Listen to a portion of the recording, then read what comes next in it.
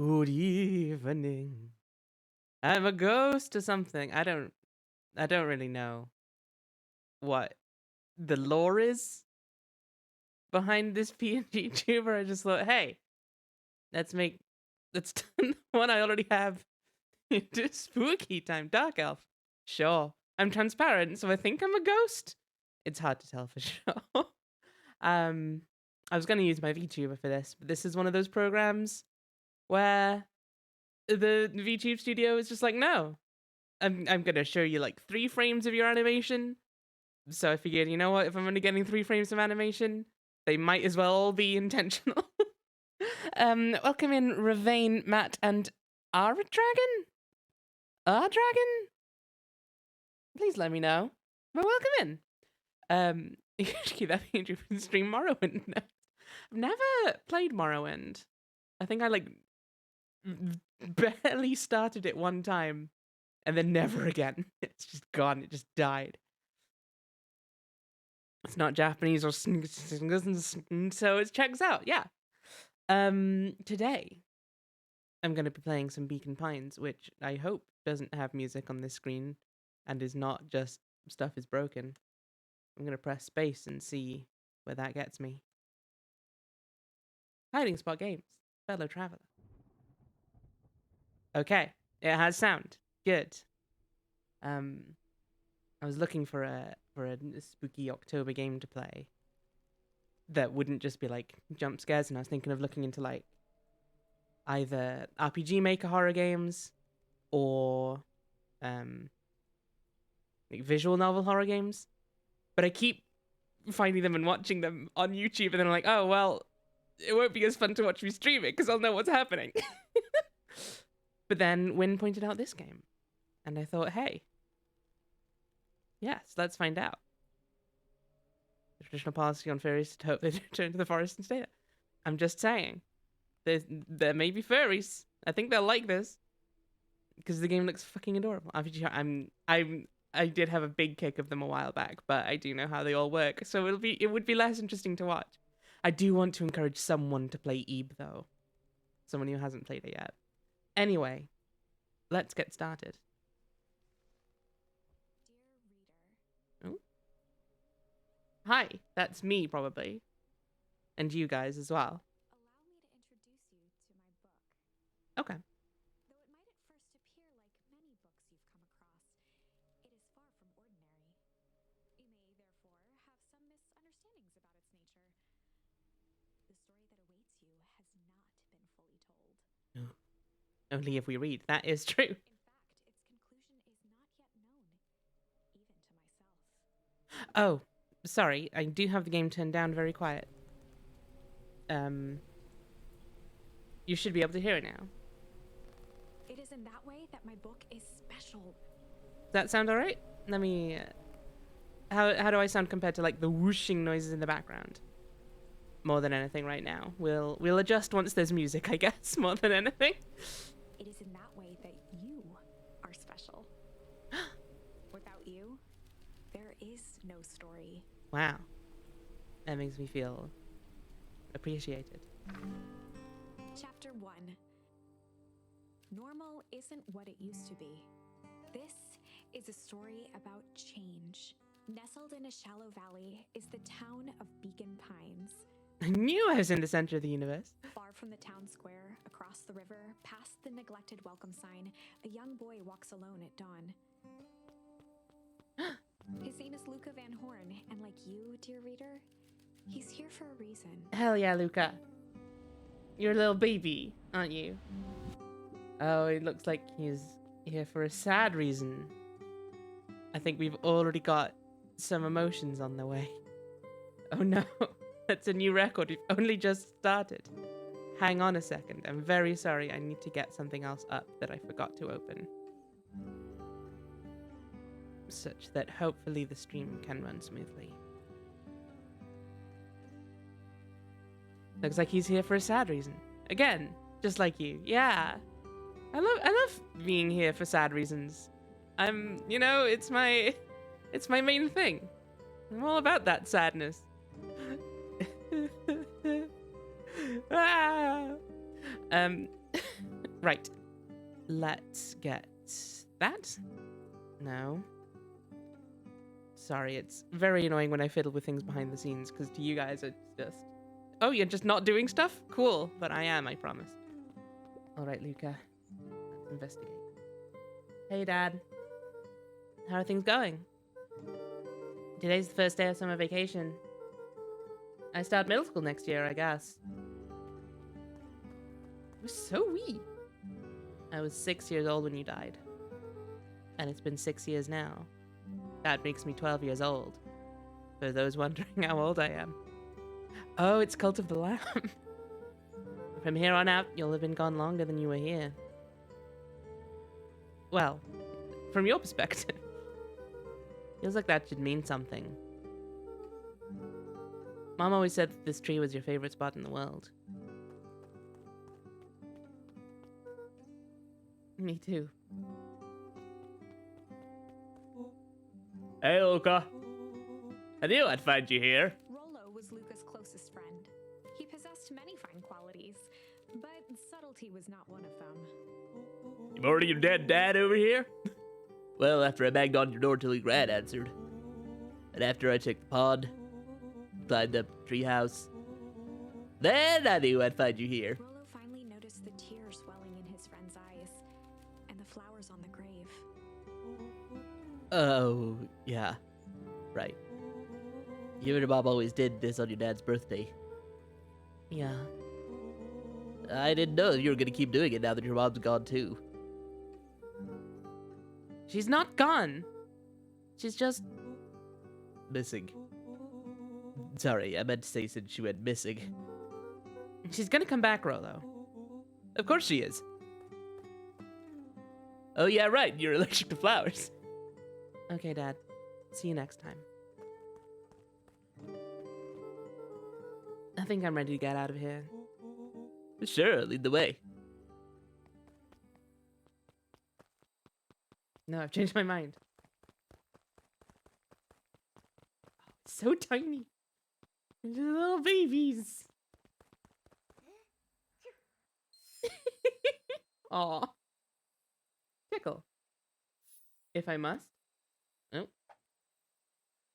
Wonderful. Oh. I had a good feeling about you from the moment you opened my book. Oh, I'm... Now that I know this is, since this is feeling matter, I'm a little worried now. That rarely ends well, I've discovered. That charm is a very special thing. Very special indeed. Keep hold of it for now. Its purpose will reveal itself soon enough. Okay. You insist. Oh yeah, I almost forgot. The whole reason I was looking for you. I was wondering if you ever get to that. I found the perfect way to start our summer. How's that? Rollo looked to the side suspiciously. Not here. They might be watching. They who? Shh, not so loud. We need to do this in a secure location. Mission control. All right, I just have to tell Gran and then we can head out. What are you gonna tell her? I don't know, I'll think of something. That's all I'll say to you. I'll meet you at the welcome site. Your Grant still kind of wigs me out. The lizard people. You know, the ones that run the store. Nice couple, but I just don't trust them, you know? There's something about them. I don't do well with new people. She moved in like half a year ago. Just meet me at the side when you're done. Suit yourself. I won't be long. Tell Gran before heading out with Rollo. Can do. Okay, so we've got our notes and we've got Tickle. I'm sure that will mean something soon. / eventually. Forgive me for this interlude. I will, but reluctantly. Remember that charm you found in the dandelion patch? Yes. There are more of those special charms to discover throughout Beacon Pines. They've been known to reveal themselves to those who are willing. Some of them can be found in this very house. So I have an inkling what the charms Just are some about, dusty knickknacks. but... Oh! And if it's what I'm thinking of, that's quite cool that they're scattered around the world. Since Gran had moved in, the house house was more peaceful, more orderly, and more covered in flowery fabric. I like the narrator's voice. It's nice. For now. If only the little narration gave me their age so I could know how long half a year is for them. Gran had already lit the fire. She kept a warm house, as if by grandmotherly obligation. It's part of the contract, yeah. You gotta have a cozy house if you're a grandma. Oh yeah. Ponder.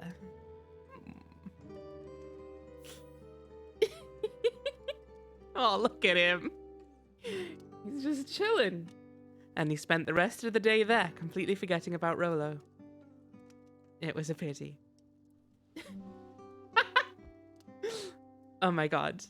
This little guy. I love him with all my heart. Luca had spent countless hours listening to anything and everything with it. Not for years, though.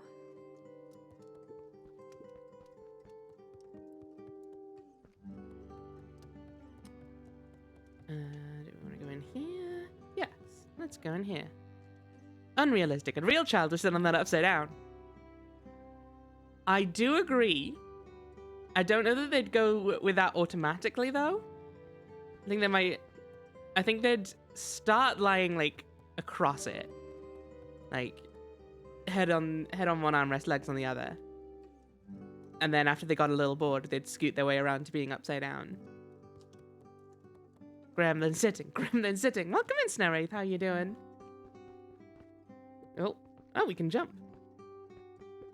The only piece of furniture Gran had brought when she moved in was an old hutch. Contained your grandfather. Well, this is just wasteful. Already a better game than Dark Souls. A pair of dull scissors, a broken can opener, a mostly empty bottle of glue, and some loose string. I was gonna say, I want all of those things. Are you kidding me? That's like a collection of the most important, like, adventure game stuff you could possibly collect. Are you kidding me? I cannot claim to be currently gremlin sitting because I hurt my neck by sleeping. I'm sorry to hear that. That sucks. Like, your body requires you do it and then it punishes you for doing it. Where's the justice? It's just cruel and unusual. Can't allow this to keep going. Oop. I've done something wrong. There we go. Yeah, it's palpable. Ah, I see you're over 23. So this is the VA's second game. She did something called Larger Than Light before that. Interesting. Any details on what Larger Than Light is? Because that sounds to me like a game that would make someone cry.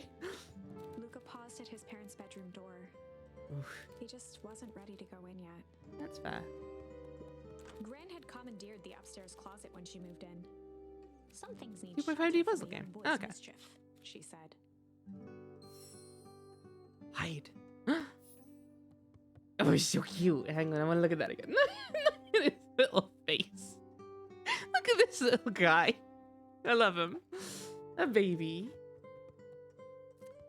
This is our room, presumably. Gran's bed was undisturbed. Luca didn't mind that she had a habit of falling asleep in front of the fireplace. It meant that he could read late into the night. I love the little sort of conspiratorial tone to the narrator's voice there. You can read late into the night. You read all those space adventures. Luca tossed on his favorite old sweater. Yes. Even though it was the first day Yes. of summer, a chill still hung in the air. Hell yeah. Oh, look at the fashion. Look at this cozy boy. Oh, I adore him. I adore him with all my heart. Gran's moving in meant that most of Luca's things had been crammed in the corner. Luca was somewhat annoyed by the situation. Understandable. Can we take a snooze? Disappointing, but fine, I suppose. I'm gonna double check I've not missed any charms.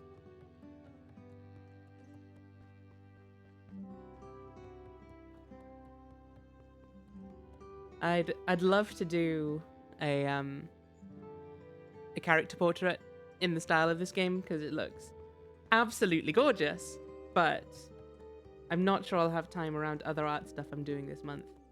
And I'm legit not sure I'm talented enough to copy this art style. It's one of those ones where it's too good. An array of prepared meals crowded the refrigerator, each labeled with the day of the week. That's not self-defy. That is like an evaluation of my skills. I don't think I am a talented enough artist to replicate this art style. There's a lot. It's very intricate. And it requires a lot of skills I don't have with art. And that's fine. Don't leave the fridge open, Luca. Come on. How about no? And times... Yeah, that's the thing. It would take a lot of time. And I said that no one likes me. I'm only evaluating my social capital. Now, Ravane, that's different and you know it. Like, if I say I'm not good enough at art to do this, that's an evaluation of skill. If I say I'm too much of a talentless hack to get this art done, that's self-defy. That's saying I am bad at art. Or saying I am not sufficiently capable of such a thing. Oh my. Oh That's my. very exciting. Another character to talk to. I am now certain that you are the one I've been waiting for all these years. I am extremely suspicious of you, Book. Self-defy, then you're just wrong. You'll recall I was a bit coy regarding the use of charms earlier. You were extremely coy, frankly. Excuse me. I tend to have a flair for the dramatic. Mood. You are about to encounter your first turning point. There are certain times in this tale when everything hinges on a single word. Step forth, dear reader. What a... A sturdy old wheelbarrow. Racing the talentless hack is my thing. Spent so many years on it. Wait. So we just say you're talented at being a talentless hack? How does that work? Oh no.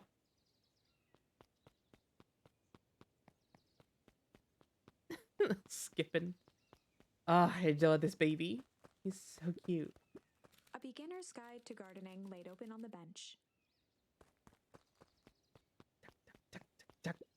Young Luca would spend hours hiding in the bushes, waiting for a chance to jump out and startle his mother.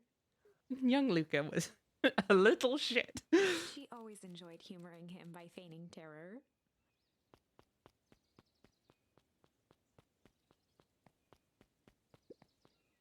Well, hi, Gran. Hey, Gran. I'm gonna hang with Rolo for the day. See you later. Done and done. Hold up now. Where are you and Rolo headed exactly? Oh, nowhere special. The less Gran knew, the better for everyone involved. We were just gonna go for the day. Ponder, hide, chill. Just gonna go ponder for the day. We're gonna go and think about things. We're gonna go hide for the day. We're gonna go chill. Why is there bacon in the pines? Pig exploded. Welcome in, Sophie. How are you doing? Young Luca couldn't even walk. No, young Luca is 12 now. He was 6 when his dad passed away, and now it's been 6 years since then. So Luca is currently 12.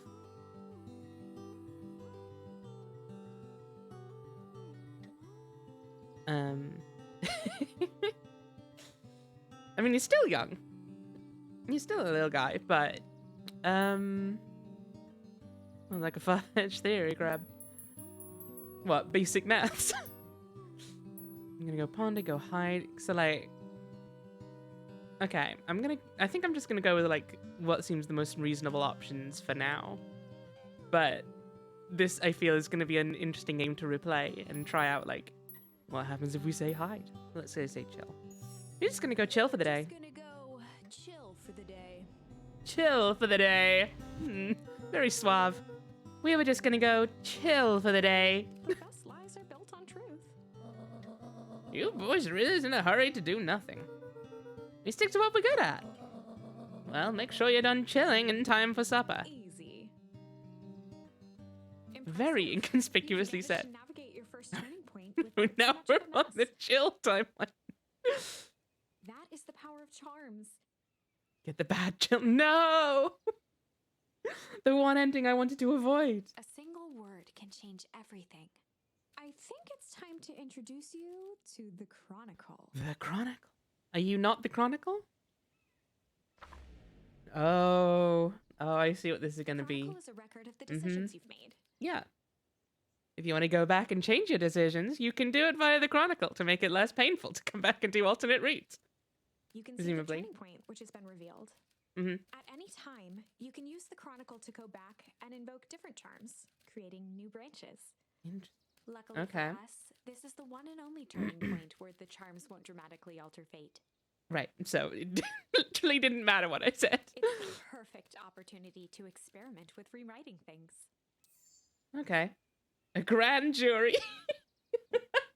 Okay. That's a pretty cute. That's pretty cute. Renella, welcome in. How are you doing? We were just gonna go hide for the day. We were just gonna go hide for the day. We were just gonna go hide for the day.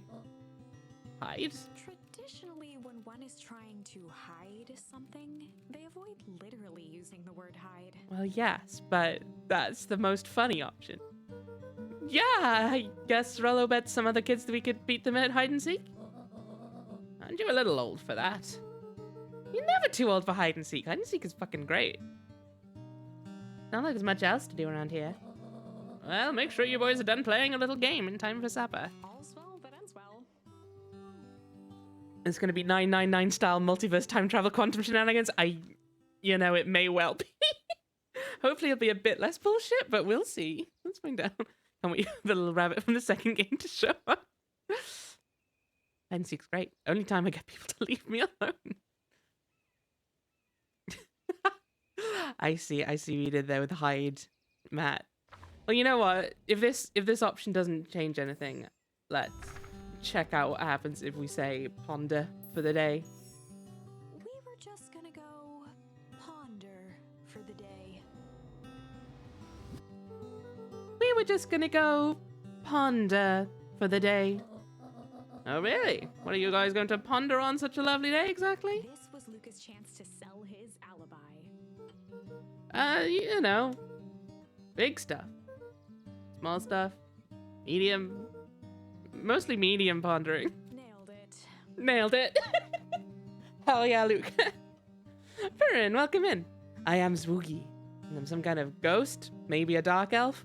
We don't really know. Something's happening.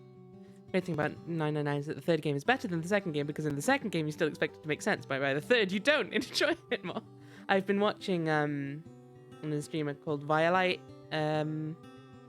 play through the games a little bit. Their streams are always at like midnight my time on a Monday, so I've missed most of them, but the ones I've caught are fun and silly. Horizon Red, that's not part of this book. She just slept too little. Yeah, it's true. I did start working on an alternate PNG tuber, more specifically horror-y. There's a little. I'll show you the sketch I've got because I don't know if I'm gonna finish it. I think it'll be cute if I do, but like I started working on it and I was just like, you know what? I don't think I have the brain power to finish this today. Let's see which of these is this one. This one? There we go. That's the idea I've got. Which I think is fun. But I'm gonna need some time to refine it, I think. Which one am I? I'm the ghost. To be fair, I'm both of them. I am dead. But yeah.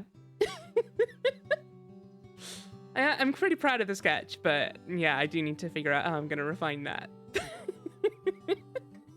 Anyway, that's a distraction from the game.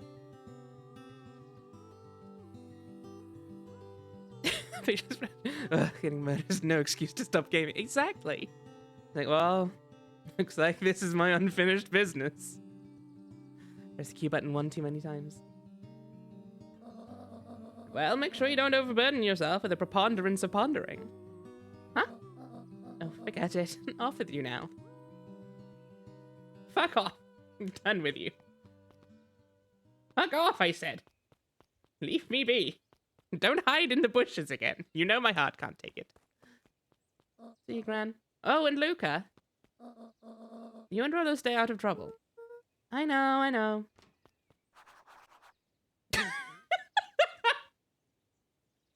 Excellent. Beautiful comedic timing. Oh, I love this game already.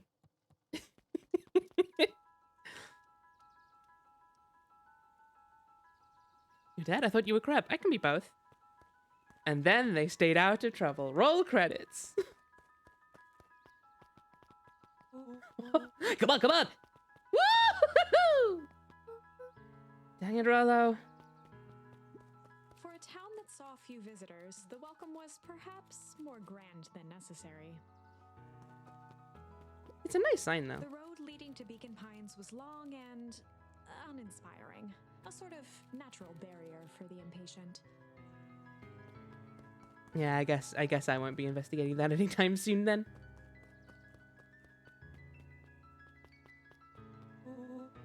You know the drill. Don't let anyone discover our secret path.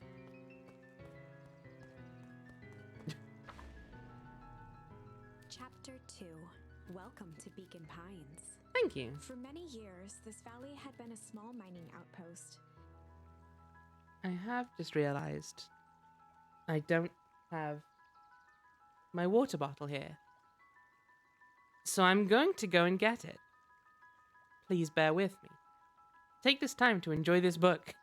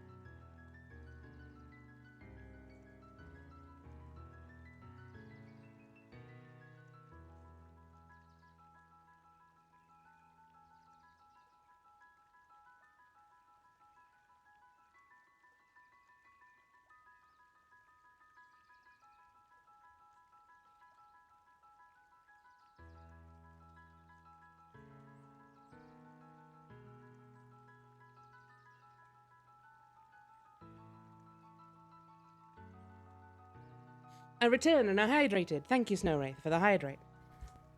Let me get myself back into position. It wasn't until Sharper Valentine built his fertilizer company that Beacon Pines was established. Over the next 30 years, the town had grown and prospered until the foul harvest and his sudden death. Oh god. That's extremely threatening. Thank you. In the 6 years since, everyone was simply trying to get by. 6 years since then, 6 years since the foul harvest.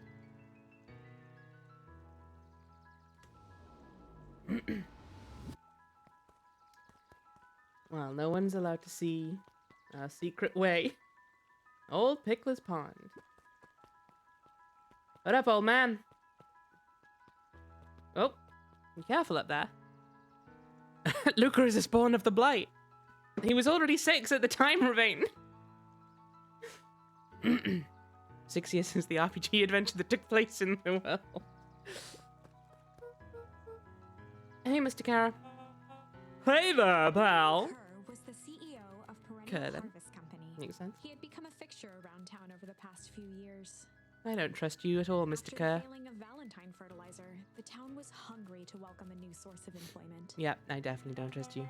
Excited for the big festival? Oh, sure. Come on now, when I was your age, there was nothing more exciting than a town festival. The food, the music, the dancing. Sounds pretty alright. You gosh dang right it is. I'm looking forward to letting off some steam myself. when I was your age, which is 6. Make sure to invite all your little friends.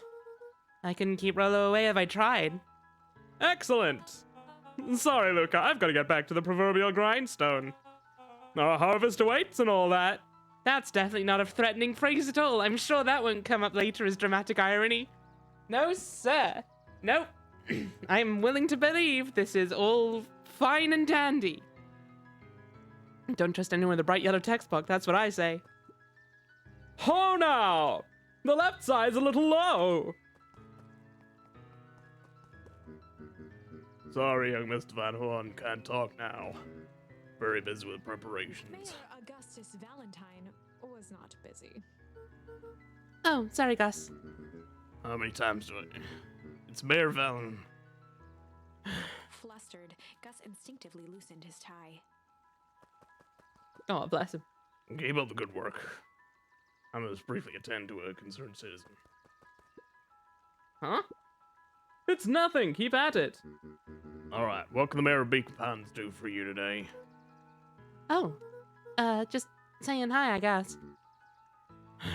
Well, good day to you too, young Mr. Van Horn. The way he's calling this young Mr. Van Horn, I suspect maybe our dad was someone of import then. You're just chilling. Don't mind me. No one's gonna notice. Legit, you just chill there. Amazing. Do I get a charm or anything if I stay here a little bit, or is this maybe just an alternate way to get chill if you didn't get it before? I do love it though. How do you add that? I'm sure that won't come up in a dramatic irony later. It would be exclamation mark quote space add space and then I'm sure that won't come up in dramatic irony later. Clearly the dad was in the RPG party and died heroically in a tale the world will never know. Evidently.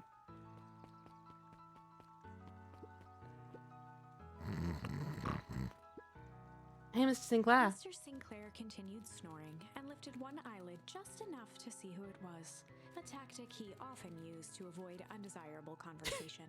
Fucking mood. It's quote ad per. you got it. There you go. Hang in there, period. Yoo-hoo, Mr. Sinclair. See, I'm sleeping, boy. How's the napping today? Crummy as always. Used to have a perfectly nice view from here. I sound like the mayor, but that's fine. It's a perennial harvest, put that monstrosity of building in the way. Why didn't you just move your chair a bit? Why should I be the one that moves? It's a showdown there, one. I ain't gonna be the one who blinks.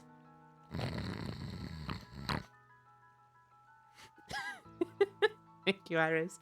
And welcome in to you and to Drainog. Different on both my channel and Sean. Yeah, there's a couple of options. I don't know what Sean uses, but I know add quote is a common one, and then yours is either add quote or quote add all one word. Come on, Andy, grab his wallet. I'm sorry, Iggy, I can't. Do it or we pound you. Yeah. Yeah, but my mom said, yeah, but, if I had a nickel for every yeah, but, and the freaking king of nickels. Ain't that right, Tish? Yep. Come on, do it. Come on, do it. Come on, do it. Come on, do it. Come on, do it. Uh-oh, these are some troublemakers. How's the game going? I love it so far. It's so cute. Also, I should say that Drainog got this game for me. Thank you very much, Drainog. I am having a wonderful time. I still need to play the other game that you got for me, A Memoir Blue. I'm thinking I might do that on Saturday, followed by maybe more of this, depending on how long this game is. We'll find out. Something will happen. One day I'll be a streamer and I'll create a command to unify all add quote commands, and as a result we'll have one more add quote command than before. Mr. Van Horn, do you have a moment? It's just Luca. Golly, I'm sorry, it's my first week at Perennial Harvest. Pen from the pocket of his simply jot something down on a clipboard. I want to thank you, though. And if y'all want to know what this was payment for, you'll have to check out Draenog's stream tomorrow. Assuming they're still streaming tomorrow. Oh, secrets! Wonderful, it won't happen again. I've still not settled on my voice. It's something like this, I think. Yeah. Mr. Van Horn. Mr. Van Horn was my father's name. He died 6 years ago when I was 6. Unless everything goes wrong, it hopefully won't. If we are going to be on a first name basis, then you can call me Pete. Oh, nice to meet you, Pete. Sorry, what are you writing? Oh, just documenting. Gosh, it's exciting to be a part of something so darn special. You know, it's not just about new fountains and phone booths. We're gonna change the world. And it all starts here in Beacon Pines. Isn't that amazing? Uh-huh. Anyway, I'd better get... Oh, that reminds me. We'd love to hear your thoughts. My thoughts? You bet. We're gonna change this town. We need to get every detail right. That sounds intense. Changing the world is intense. It's not a cult. Don't let anyone tell you that it is. None of the multiple people that are telling you it's a cult. So what do you say? Could you answer a few questions? Well, I guess if it's quick. Wonderful. Open to answering a few quick questions.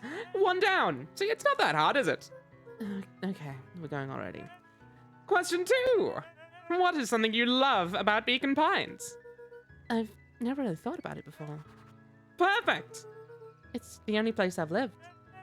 See, that wasn't so painful. Pete stopped scribbling and glanced up from the clipboard. Was it? I guess not. Huzzah! Our first 3 questions answered in record time.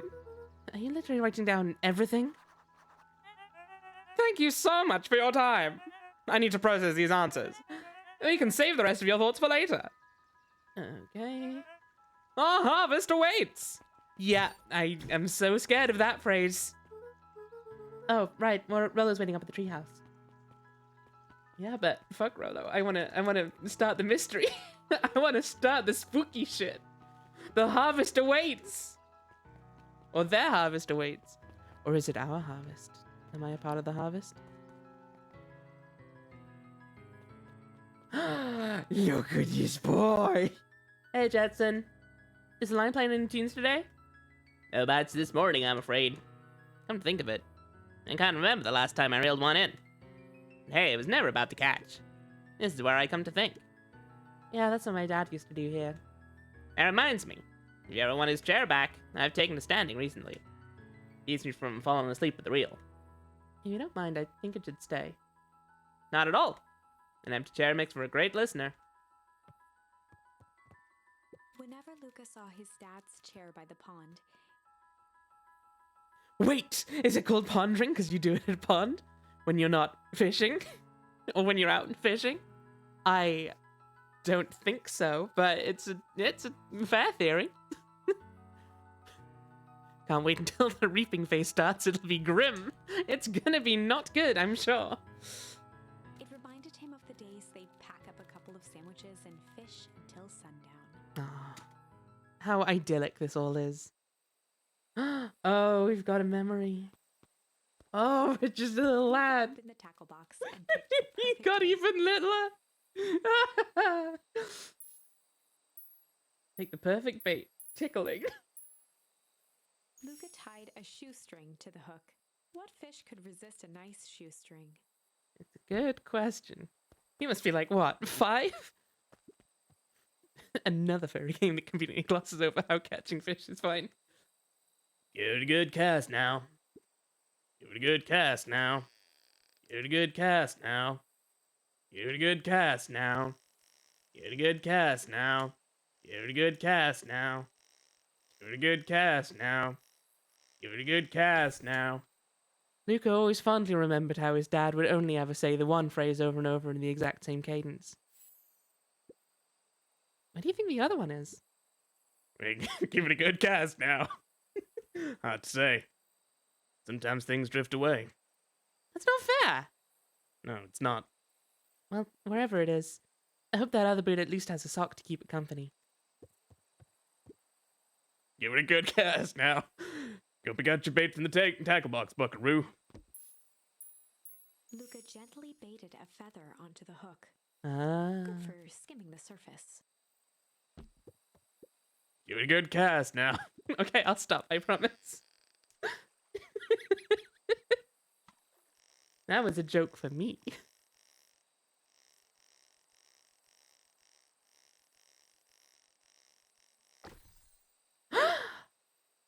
Yes!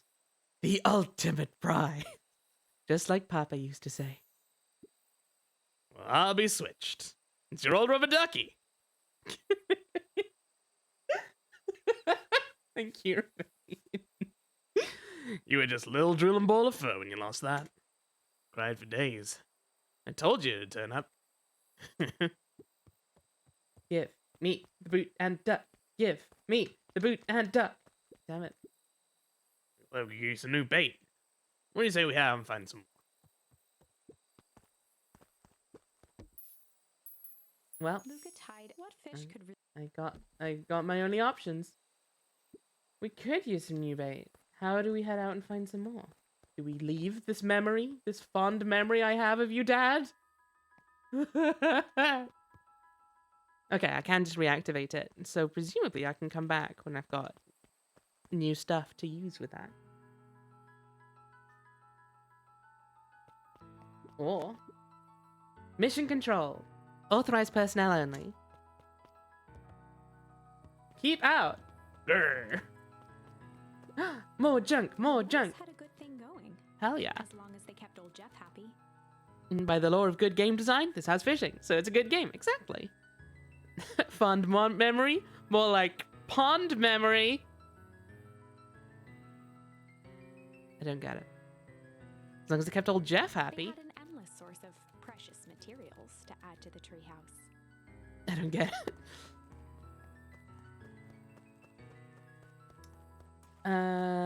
Splish splash splosh. Ooh, what's that tally, I wonder? After Luca's father had passed, Rolo became obsessed with them building their own Hank atomic star scraper. It was some time before Luca realized it was Rolo's way of keeping him occupied. Aw. That's sweet, Rolo, at least. You may not be the subtlest lad, but darn if you don't try. Let's chill on this old cushion. Whoa, it's grody as hell. We're so fucking cute. Okay, what's this top secret plan to start our summer? So, you know the abandoned warehouse by my place? The old Valentine building? Yeah, well, it isn't abandoned. What makes you think that? Get this. Last night, it was glowing. Glowing? Are you sure? Kinda. I don't know why the kinda just got me. That place has been empty since... Since the foul harvest? Yeah. Who would even want to poke around that place? We would, Rolo. We would. Wait. It's just a busted old warehouse. I just bet we could do some research at the library. You want to actually go to the warehouse? What do you expect to find? Answers. My mom's out there somewhere.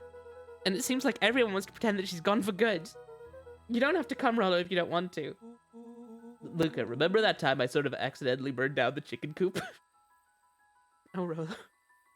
It's called a rave, Rolo. That's sweet. You're letting us build the Death Star to cope. You jumped in and said it was your fault before my pa throttled me? This is a flaming chicken coop sort of deal. I've got your back. Thanks, Rolo. Now that I think about it, poking around in crap and fertilizer warehouse is exactly how I want to spend the first day of summer. Let's go! Luca's winter coat decommissioned for the summer.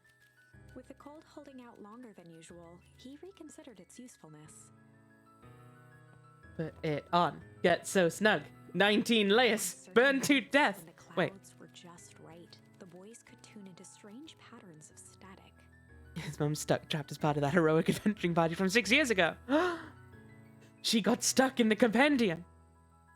Rolo thinks it's aliens.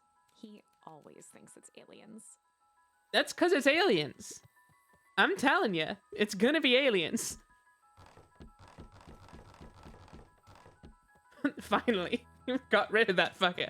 Now I can just chill and ponder things. And maybe even hide if I feel like it.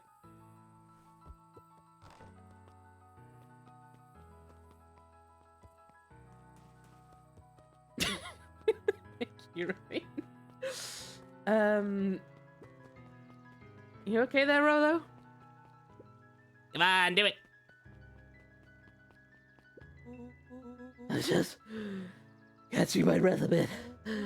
Come on, I'll catch up. Okay, buddy. Town hall, coffee, the beacon. Holden Wilder ran the local paper of record, the Beacon. Hey, Mr. Wilder. Morning, Luca. What's the day have in store for you? I was wondering if you had any news about... News? The Beacon knows the news that needs knowing. Let me tell you that again. The Beacon knows the news that needs knowing. Any news about the old fertilizer warehouse? Nope. Oh. Rolo thought he saw some lights there last night. Rolo ought to be careful poking around that part of town. The winds of change are blowing. Change is a dangerous animal. Change? Ooh. Fashion. Wait. What was that foul harvest thing again? Yes, yeah, I'm sure that something called the foul harvest is of no import to the events of this story whatsoever. You know, back under the blood moon when the Ashen Ones walked, yeah. When the forbidden tome finally began to bleed. And all was known, yet everything forgotten.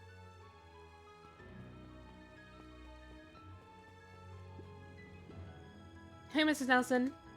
Morning, Luca. Any big plans for the summer? Not really. Heard anything about the old fertilizer warehouse? Any strange happenings? Can't say I have. Either way, a dusty old warehouse is no place for a young boy. You be safe now. It's the lizard people. Miss Hatch could often be found near the fountain, too absorbed in a book to be distracted. Oh, there she goes. That girl is so peculiar. A most peculiar mademoiselle. Mood. It's probably like a full... Yeah, exactly. They're just mispronouncing the word full a lot. It's the regional accent. The two wandered down the wooded path, unaware of the danger ahead. Oh. Oh, this is getting good. No, I'm sure that has no relevance to us. I'm sure we have no danger ahead. Luca, just the fella I was looking for. Hey, Roxy, what's up? Oh, right. Rendezvous with Roxy. This is an important turning point. Uh-oh. The first time where your charms will change the course of fate. Uh-oh. Currently, we only have one suitable charm at our disposal. Uh-oh. Have no fear, we can always return later using the Chronicle once we find more charms. Uh-oh. Well, now I'm just rambling. Uh-oh. Where were we? Have you seen my blockhead brother today? He skipped out before breakfast. Well, not really, no. Can't say I have. Can't say or won't say. Roxy, would I lie to you? Luca, wait up! I almost forgot to tell you. Roxy might be lurking around here. This is one of her favorite places to stand around and be useless. Rolo. So we need to make sure she doesn't spot us. Rolo. Are you doing that turning thing with your body? What, you're not scared, are you? She's harmless. And a chump. And she's right around the corner, isn't she? We did it! Oh shit, Roxy's hair game is on point. Because it's a turning point. Mystery solved. Don't mind me, just over here lurking. Uselessly. Oh, Jesus. Nice weather we're having, huh? I couldn't help but notice you snuck out this morning before breakfast. Wasn't hungry. Also couldn't help but notice your morning chores were left unchored. Roxy, I'm gonna level with you. I'm sick and tired of digging up carrots. Y'all gotta pick up the slack since the foul harvest. Almost every carrot I dig up is rotten. And the rest look like they were hit with little black black black. And the rest look like they were hit with atomic shrinko ray. All the more reason to keep on digging. There's gotta be more to life than puny carrots. Look, Roxy, Luke and I have places to be, so if you don't mind... Oh, I do mind. I'm not gonna catch hell again because of you. So either you march yourself home and harvest those carrots, or I haul you home myself. Rolo froze as Roxy took a step How long forward, could growing carrots take? cracking her knuckles. Sure it's not the fowl harvest? It was a poultry mistake. Luca knew he had one chance to save his friend from being dragged home. Uh-oh. In the past, he found the best way to deal with an enraged Roxy was to be a little... chill. Was to be a little The best way to deal dickhead. with an enraged Roxy was to be a little chill. Yeah, just chill out a little. Come on, Roxy, it's the first day of summer. The sun's shining, we just want to take it easy. I'm leaning up against. What a little dog. I adore him. Let's leave tomorrow's problems for tomorrow. That's great and all, but Rolo's problems have a way of becoming my problems. And Pa always says tomorrow's work is best left for yesterday. March, you big oaf. Ah, rats. I expect a full report about the Valentine place. A full report! Uh-oh. I'm sure this will go fine. So, Fitz, what are you up to this lovely day? Nope. Cool, cool. Shut down. Chaffа Valentine, founder of Beacon Pines. Never underestimate what a great man can do given time. A bit much, if you ask me. Yeah. Indulgent. That kid was wearing a lot of makeup. I don't know if this is a kid. I presume they were Roxy's friend? Spooky Crab, welcome in, Tam. I'm doing good. I'm having a lovely time with this game. It's so fucking cute so far. And I'm sure we'll get spooky. They keep talking about how their harvest is something. Waiting? Which I'm sure is not going to be used as a threatening sentence later on. I want to see if being a little indulgent makes sense. No, okay. It's nice that it shows you the charms that you'll be able to use for an event without having to go into it. That's some good game design. Buds and bulbs. Another lizard person. Hey, Griffin. How's the ice cream get going? Not great. Still pretty cold out.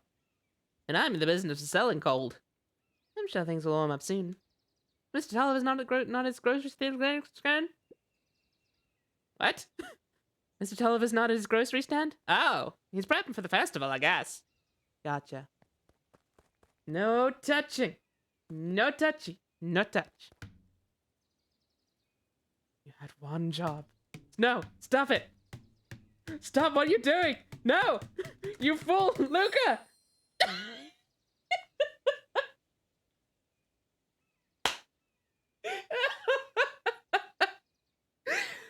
Amazing. Amazing. Harvest like skeletons? Potentially. We don't know yet. Ah, that's amazing. This game is the best. I love it. Hey, but Hi, Luca. I'm doing some fact checking for the town history exhibit. look, kid, I'm just here to put up the lights. But did you know? When the town was founded, there were only 7 citizens, and they all worked for a mining company, and there was only one dirt road leading to town, and... There still is only one road leading to town. Oh, right. Is Spooky Crab based on Dark Link? Spooky Crab, much like the creepy version Celeste me from last year, is like, I'm gonna change the palette to be spooky and hope that that's enough that I don't have to explain the lore behind what form of spooky I am, because I don't really know. The Darkest Link. Twitch.tv.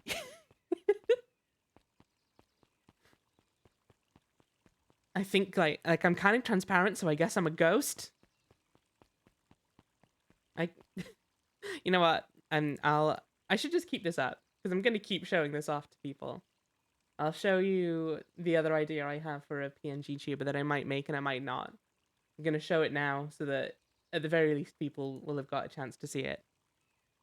maybe Spooky Celeste was also based on Dark Lake. Like, the weird thing is that Spooky Celeste wasn't based on Battleline, which it really should have been, all things considered. It would make the most sense. Not gonna lie, I was kind of expecting much more to shout about in that message. Thank you, Tam.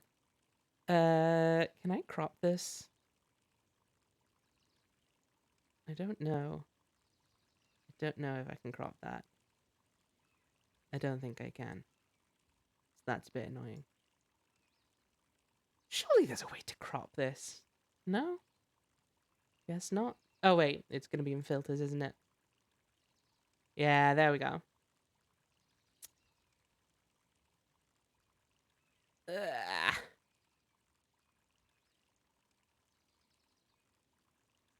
Oops.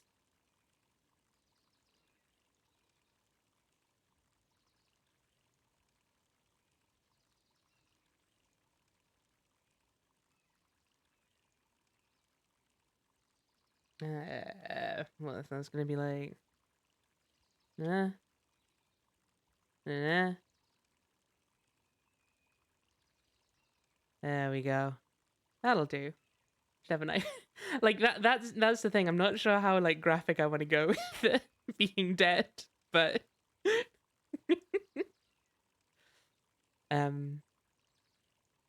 yeah, so maybe eventually I'll do that as a PNG tuber. But for now, I've just gone with Spooky Palette of my other one. Ooh, because VTube Studio doesn't like this game, annoyingly. Anyway, let's see what's up here. More cute people. Piper. Oh, hey, Luca, what's up? You know it's summer break, right? Of course. And it's, like, the morning. Correct. And you're studying? Like they say, the early bird gets the proper education required for a successful and fulfilling career later in life. Uh-huh.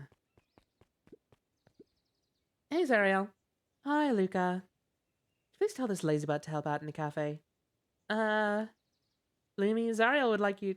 Luca, let me give you a little gem advice. If you never do what you don't love, then you'll never work a day in your life. Wow. You're really setting the kid up for success. These two are so cool.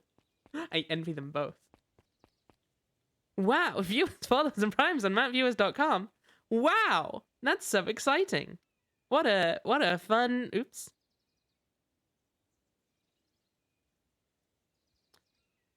Oh, they were so excited to share that news with me and I accidentally banned them. Oh dear. What a sad day this is. I didn't even realize that was a spam bot. That's how they get you. Go away for 1 minute. They weren't even advertising bigpuyos.com. Like, come on. Can I go into the beacon? This is disgusting. Bizarrely phrased, yeah. I thought it was really... I did as well for a second. I was like, when it started with I was like, is this a person doing a goof? And then like I checked and I was like, I don't think this is a funny goof if it is. So I'm just gonna ban it. Hey Don. Sorry to wake ya. No problem. It comes with the job. Oh. My god. She's a baby. Dawn had dreams of becoming a big-time reporter. At night, she searched for the story that could be her big break. By day, she hawked papers at the newsstand. I'm still unclear if that one person was joking about registering the domain. They were not. They did register it because I tried to get it before someone else could and I was apparently too slow. But I did also check today and it does link through to Pern's Twitch. So that's fine. It's not linking to anything heinous. So we're good. What's up? Rella said he saw something strange going on in the warehouse. You know anything about that? You might say I've heard some things. That's debatable. I think Prin's channel is a delightful and wonderful place to hang out, quite frankly. And you can quote me on that for your partner application that you should be doing right now, Prin. Go do your partner application, Prin. Don't forget to go do your partner application. Do it now. I dare you. Quit putting it off.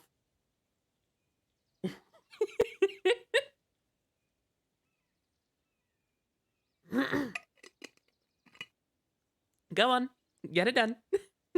I don't want to hear another word from you in my chat until you've sent off your partner application. I didn't say hand around, but close enough. I'm working on a story about it now. So what's going on? Can't say quite yet. I still need to follow up on a few leads. Keep me in the loop, okay? Sure thing. And so it's my turn on Prune's channel. Things to be quiet in town today. Yep, everyone's preparing for the festival. Should be back to normal tomorrow. Catch you then? Catch you then. Oh, and Luca? I'm really sorry I haven't been able to find out anything about your mom yet. I'm just grateful that you tried. I'm still keeping my ears up. Get it? Because I'm a vet and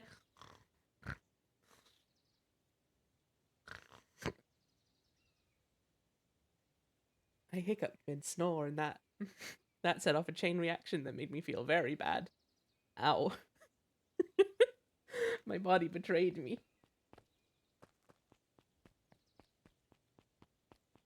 Last Chance Diner. That's it. Not ominous name at all.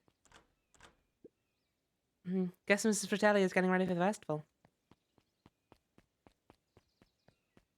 This dumb little walk. What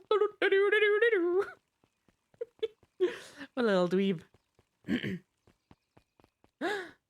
Uh-oh, an event. Hey, Solomon. Apologies, no time for chit-chat. Okay.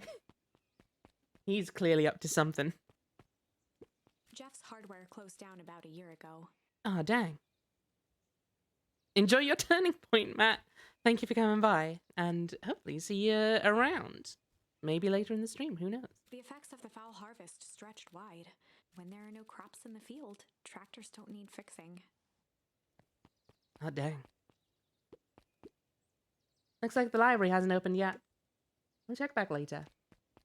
I need my books, because I'm a nerd. I'm an adorable nerd baby. Wait, which point needs turning? All of them. Luca, my boy, hold up a tick. Oh, hey, Mr. Nuncreed. I was just on my way to... I just sold the last jar of your grandmother's preserves. Can't stock the shelves fast enough, turns out. I think I'm going to make them a bit more like an old British man. In fact, can't stock the shelves fast enough, turns out. Hey, that's great, but, actually... I guess Juniper will just have to swing by with more of her lovely jam. Mm-hmm. Well, don't let this old man slow you down. You just remind her that she still owes me that dance. A promise Gran regretted the second it was Yeah, made. I was wondering. Why is he selling jam at the drugstore? Jam's full of drugs. Will do. She's a fine woman, that Juniper. Yeah, she's pretty cool, I guess. She's my grandma. A real fine. I gotta go. Sweeter than any jam on earth. No, not a fan of you at all, Mr. Nuncreed. The phone booth was brand new, part of Perennial Harvest's Beacon Pines Reborn initiative. It didn't see much use. Well, look at this little nerd rabbit. Oh, hey, Luca. Hey, Joey. How's the bug hunt going? Not great. Bugs have been shy this week. Bugs get shy? Oh, sure. Bugs aren't that different from people. Sometimes they just want to be left alone. If you're going to weep wood, just be careful where you step. No bug crunching. Got it. Who are you gonna call? No one. I have anxiety. Luca peeked up at the beehive. It appeared to be deserted. I need to stress again that Perennial Harvest is not a cult at all. Really. Not even slightly a cult. Don't ask him any more questions. Every time I hear Beacon Pines, my brain just goes, relative of Stand Pines. I mean, I get the feeling this is going to be fairly Gravity Falls-y. Gravity Falls-y. Something you can finish the punchline on that one yourself. You know what? That's a free joke from me to you. That's strange. I'm sure that's nothing to worry about. Gravity Falls-y. The Falls-y Harvest. To a small hollow at the edge of Weepwood. Okay, no turning back now. Why not? Come on. I want to turn back. I thought the other way was progress. No. Caution, electrified fence. Is that sign new? The fence thrummed with a gentle electric buzz. Okay, so what would Rollo do if he was here? Luca often asked himself what Rollo would do, so that he could rule out that option. I'm definitely not touching that thing. Luca knew that if he gave up now, he'd never hear the end I of it just from want to see Rollo. what's down the other way. God damn it. Mabel, Dipper, and Luca Goku. knew that Fine. I guess we'll never know what was down there. I'm gonna pick this mushroom, throw it apparently. Be gone. Ooh, hang on. I want to take one more. Oh, I can't take any more. Can I take one of the ones I threw? Okay, I want to throw it into the fence and see what happens. Looks like nothing. Oh, as sparks flew from the fence, okay. the light atop that section shut off. 2 bulbs remained. Excellent. Nope. Tin can, tin can. Zap. That's 2. 1 more to go. Thank you, helpful narrator, for helping me to count to 3. Yeah, that's what I thought. I thought there'd be secrets I might miss if I keep doing that right now. Although there may not actually be secrets. Property of Valentine Fertilizer Company. Looks old. Yep. I'm sure that has nothing to do with the foul harvest. No siree. I'm sure that's purely coincidental, that barrel of toxic goop. Forgot the word fence's barrel buzzing somehow. gave way to That's 6 years silence. old. Just like Luca, incidentally. Weirdly enough. Yeah, wow. Fence's button gave way to silence. Okay. Moment of truth. Time to see if I fucking die. I Everything didn't in fucking town die. loved the old Valentine fertilizer building. Long abandoned, the warehouse once served as the industrial heart of Beacon Pines. Now, it stood only as a reminder of things left behind. The dormant building showed strange signs of life. Okay, so Rollo wasn't exaggerating for once. What's going on here? There was only one way to find out. I'm sure this is fine. Ugh, that smells awful. Too bad Rollo's not here. You have no problem poking around in there. Can I close it then? Nope, just leaving it open. Okie doke, that's fine. The hose emitted a subtle sound. It was actively draining some kind of liquid. Hmm. This water, you mean? The water looked almost diseased. I mean, I kind of wish you'd have told me that before I started splashing around in it, but okay. If you insist. It flowed slowly into the woods. It's fine.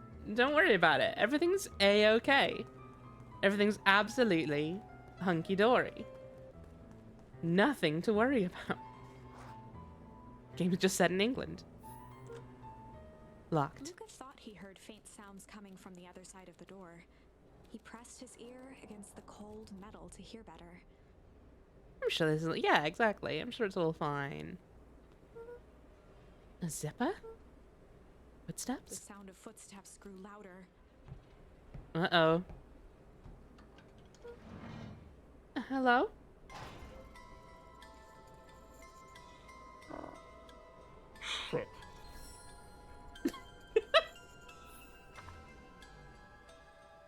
The heavy steel door knocked Luca to the ground.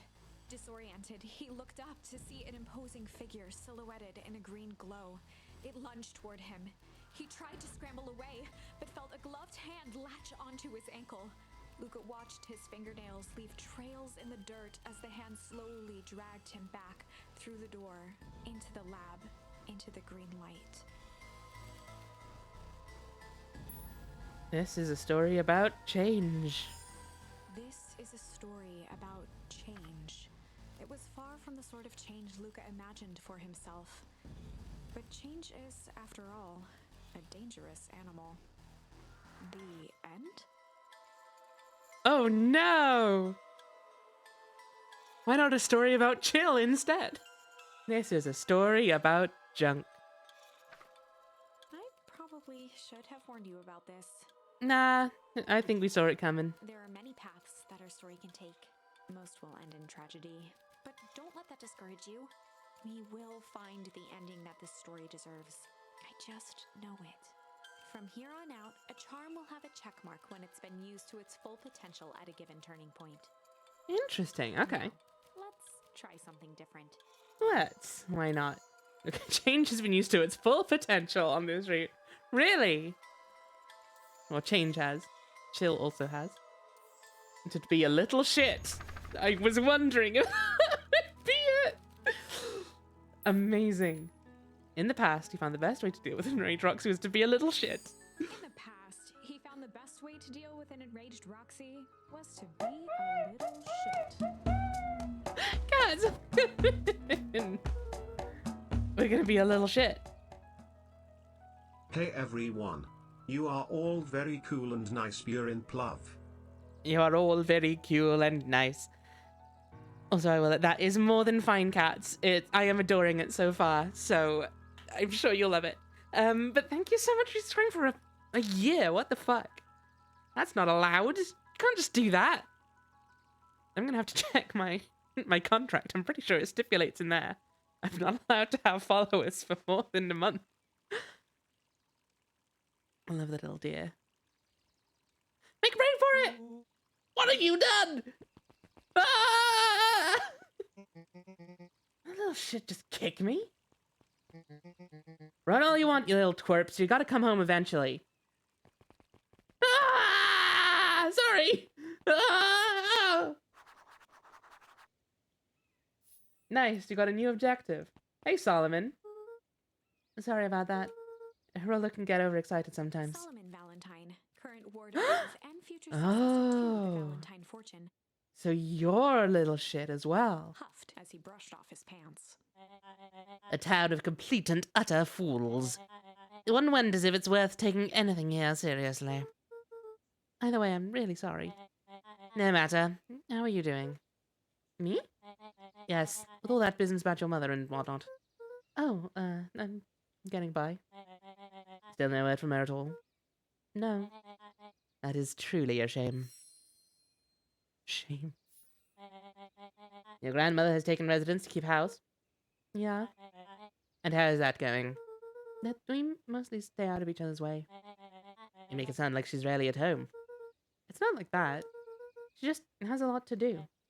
Mm-hmm. She's still settling in and trying to figure out how to make ends meet. Indeed. Well, count your blessings. Better have a caretaker who is rarely around in lieu of one who tries to compensate by smothering you with attention. That doesn't sound so bad. Trust me when I say it's best to rely on yourself. Family has a way of creating more problems than they solve. Uh-oh. Is this who you're talking about, Solomon? Solomon? shuffled a gesture toward the approaching heiress Valentine. Speak of the devil. Do not wander off like that. I'm much too busy to be looking all over for you. Apologies, Eris. I was just taking a stroll through town. Strolls are for commoners. You're a Valentine now. I want you to be present for the construction of the History Museum. The future of this town relies on its ability to remember our family's great past. Of course.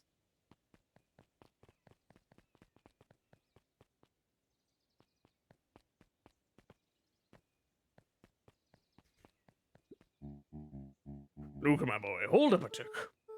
Sorry, Mr. Nuncreep. Kinda in a hurry right now. Also, you're a fucking creep and I hate you. Oh, he's got too much of his father in him. Always loving to cast that line. I win. A little help. I am the champion. We were racing? That road get longer. Like anything ever changes around here. Wait, what did the shop guy do? He seemed nice. He was kind of being creepy about our grandma. He was like, Oh, she's a fine woman. Yes, sirree. A fine woman indeed. It's like, bleh, bleh, ooh, yeah, ooh. It seemed longer. You're just lightheaded from the run. You really need to pace yourself better next time. Not sure why I'd take advice from second place. Has that sign always been there? Wait, what? Weird way to talk about people. Wants to get her jam, if you know what I mean. You mean her jam that she creates? Caution, electrified fence. No, that's definitely new. I'm gonna make myself a little bit more southern, I've decided. You know what? I'm trying out something new, Luca. Don't judge me. Creepy. How are you gonna get around an electric fence? Don't worry, I got this. Ah! Why did you do that? Always says you can figure out what the plan was when you're done. Great. What now? Well, I did my part and established that touching that fence is bad. I'm sure you can handle it from here. I'll supervise. From a safe distance. Also kind of manipulated her into promising a date/dance with him. Ew. Well, we don't know it was necessarily manipulated, but she didn't seem enthusiastic about it, so... You know. Doesn't pass the vibe check, shall we say. Whoa, you're a genius! It's because I did it in an alternate timeline, you silly goose. What do you mean, did an alternate timeline? Don't worry about it. Just don't worry your pretty little head. Looks old. I don't think there's anything new there then. Huh! I never expect to get that one, and then I do. I think that did it. You remain. Luca, you never fail to impress. Hey! As the glowing windows of the old warehouse came into view, Rollo began to bounce excitedly. Check it out! Dang, Rollo, you weren't exaggerating for once. Was there ever in doubt? This definitely needs investigating. Good thing 2 ace detectives are on the case. This is bizarre. This is awesome! Rumble. Did you feel that? What, the excitement in the air? You bet your butt I did. Check out this puddle. That's not normal. This hose. Oh man, the door's locked. Try harder. No dice, it won't budge. Oh well. The tram's illustrations are adorable. This dumpster is new, right? I bet it's got stuff in it. I can't really see what's in there. Who did all of this? My nose is itching. I think I smell some treasure. Are you sure that isn't the hazardous way to the bed? That's all, folks. I'm everywhere at once, Tam. You can never truly escape me. I'm on every stream.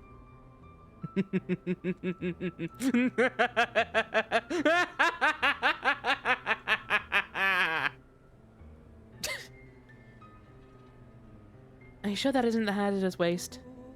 Just help me get in. Rollo, it would be my honor to throw you in the trash. Yeet. Come on, lady, look. So what's in there? Let's see. There's a squish bag of squish. Wow. A good inch of stagnant sludge. A natural habitat? Wait, hold the phone. Hold 2 phones.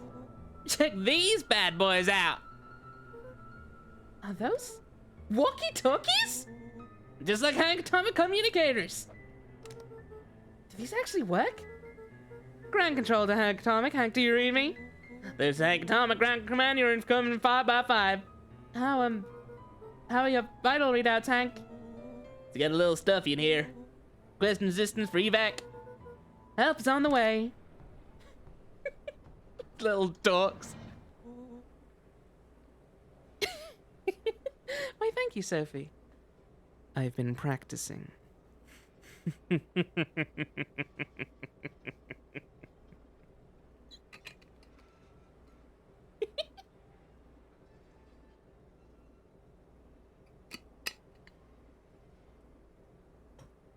What was that?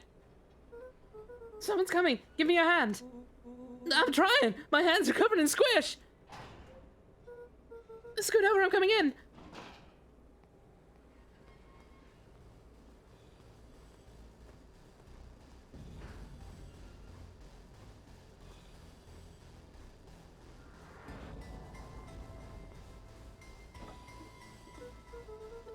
Tell me you saw that?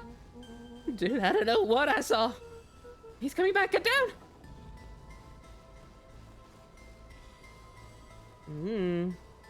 That looks ominously body-like.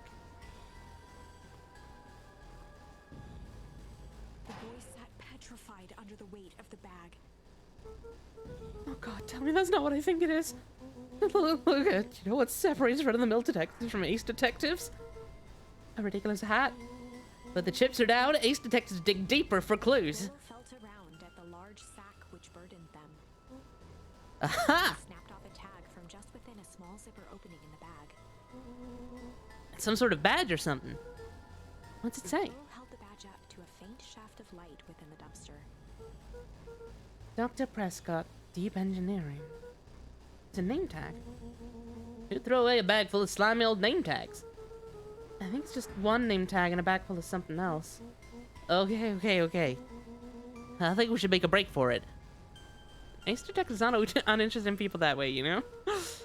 Stay calm, this is no time to panic. I'm not panicking! You're panicking! Rollo, calm down. You don't have to squeeze my hand so hard. One name tag and a bag of engineer. Dude, I am not holding your hand. Quit messing around. What other slime-covered hand would be in here?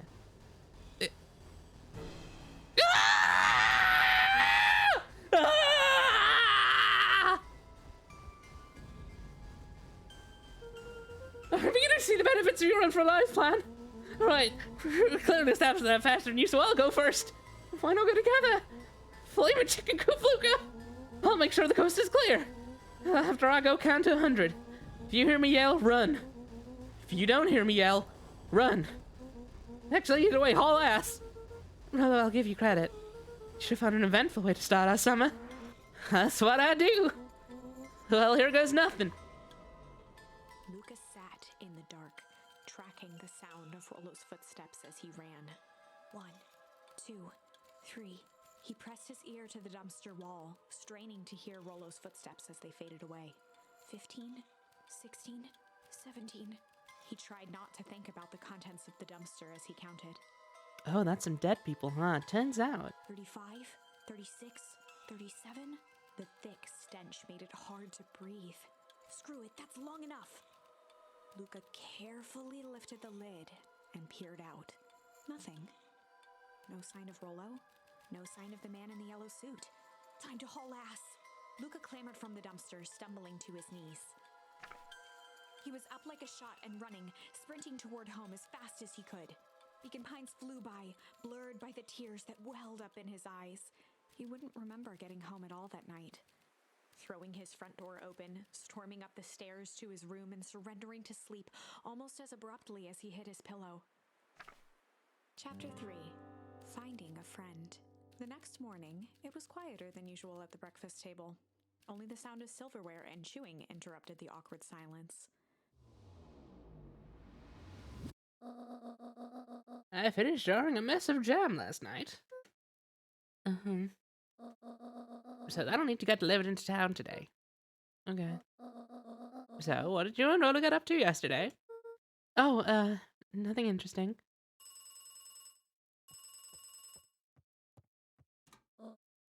Hello? I'm like cutting to a book narrative in between gameplay sections. It is a bit odd. I kind of like it. I guess it's more so for the bits where the story branches to allow that to make sense. But I don't know. Maybe there's gonna be some meta stuff that we're not aware of yet. Hello. Calm down. No, of course it was the right thing to do. Start gathering, folks. I'll be right there. Are you sure there isn't anything you want to tell me about yesterday? Anything I want to tell you? Not really. We just sort of ran around a bit. Grand Gran's brow furrowed. She let out a long sigh. Her voice was quiet and even. I have to go take care of something. You are to stay in this house for the day. Under no circumstances are you to leave. What? If I am not back by dinner, there's stew in the icebox. But nothing. You are to stay here, understand? Yeah. Say it. I'll stay here till you get back. Good.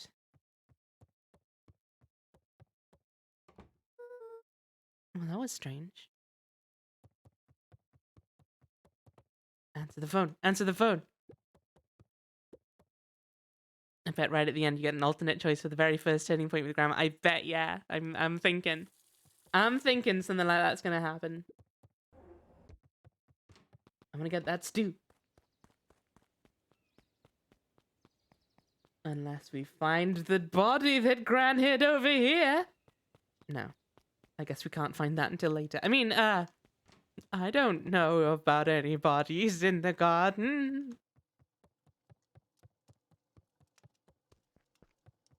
Well, A faint electronic sound floated in the air. ooh. Is that coming from upstairs? Ah, screw it. I'm not interested.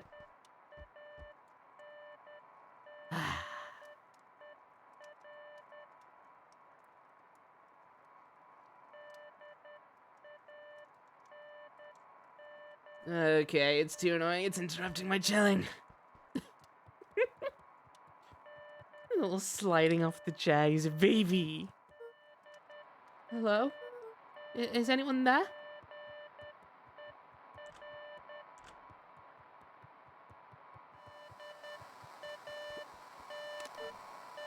Hello? Rolo, is that you?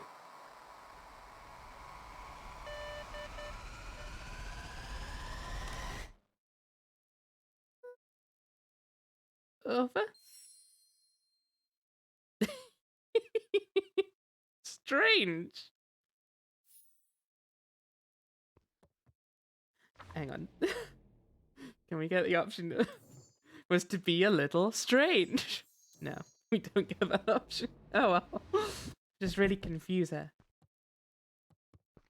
Well, I think I heard a thud. And I'm not happy about that. Oh, no. Oh, hey, Roxy. This is about me accidentally kicking you yesterday. Is Rolo here? No? Look at me, Luca. This is serious. Is Rolo here? No, I haven't seen him since yesterday. Rolo didn't come home last night. What? A pit formed in Luca's stomach. Where was the last place you saw him? We were playing around in Wheatwood, and then it was late and we went home. Wheatwood? If he's alive, I'm gonna kill that little creep. Is there anything else? Anything that he said? Luca's mouth felt dry. No, we were just messing around. Okay. I need to go let people know to check the woods. You just stay out of trouble. Go see who's hiding in the library or something. Luca could feel his heart beating in his throat. Rolo. Where are you? This is a circumstance in which I'm gonna leave the house. I'm sure Gran won't mind. I'm sure everything's gonna be a-okay. Mm-hmm. Hey, but have you seen Rolo? Nope. No, I must have been talking to clipboards. They're setting up lots of stuff for the festival. This one said he had to process some answers. I told him that was fine. I'll wait right here until he gets back.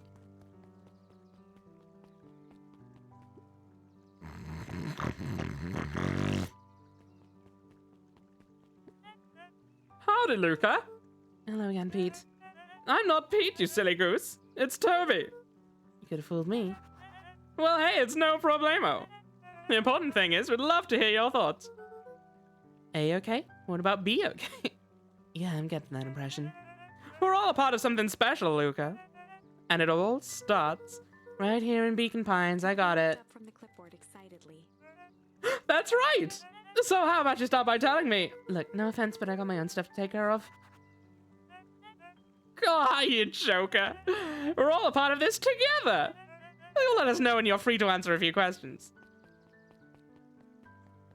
I like how that wasn't phrased as a question, my guy.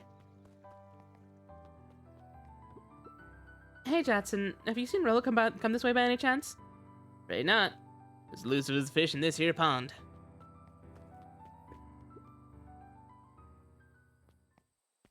I'm just gonna quickly remember fishing with my dad. Luca stuck a toy stretchy hand onto the hook. Okay. Get a good cast now. Things always get dirty anyway. Give it a good cast now.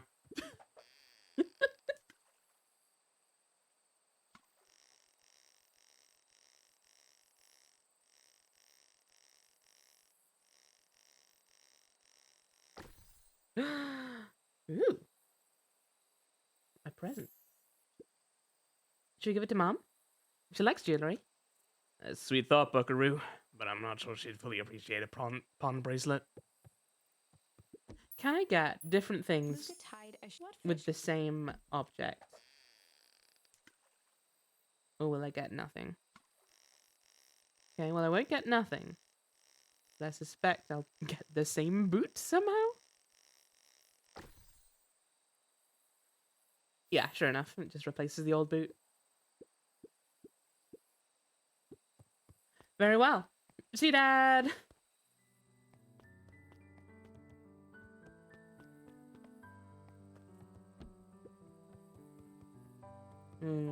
Okay, no Rollo here. Recursive boot. The eternal boot.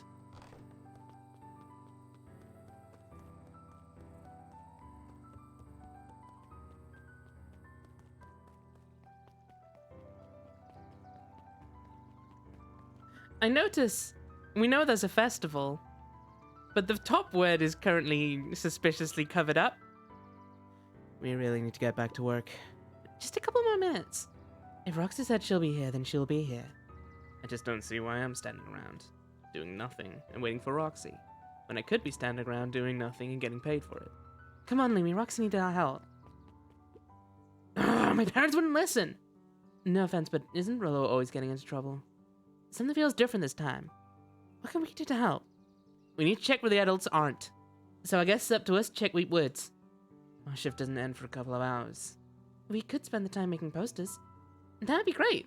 I guess. Right, Fitz and I'll check Wheat Wood. We'll be back later to pick up the posters. I think my dad has a map of Wheat Wood. Let's swing by my house and grab it before we head out.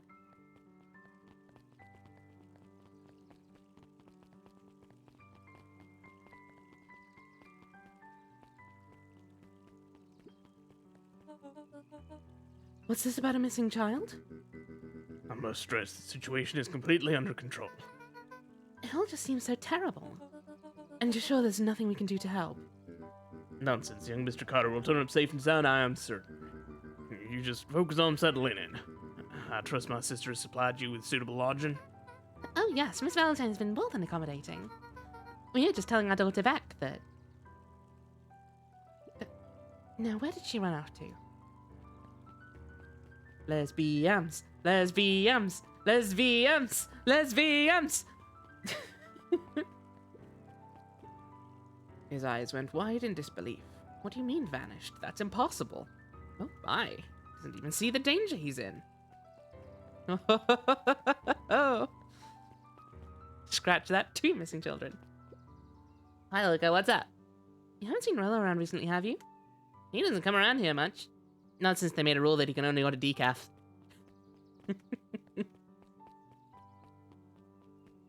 Nothing of note over in this corner. No. Cool.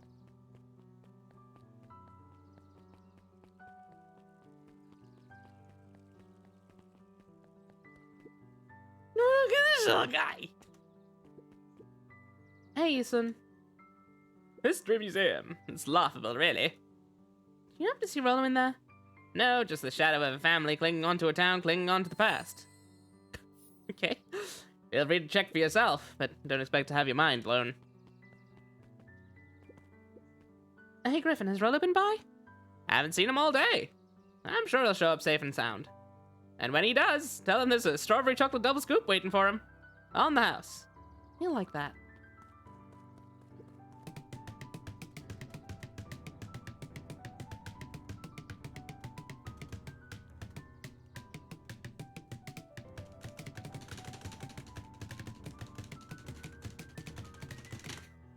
Okay.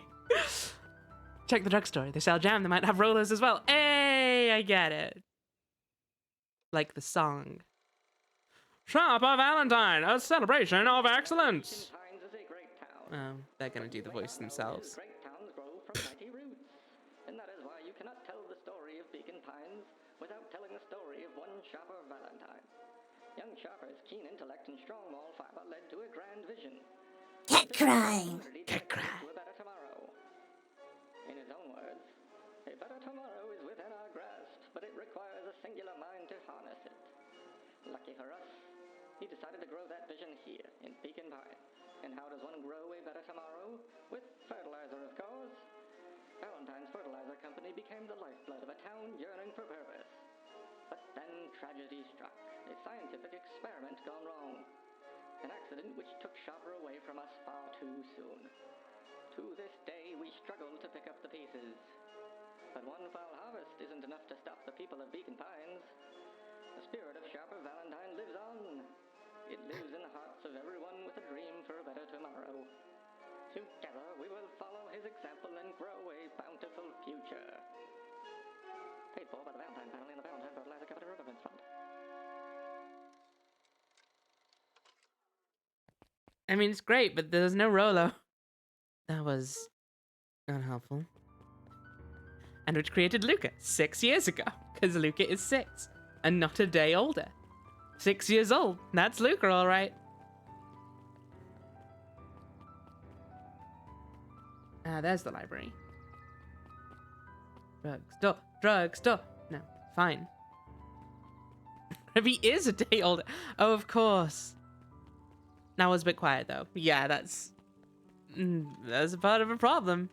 Is you know, like that. Hey, Don. Is it true about Rollo? Yeah, he didn't come home last night.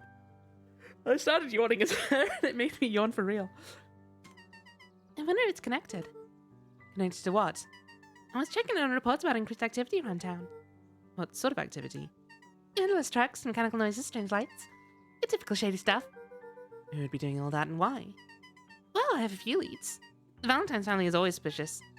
Perennial Harvest certainly has the resources. Do you have any idea where Rollo could be? The best place to start looking is where the trail went cold. Where did you see him last? We were in Weep Wood. Right by Valentine's Fertilizer. I'll check out Weep Wood until my... I'll check out Weep Wood my shift ends. I'm good at words. I can speak fine. Shut up. Bleh. I do my best work at night.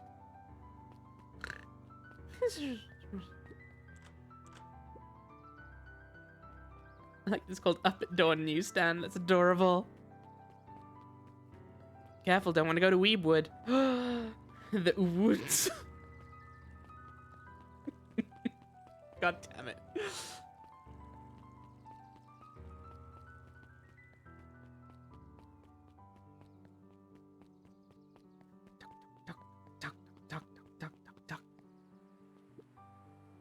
Run by a bat, doomed from the start. Joey, have you seen Rollo around? No, sorry, Luca. I found my eyes in the dirt looking for beetles. I can't seem to find any. You never came home last night. You think it's because it's been colder than normal? I don't see why that would have anything to do with Rollo. No, the beetles! Do you think the temperature confused their circadian rhythm or something? Who's to say? I'm no beetleologist. Just keep an eye out for him, would you? Of course. After the foul harvest destroyed their wealth and reputation, the Valentines shuttered off their estate from the rest of town. The Valentine Mansion loomed over every other building in town, both figuratively and literally.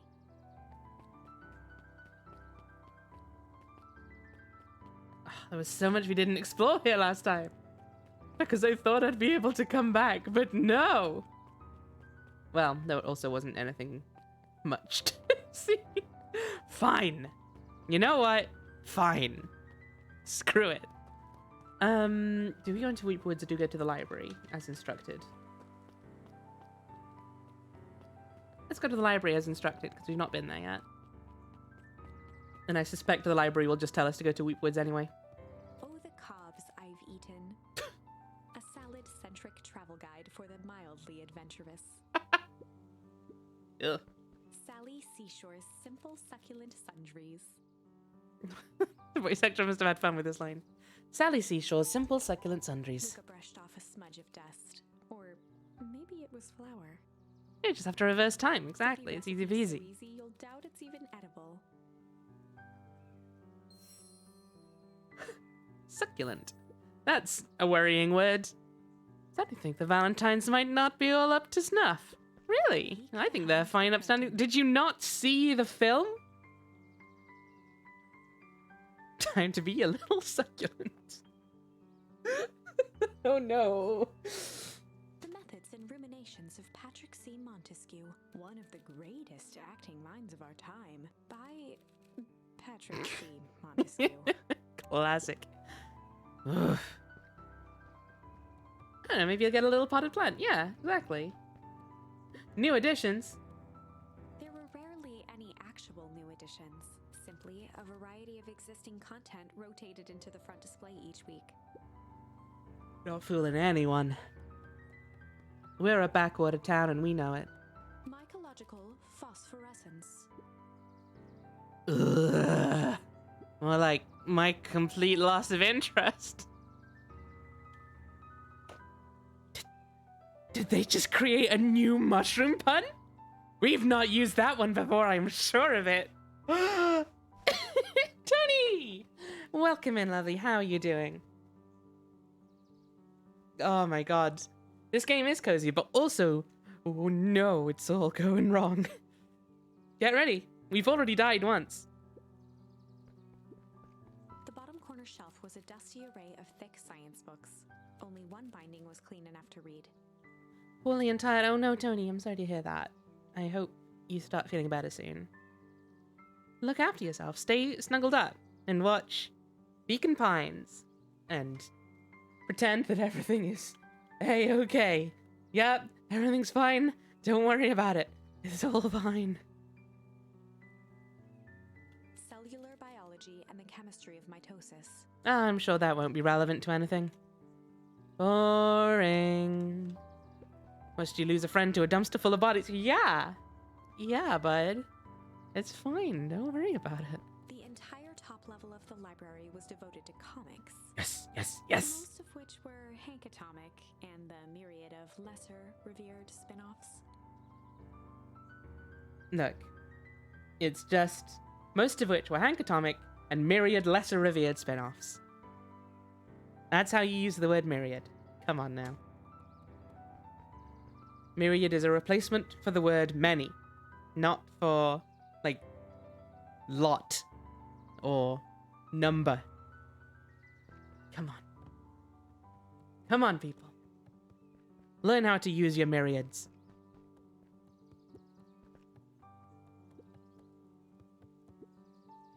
Hey, Jace. Oh, hey, Luca. Did Rolla come by? No. I was actually surprised. She's usually here early on day when a new issue drops. Rolla's the biggest Hank Atomic fan I know. Besides myself, that is. Well, if he does swing by, tell him to meet you know where. I don't know where. No, he knows where. Oh, roger that, Space Cadet.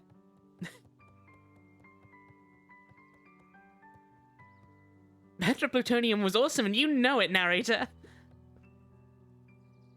It actually means 1,000. Does it?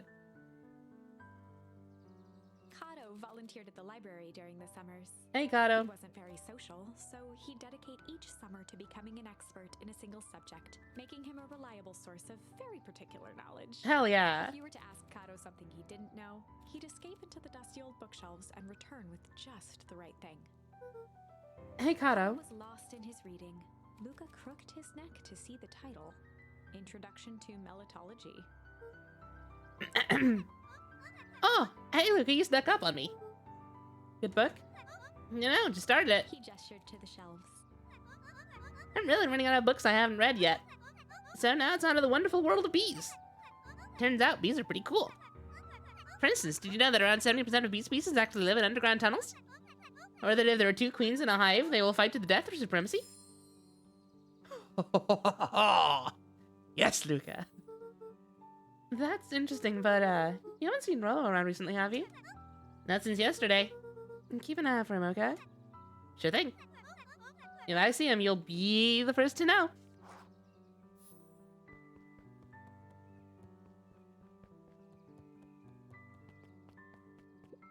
Oh, hey. Sort of monster puts candy behind a locked door. I'm gonna change my voice based on this character's face. Oh, yeah, Mr. Nuncreed works at weird hours sometimes. Of course he does. How about you? When do I work? No, what's your name? Luca Van Horn. You new here? Yeah, not by choice. Beck's family moved often, giving her little time to establish any real connections. Oh, who's this little baby? This is Beck, apparently. She would tell you she prefers it that way. I'm looking for my friend Rollo. He didn't come home last night. So he's missing. I guess so. Like, missing? Does that sort of thing happen a lot around here? Luca shifted his feet uncomfortably. Well, that sucks. Yeah. So, I should probably get going. Hey, wait up. What? Beck pulled a coin from her pocket. I'm coming with you. What? So says the unlucky penny. Unlucky? Yeah, well, technically I land on heads, leave this kid to find his friend alone. But I always do the opposite. Oh, that's kind of like me and Rollo. I guess Rollo is my unlucky penny. That settles it. Person should never be without their unlucky penny. Let's go find him. The name's Beck. Pleasure to meet you, Beck. I suppose I could use some help. Try to keep up. She is adorable. She's a baby. No little face. Keep out. Dang, they boarded up the way in. Was that wheel there last time? I don't remember. I guess so, because it's not giving me a prompt to be like, ooh, sludge. It was, okay. Luca felt a chill as he approached Beck. Her eyes were locked on the strange green liquid. The nearby grass was coated in a fine layer of frost. Is this sort of thing normal around here? Because puddles of glowing ooze are definitely not what I expect from this place. I have no idea what that stuff is. Well, the next obvious step is science. And what does science suggest? Poke it with a stick! Luca watched as Beck dipped a broken tree branch into the goo. Beck's eyes widened as flowers grew from the dead wood. First small buds, which quickly bloomed into vibrant petals. What the? Cool! As quickly as they had grown, the flowers began to shrivel and turn gray. Beck dropped the stick with a grunt of disgust. Okay. So the science tells us this gunk is weird as hell. Yeah, it seems dangerous. Uh-oh.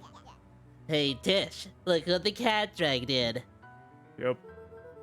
I don't have time for this right now, Iggy. Ah, don't say things like that. It hurts Tish's feelings. Ain't that right, Tish? Yep. Looks fine to me.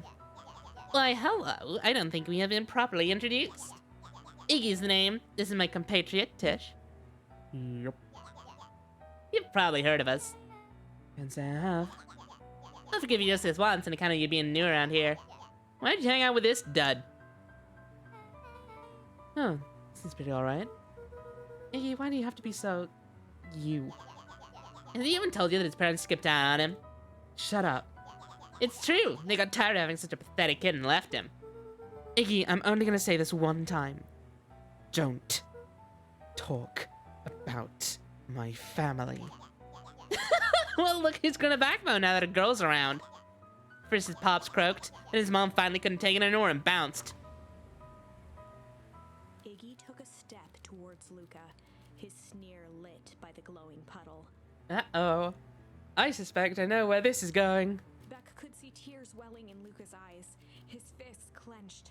Some things about Beacon Pines were very different from the city, but a bully from a hayseed town is really no different from a city bully. Beck took a deep breath and thought, Well, time to bust out the strange. Time to bust out the tickles.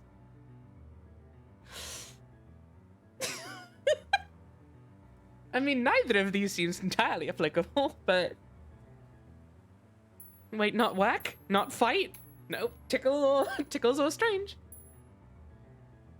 That's pretty... I'm curious about what time to bust out the strange means. well, time to bust out the strange. Time to bust out the shit. Alright, look, it looks like you need a little mud bath. What's wrong with you, new kid? We're about to pound your friend.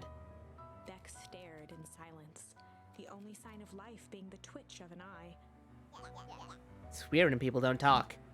Yup. Stop being a weirdo. Hello? You some kind of wackadoo? Makes sense. Wackadoos travel in packs, eh, Dud? At the sight of Iggy taunting Beck, something in Luca snapped. Iggy's smirk shifted to a look of shock as Luca launched himself into his stomach. Ah! Oof! His clothes were drenched in the glowing ooze. Oh, this is gonna go so badly. You jerk! My clothes are ruined!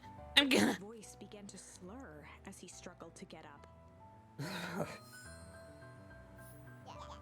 I don't... It feels so good. I'm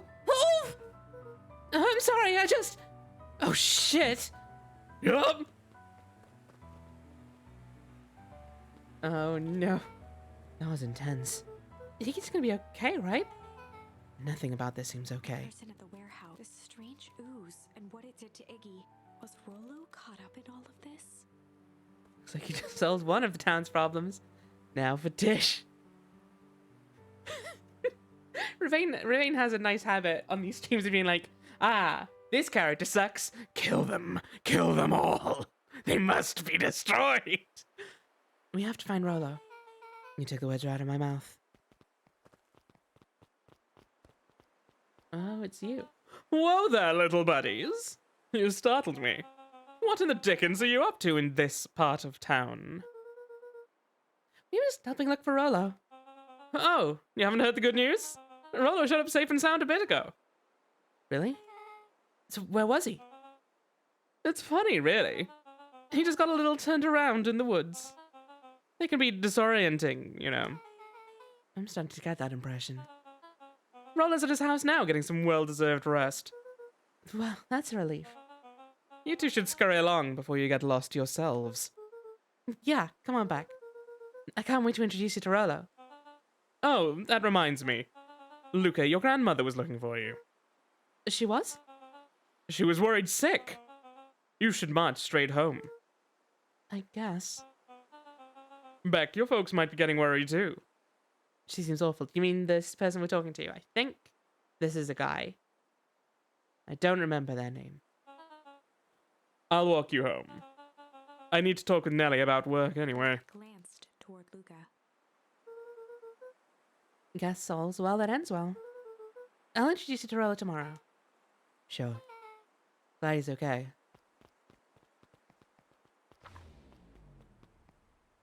Rollo was safe. Allegedly. A wave of relief washed over Luca.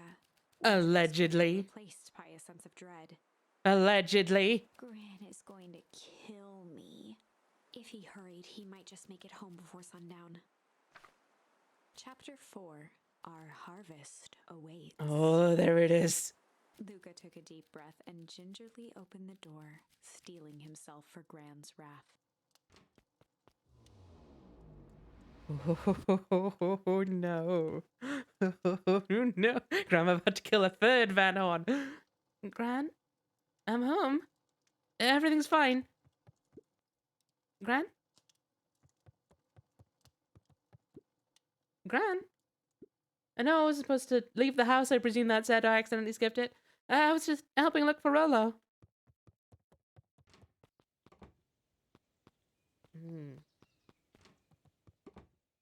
Gran? Roxy came over. She was worried about him. So I figured you wouldn't mind if I helped look for him. It turns out Rolo was safe and sound.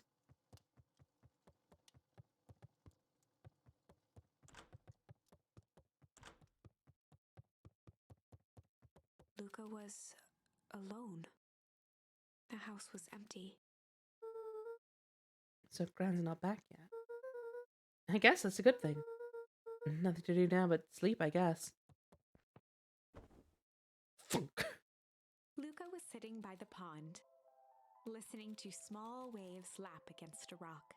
His father sat in a folding chair in front of him. Without turning, he spoke. "Why don't you grab me some nice bait?" "Sure thing, Dad." Luca hopped over to the tackle box and popped open the lid. Inside was a rolling, buzzing mass. "We're fishing with bees?" Luca's father gave a warm chuckle. "Well, you catch more fish with bees than honey. Pick us out a good one." Luca closed his eyes and plucked out a bee. He could feel its wings struggle between his finger and thumb. Holding it at arm's length, he hurried over. His father deftly baited the hook and examined his work. Listen, everything is fine. Interesting choice. With a practiced flick of the wrist, the line buzzed in a graceful arc. The water accepted it without a splash or ripple. The wrong choice. But I respect it. The pond began to freeze over. Sometimes we gotta make the wrong choice before we can make it right. Pallid ice propagated across the still surface with an alarming speed. Luca scrambled back as the ground beneath him turned cold. "Dad, I don't understand." "Sorry, kiddo. Understanding isn't always part of the deal." The relentless ice shot through the fishing line toward his father. "Dad, look out!" His father casually wound the reel. "None of it's your fault, you know. Never was." "Dad, we have to go!" Luca grabbed his father's shoulders, trying to pull him away. "Please, you have to run."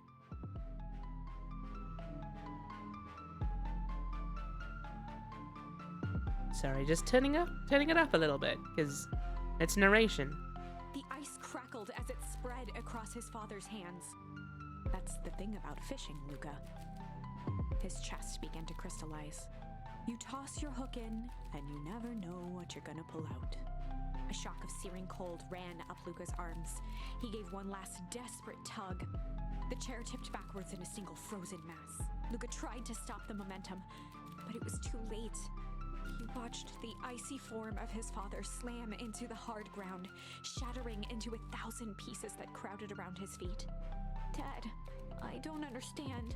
What does all this mean?" The gentle rustle of leaves was the only reply.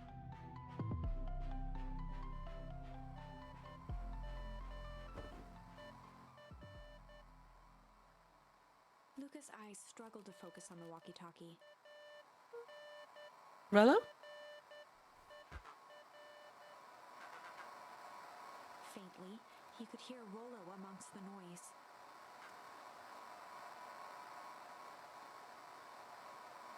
Oh, there we go. Luca! Rolo, is that you?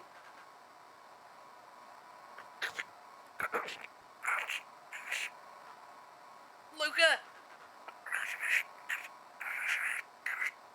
There? Rolo, it's the middle of the night. I wish voice mod wouldn't take so long to change over. Luca, thank God! Listen, I don't know how long this thing will work down here. Down here? Rolo's voice was coming through more clearly now, but some words were still just static. Listen to me. Someone grabbed me yesterday. What? The man in the hazmat suit? It was... took me to some sort of... I think I'm underground. Underground? Are you okay? Kinda. They seem more interested in for now, at least. Mr. Kerr said you made it back home safe. Kerr? No. Trust. He's... Hold on, someone's coming. The signal went silent. I have no idea how the mouth sounds I was making for the static through the phone. Maybe it was dreadful. Who knows? Let me know, and I'll stop doing it. Seem more interested in making more jam at the moment. Rollo? Rollo, where are you? Luca held still, waiting for a response, his pounding heartbeat marking the passage of time. It worked pretty well with the filter. Excellent. That's all I was going for. God damn it! Like I say, it takes a full, 3 seconds for the phone effect to take place. At least as far as I can see. For the button to switch over. Okay, I think they're gone. Getting worse. I can barely hear you. Rollo's voice began to fade. Losing signal. Not much time. This control. You need to. The treehouse. The treehouse. With that, the signal died for good. What's he trying to say about the treehouse? I'm in Tunnel, Luca! What's at the treehouse? The antenna! He wants me to use the antenna in the treehouse to get a better signal. Rollo, you're a genius. Luca grabbed the walkie-talkie and sprinted to the treehouse.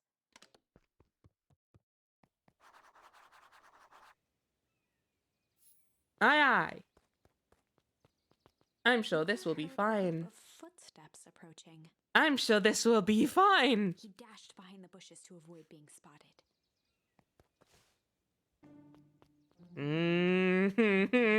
Hi, Gran.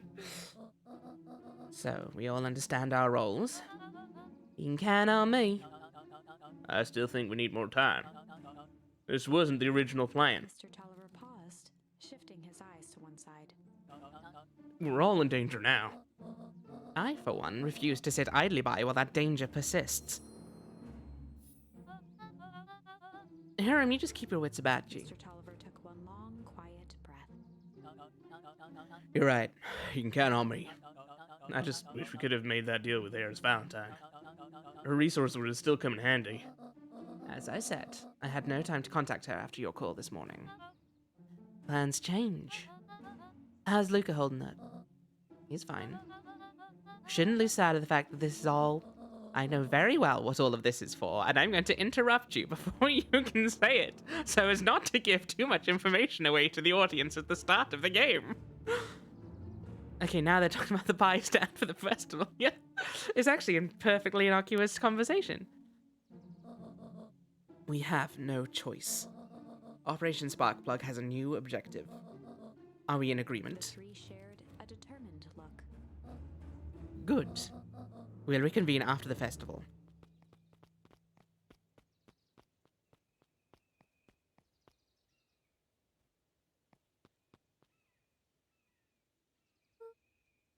Gran, why are you meeting with Mrs. Fratelli and Mr. Tolliver late at night? Hey, Luca! Ah! Dawn, you scared me!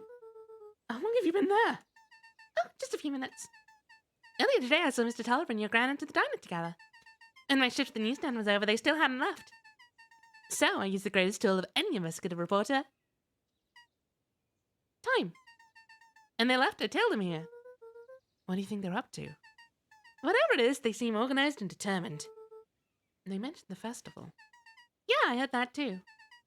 Has your gran been doing anything different recently? Anything strange? She got a phone call this morning and rushed out the door. A call from Aaron Tolliver, it seems. She was either furious or terrified. Amazing, Bat Child. Thank you for your giant ears. She's so cute. Or both. Look, be careful out there. I think we might be in the middle of the scoop of a lifetime. I will. Aren't you coming out? Nah, I'm gonna stick out here for a bit longer. See you, Luca. The quiet, like, like sliding back down into the bush. Ah, this game. Excellent. I love it. Oh. The children sure are active this evening. Gonna chill. Yeah, I'm cool enough to be hanging out this late at night. I'm cool. Don't worry about it. Did it. I changed the sign. Splendid. Did anyone see you? I don't believe so. You were right. It was simple enough to just rearrange the letters. Odd choice for a prank, though. In situations such as these, odd is good. The two boys shared a mischievous grin. I can't wait for everyone to see the big reveal. It should be quite memorable. Let's make ourselves scarce for now. And luckily not spot that boy over there. Wouldn't want to accidentally reveal that we know that Luke is up to something. Perennial Harvest seems very normal and not suspicious. Yeah, not at all. I'd better hurry up to the treehouse. Fine. But I was hoping to get more verbs. I'd even accept nouns at this point. Dare I say an adjective?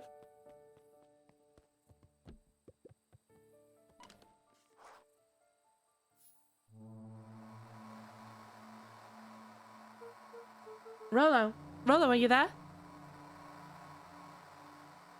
Time to get strange. I'm at the treehouse now, Rolo. Mr. Kerr said you were all right. What happened out there? Dang it, Rolo, where are you?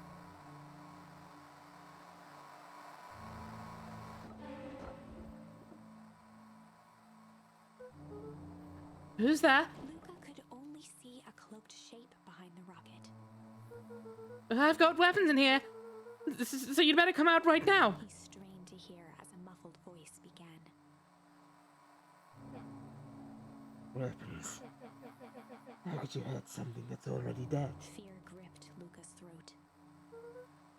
Who are you? You don't recognize me? I guess I don't even recognize myself anymore. Luca stared at the ground for a moment, trying to place the dampened voice. The figure shifted slowly from behind the rocket, revealing itself to Luca. I'm a monster. I don't remember my voice, but I'm gonna sort of slur it up. I think it was something like this. Is it back with a fake beard? No, it's me. This little creep. And now they hunt me like the beast I am. Iggy. Luca reached over empathetically. Iggy's tone jolted to dejected anger. Don't touch me! This is all your fault. Luca slumped to the ground, overwhelmed by guilt.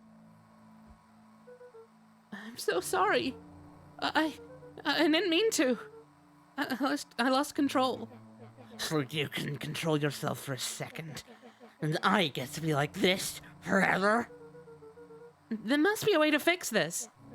Add a jump, Schadenfreude. Oh, you gonna be my savior? For little Luca saves the day. With his positive attitude and the power of friendship. None of this matters. There's no time. They're after me. They chased me all through Wheatwood. I only came in here to hide. Hide from who? Who's after you?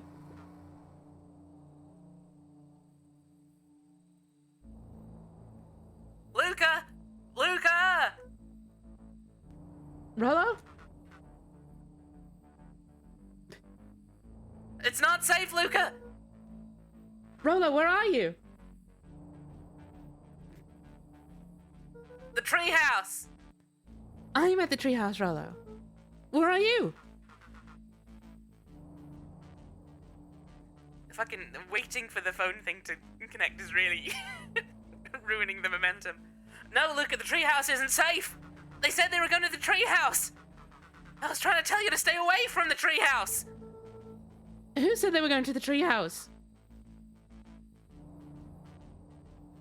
The clipboards! What did I tell you? Those perennial harvester wackadoos are after me. They've been chasing me, yelling questions at me. What sort of questions? They were saying the same stuff they always do, but it's different now. Less asking, more threatening. Are you gonna figure this out, Iggy? Yeah, well, thanks. Now I can do muffled as well, but it's still gonna take time. Hello? Is anyone present in this arboreal domicile? Domicile, even? Crap, they found me.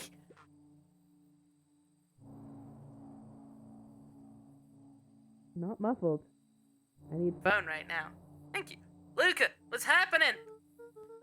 Don't panic. You stay here and I'll see what they want.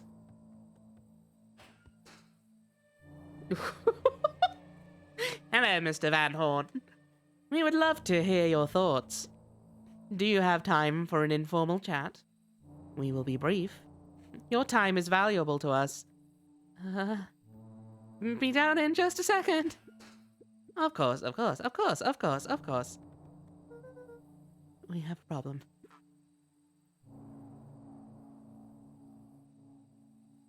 Luca, you gotta get out of there! Who's out there? Is it them? Yeah, it's the clipboards. A bunch of them. How many? Maybe all of them?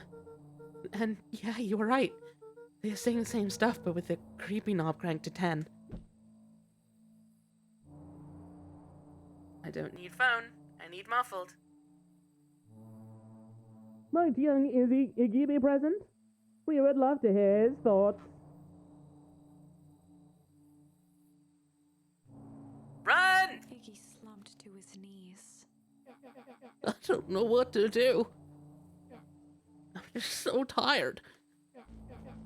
Look, what do we do? Luca grabbed the walkie-talkie and headed for the window. Follow my lead. Luca and Iggy climbed up the back of the treehouse to its roof, where Rollo had constructed his MCDC, the Mission Control Defense Cannon. From behind the crowd of clipboards, William Kerr strode forward, a warm smile on his face. Iggy, there you are! You gave all of us a heck of a scare. Go away! Just leave me alone! Oh, I'm sorry, Iggy, but no can do. Don't worry, though. We're here to help. Help? Then why were you chasing me? Luca, can you talk some sense into your pal here? Just look at him. He's not well. What's wrong with him? What did that gunk do to him? Well, that's a pretty honkin' big question, Luca. All you need to know is that he's sick. He's real sick, Luca. I just need you to let us up there and take care of him. You told me Rollo was okay, that he was back at his place resting. He is! Poor fella just got a little lost. That's a lie! That is a hurtful thing to say, Luca. I thought we were buddies. Why? Because he lets you ramble on like a wackadoo? Nobody likes you, you creep. Kerr's smile faltered. Why don't you pop on down here so we can have a face-to-face? Yelling like this is going to give us all a heck of a sore throat. And who wants that? Luca's grip tightened on the MCDC. What did you do to Rollo, you liar? Well, shucks, Luca. The only teeny tiny fib I told you was that he was at home. He is resting, and he is perfectly safe. For now, at least.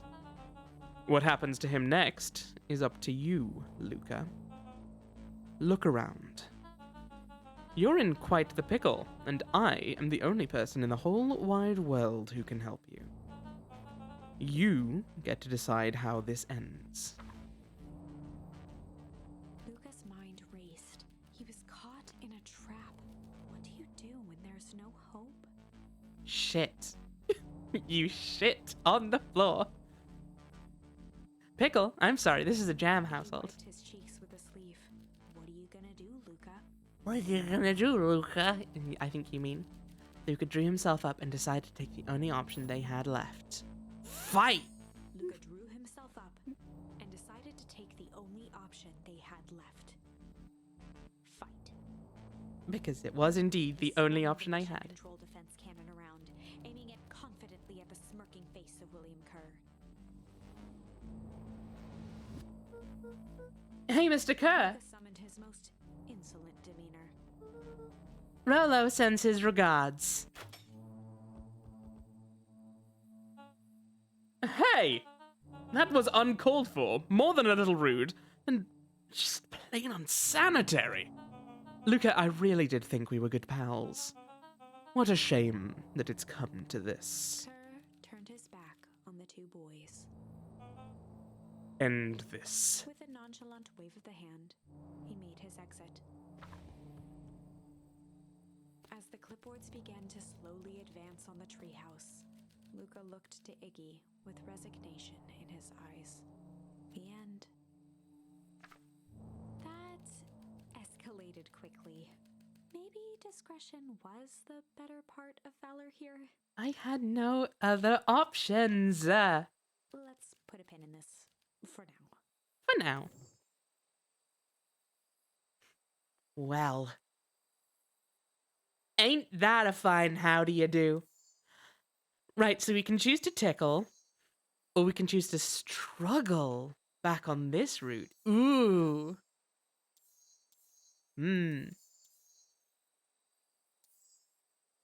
Okay. Did you dead? We dead. We deaded. Aw. The art is so nice. Holy shit. Oh, look at these nerds. Right. Oh, F.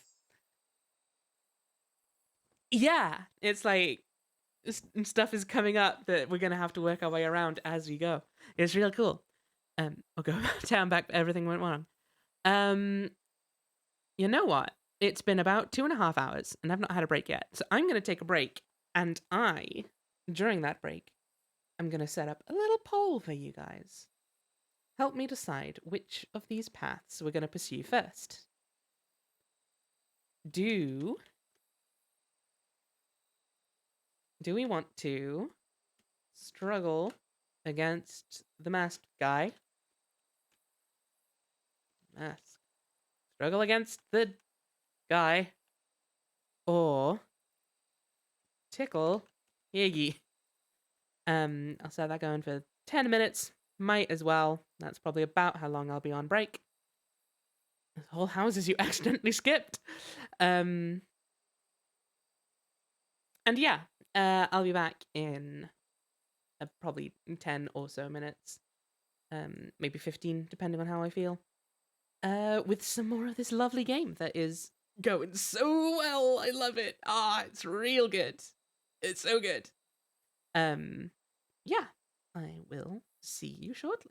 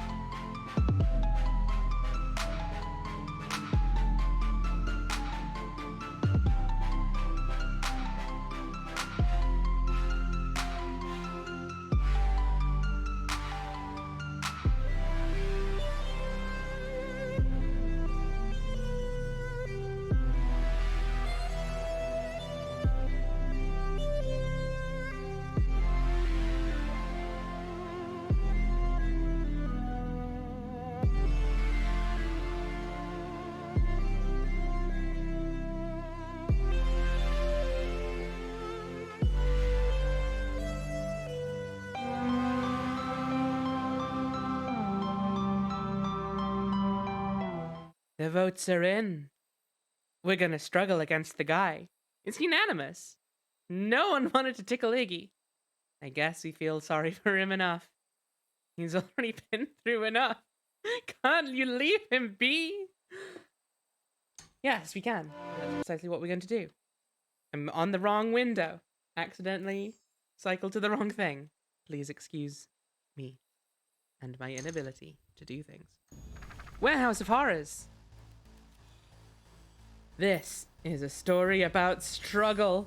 This is a story about struggle. Luca could hear a machine humming somewhere Well, nearby. maybe this won't do as much as expected. He felt around wildly, searching for something, anything that could help. His hands found a hard object, maybe a tile? He yanked it free, lifting the cold stone. Let me go! Luca swung the tile as hard as he could at the shape that still held fast to his leg. I just want to give you the fun of being He tickled. heard the crack of glass as the stone hit the assailant's mask. I need to summon a correction. Myriad is actually 10,000. Either way. Interesting. I did not know that. With a muffled yelp, the hand let go. Luca was free and scrambled. Run, Luca, toward run, the Luca, light. run, Luca, run, Luca, run, Luca, run! He never looked back once on the long run home. And rightly so. Chapter 3. Everything's fine.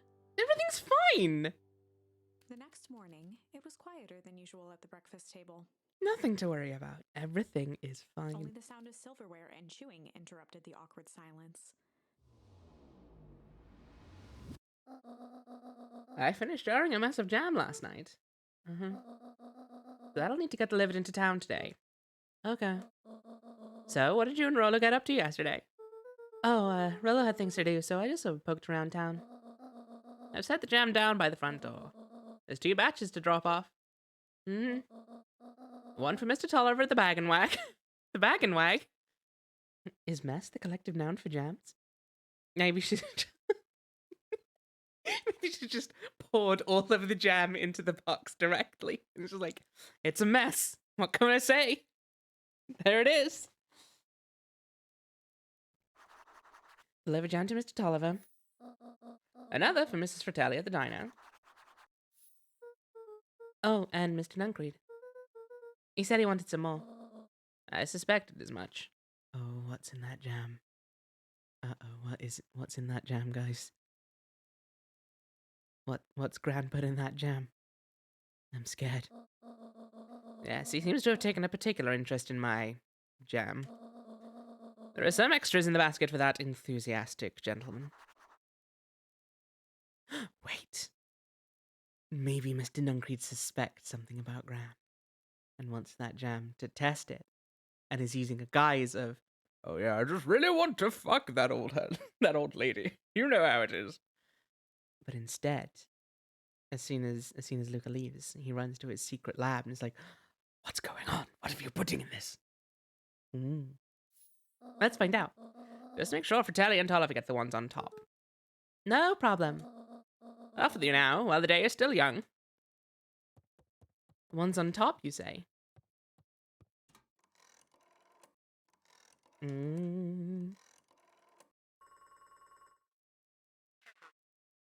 I just realized why the text noise was familiar. It's Puppy Cat. I'll have to listen out again. Hello, it's Juniper Hartford. Before you hang up, just hear me out. I have a business proposition. The simple matter is we both have the same problem that needs solving. Very well, we can meet tonight. That's not sus at all. Oh, there's so much jam. Okay, sorry about yesterday. Brooks can be so annoying. But good news, no more boring chores for me today. Did you make it to the old Valentine warehouse? So, what did you find? Give me the dirt! Something happened. There was someone else there. What? Who was it? Was it aliens? I knew it would be aliens. No. Zombies? No. Alien zombies? What else could it possibly be? Rolo, I gotta deliver these into town first. We can catch up after. And you didn't get abducted. Ooh, is it a whole thing? Sounds like a whole thing. Yeah, we shouldn't talk about it here. Meet me at the treehouse tonight. I'm not sure what this treehouse is that you speak of. Meet me at mission control. Roger that, Space Cadet. He's so cute. I'm sad that he's died.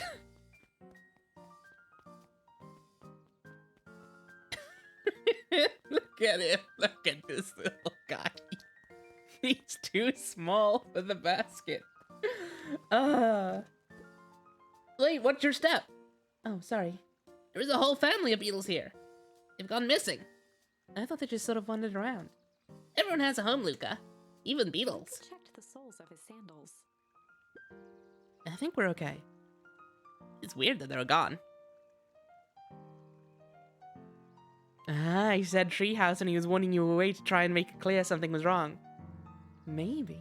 Ooh. They went missing when the festival preparations began. You think the noise scared them away? Something like that. Just watch where you step, okay? You got it, tiny bunny.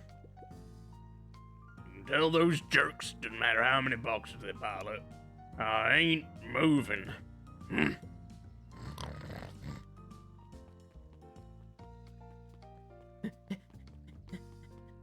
So many jams, so many jams, so many jams. So many jams! Behold my jams!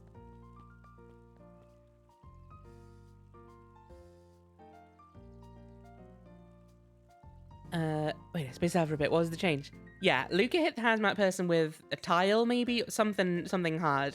Managed to get out of his grasp. And since Rollo isn't missing now, we're just delivering jam for Grandma, and I'm sure it's not at all suspicious. The basket is jammed full.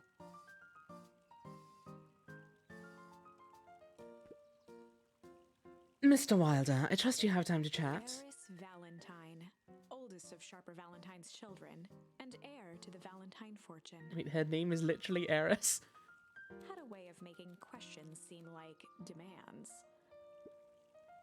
Certainly. What seems to be the problem? Mr. Wilder had learned to assume that if he was hearing from Eris, it was because she had taken issue with something he had put in the paper. I couldn't help but notice that the front page of this morning's paper was consumed with stories about this silly festival. Well, yes. That is the news of the day. But there was no mention of the museum, nor the foundation through which it was endowed. I'm sorry, Miss Valentine. My readers are more so interested in this town's future, rather than any one family in particular. There was a time, Mr. Wilder, when the goings-on of my family was the only thing this town cared about. Well, things change, ma'am. And you know, change is dangerous. If you finish that thought, I will make that monocle a permanent fixture of your anatomy. My apologies. Good day, Miss Valentine. Did I give you the impression this conversation was finished? Mr. Wilder averted his gaze and began to polish his monocle. This is the worst way to spell Aris ever. Well, good day, Mr. Wilder.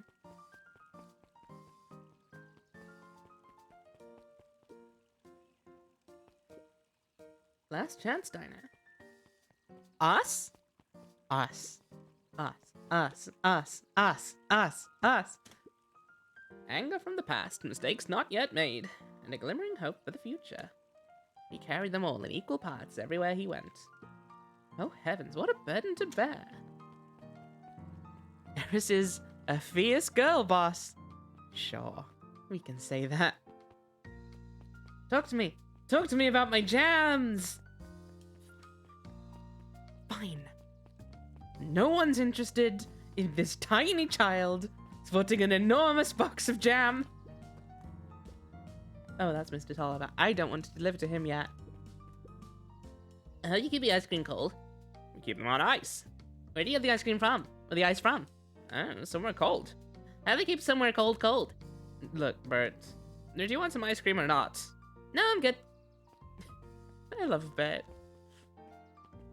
Oh, meta book irony. I know, right? It's almost like, wait. Are you the storyteller that keeps piping in and being like, doing all the narration bits? What if? What if? Oh, my theories are what's the word I'm looking for? Percolating. I almost said copulating, but that's a very different word. They're percolating. Got some jam for you, Mr. Nuncreed. Luca, you seem chipper. Well, aside from being on time, it's a nice day. Nuncreed eyed Luca for a moment, then nodded in agreement. I suppose it is. One way to make your theories multiply. Those theories are fucking. So, do you want your jam? Oh, right. Usually Juniper drops those off herself. I guess she's busy today. Luca handed the jam to Mr. Nuncreed, and he nestled it with both hands. Well, I'll just have to finish this batch off quicker than normal. You tell her to go ahead and get started on my next order. You got it. But did we give him one of the ones from the top?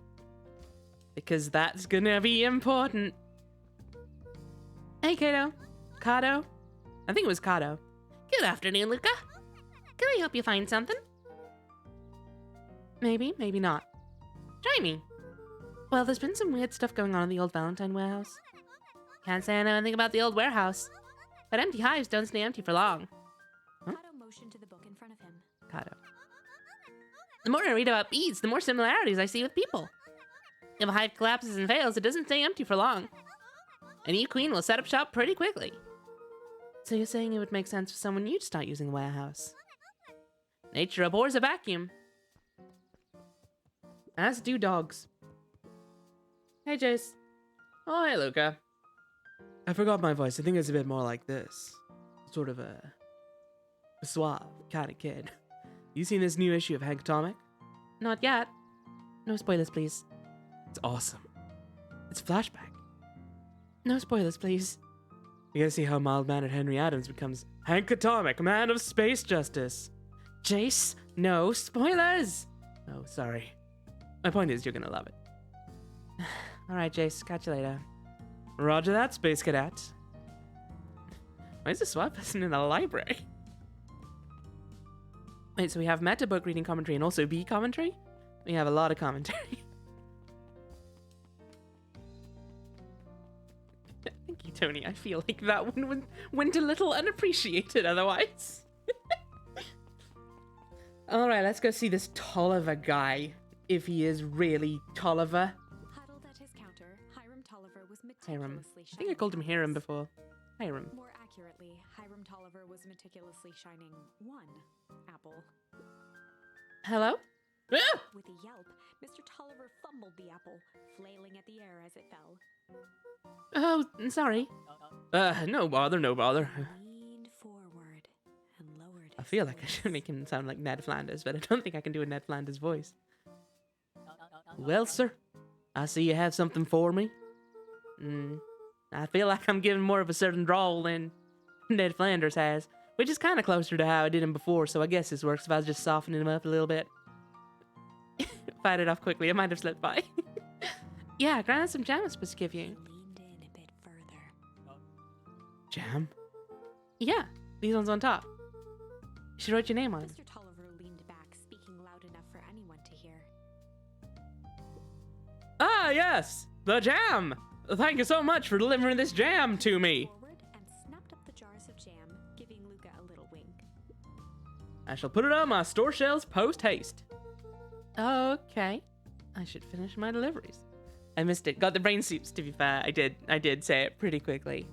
The joke was, Kato said, nature abhors a vacuum. And then I responded, so do dogs. But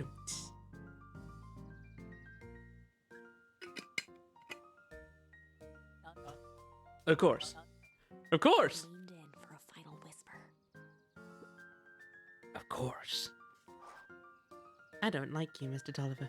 Oh, I got it the first time, don't worry. I don't get it. Ah, now this is a talented boy. He can still smack this watermelon, even while carrying a huge basket of jam. Those dogs sure do be hating the Hoover.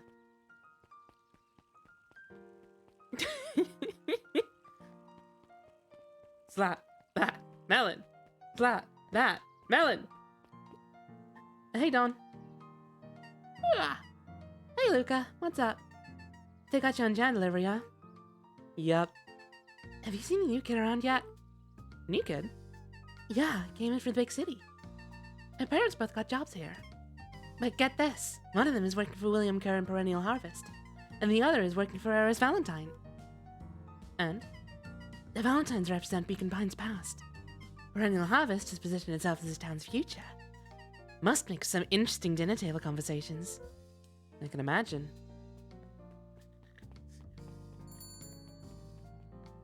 Oh, hey, it's the mayor. I can just be left alone, young Mr. Van Horn. Oh, sure. Sorry to bother you. It's just that Mr. Kerr has asked me to make the opening speech at the festival. More back, more back, more back, more back. Being mayor and all, you might expect me to be a charismatic speaker. The truth is, I'm terribly nervous. I really don't think I'm cut out for this sort of thing. Cut out for being mayor or for public speaking? Both, I suppose. I never really chose any of this. It's more of a duty to my family. Oh? Tell us more about this duty. I'm dying to know. And I mean that literally. I've died at least twice. For our legacy. That sounds like a heavy burden. As for the festival, just speak from your heart. I'm sure it'll be great. I never asked for this. Yeah! Well, if it isn't my favorite little jam runner. Hey, Mr. Fratelli. Look at you. Forward and pinched Luca's cheek. You're all skin and bones. Is your grand not feeding you? She is. It's just, I understand.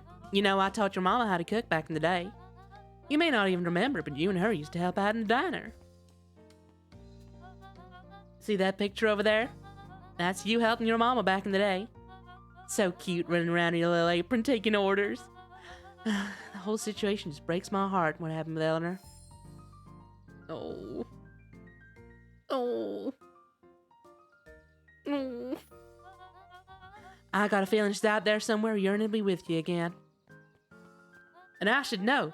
I'm the one who took her from you. I've died at least twice and indirectly caused the deaths of 2 of my friends. Few things in this world can keep a mother from her son. Luca shifted the basket uncomfortably. Oh, yes, let's see Mrs. here. Fratelli lifted the cloth and inspected the jam. Looks like I'm your last delivery. I'll hold onto the basket until the next time I see Juniper. You tell your grand hello from me, Luca. Will do. Well, one wasn't really a friend, to be fair. More of a friend than the clipboards. I'll give him that.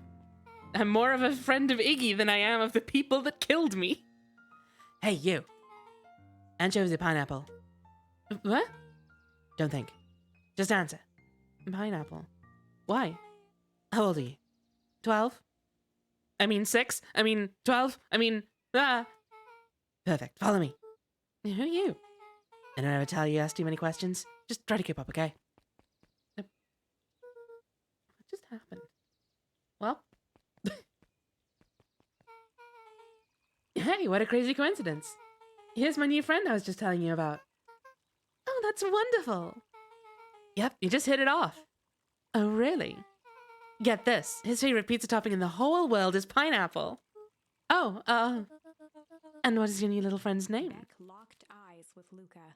The look on her face was equal parts expectant and desperate. Luca Van Horn. Nice to meet you. I'm Nellie, and this is Alona. We're Beck's parents. Beck gave Luca a quick nudge. Oh, yeah, Beck told me all about you. Already feels like we've known each other for years. So you both can stop obsessing about me making friends.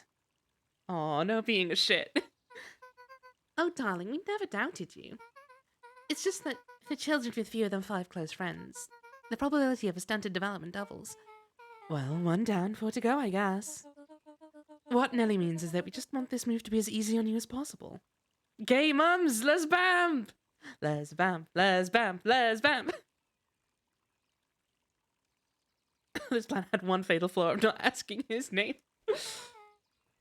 You can relax. A friend has been friended.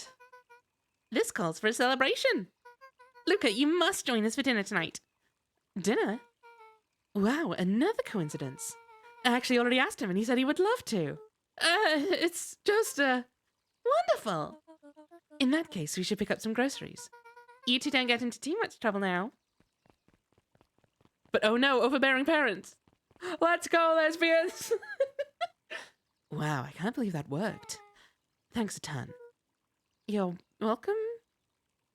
I'm just being nice, but it's too much. Should have been saying Raphael Ambrosius Costo. I owe you one. My mums are great and all, but they can be a bit much sometimes. Our house is a little cottage next to that big mansion place. Wait, you live on the Valentine estate? Yeah, that's the spot. Meet me by the big creepy gate. Don't be late. Or I'm back to square one of this whole friend grift. Great. See you there. Meet back at the big creepy gate. I will. Don't have to tell me twice. Can we talk to the lesbian mums? That's what I want to know. No. They went down here and then vanished into the ether. Because there's no longer lesbian day of visibility. Did Becky even properly introduce herself? No, but presumably her name came up, so...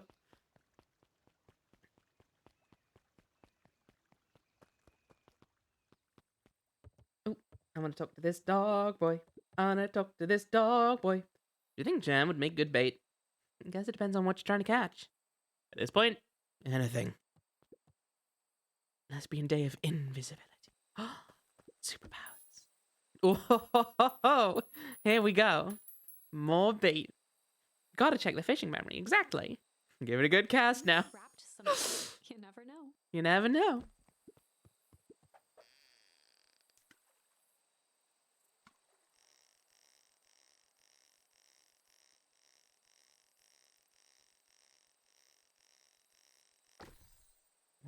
Oh, it's paper. This fishing trip does kind of suck. It's got a bunch of big words written on it. Let's see that. We regret to inform you that your application for property rights with respect to the recompiled CPD and surrounding area has been rejected. Who's that for? Applicant Valentine Estate. Good. Good. Oh. Oh. Place to sing her. Sometimes Intrigue. The best stuff is at the bottom of the pond.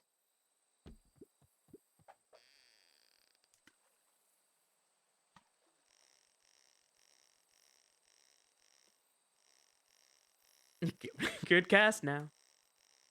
Yeah, this is gonna come up anytime there's fishing in any game from now on. Ooh, a message in a bottle.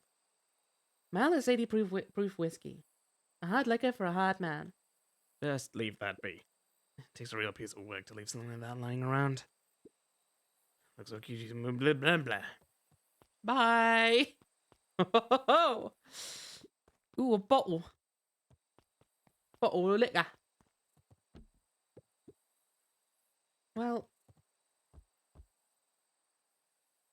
Well, fine.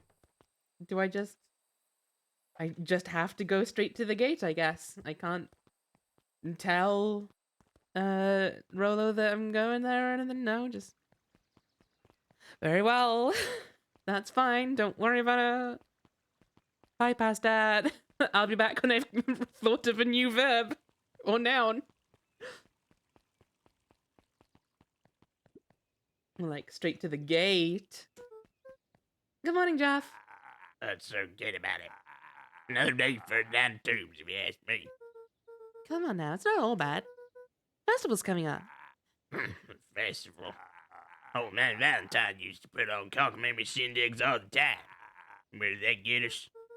Well, it's Perennial Harvest putting on this one. And they're doing it for the whole town. As far as I see it, the difference between the old Valentine coming in this new Perennial Harvest Jeff outfit. dug through his pockets for a bit. The difference between this empty soup can and this brown banana. But those are both garbage. Exactly. Alright, see you, Jeff. I like you, but I don't want to talk to you too much more because it hurts to do your voice. I checked all the shelves in here. The woods mechanic is cool. I do like it. Yeah, I'm just really liking this game on the whole. Can't do nothing there. Check out that hive again. I can't check out the hive again. Well, hi. So, who all lives in that house? Eris and Gus Valentine grew up there. And Solomon moved in a few years back. Creepy little kid in the vest. That sounds like the one. Is there just 3 people live in that huge thing? I bet a bunch of shady stuff happens all the time in a place like that. Not really. Valentines pretty much keep to themselves. So it's empty and boring? Pretty much. What a waste. My mom says that it used to be way busier back before Sharpa died. Before the foul harvest. Okay, that's like the 5th time someone mentioned this foul harvest thing. And you all use that same ominous tone. Eventually you're gonna explain to me how that harvest got all fouled up. But we can't keep my parents waiting anymore. This way. Whee! Glad someone's asking, right? Most kids would have just ditched me by this point. Why are you still here? You look like you could use some help. You know what, Luca? You're not so bad. Let's get through this as simply as possible. Just eat, smile, and nod. Fun. Great. Whatever you do, don't bring up that work. I think I can handle that. Took a long breath, then gave a firm nod. Here goes nothing. Why do you keep saying foul harvest with capital letters? Dinner with the Moodwills. The Moodwills? Ilona Moodwill was worried about change. A gardener at heart, she understood the necessity of change, relied on it even. But change is a dangerous animal. The difference between the controlled world of her plants and this cluttered cottage in a strange town. Almost done. Nellie was a blur of activity, digging through boxes. Sorry, love. Couldn't find the dishes. We'll have to make do with paper plates. Dinner went by without much conversation.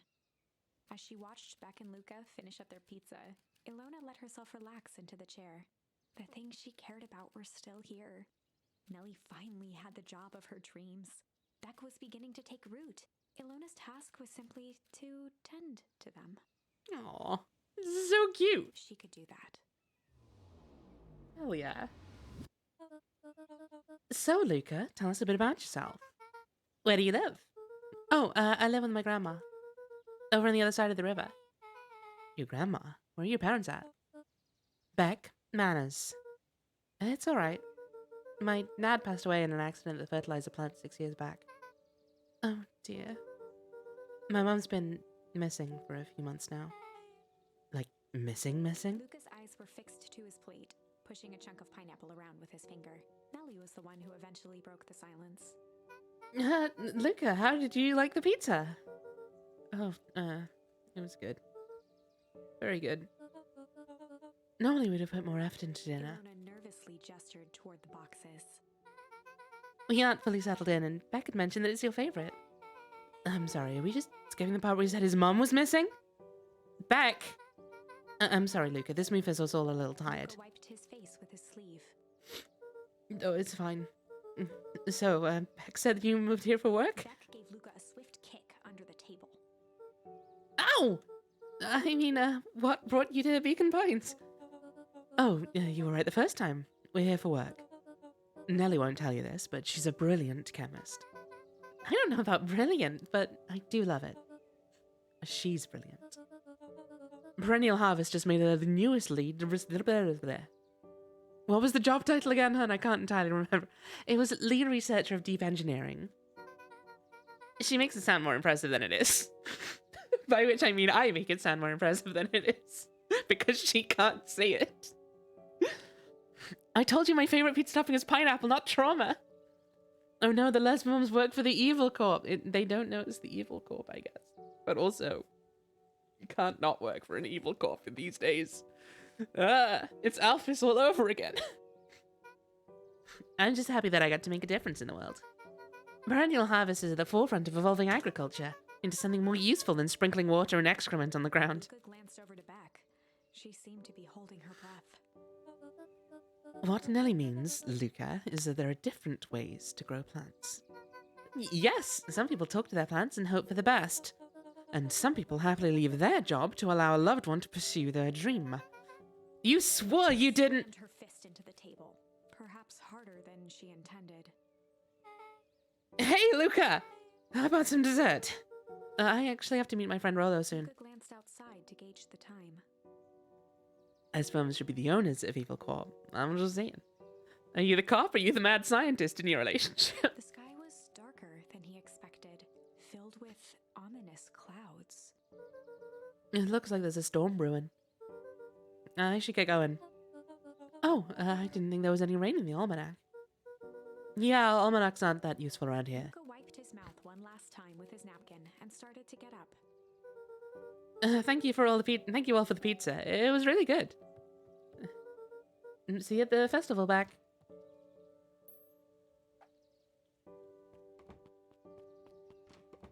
Wait up. I'll walk you home. And get into some kind of Luca mysteries. turned around. He knew Rollo could be prickly around new people, but Beck seemed cool. Rollo would warm up to her eventually. Probably. Luca began to respond, but the sky answered for him as the clouds above began to... Cute. The clouds above began to shit as the clouds above began to tickle.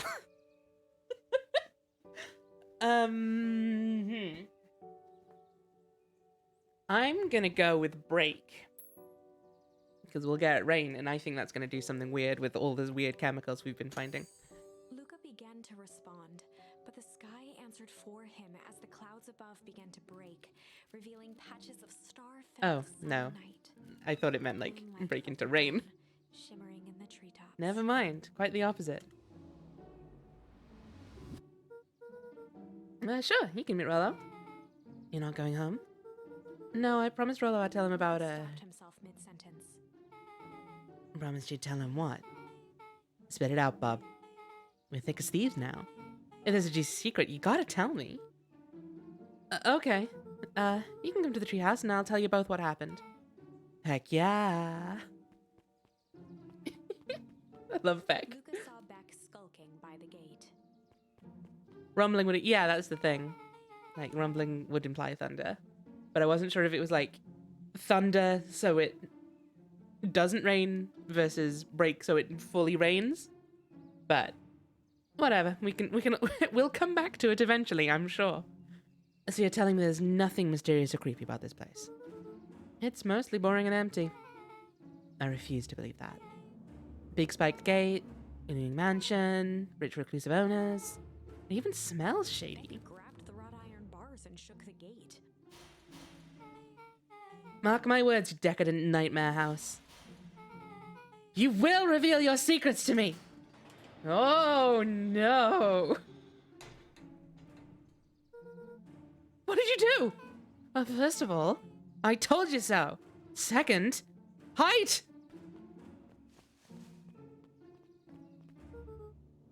That's Eris Valentine. Who's that she's talking to? Shh! I expect you to return that suit in working order. Of course. As long as everything proceeds as planned, there's nothing to worry about. The only thing I'm worried about is what's rightfully mine.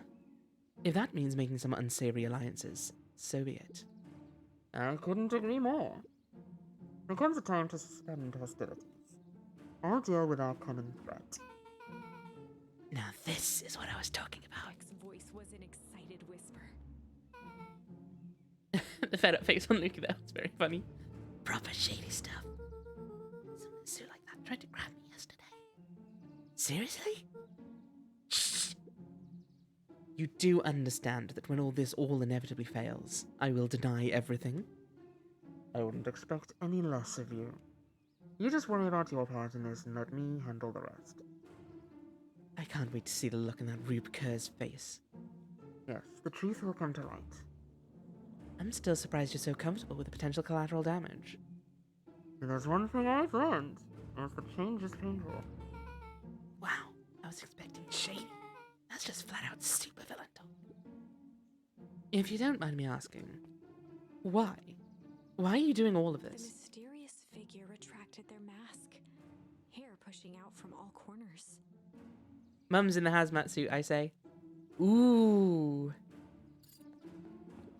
Yeah, I was thinking it was Gran. Is that Gran or is that Mum? Dun dun dun. Family. A chill ran down Luca's spine.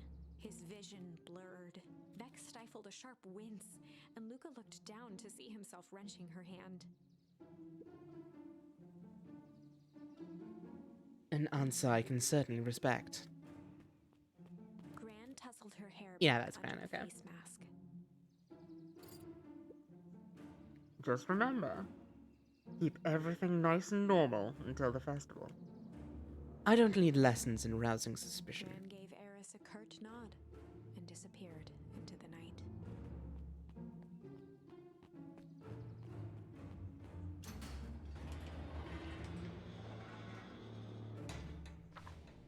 Ah, shit. Chapter Ah, no. 5. Chapter 4 was very short. What big ears you have. Lucas sat shivering in the bushes, staring at his feet. After checking to make sure the coast was clear, Beck gave him a gentle tug on his sweater.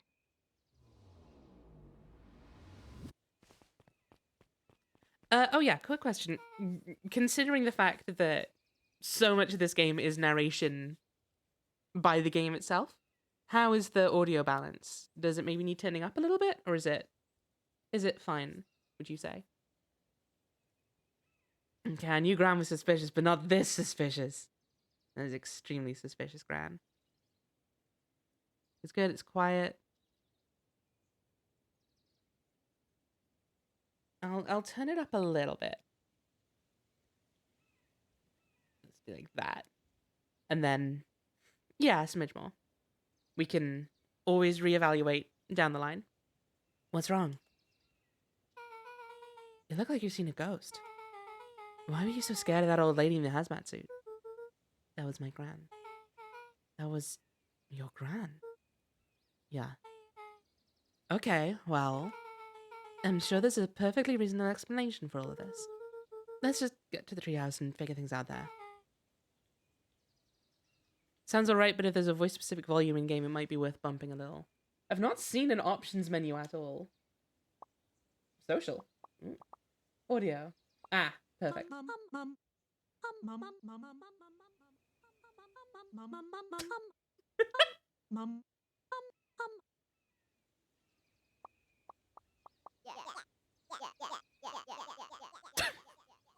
Okay, these are excellent.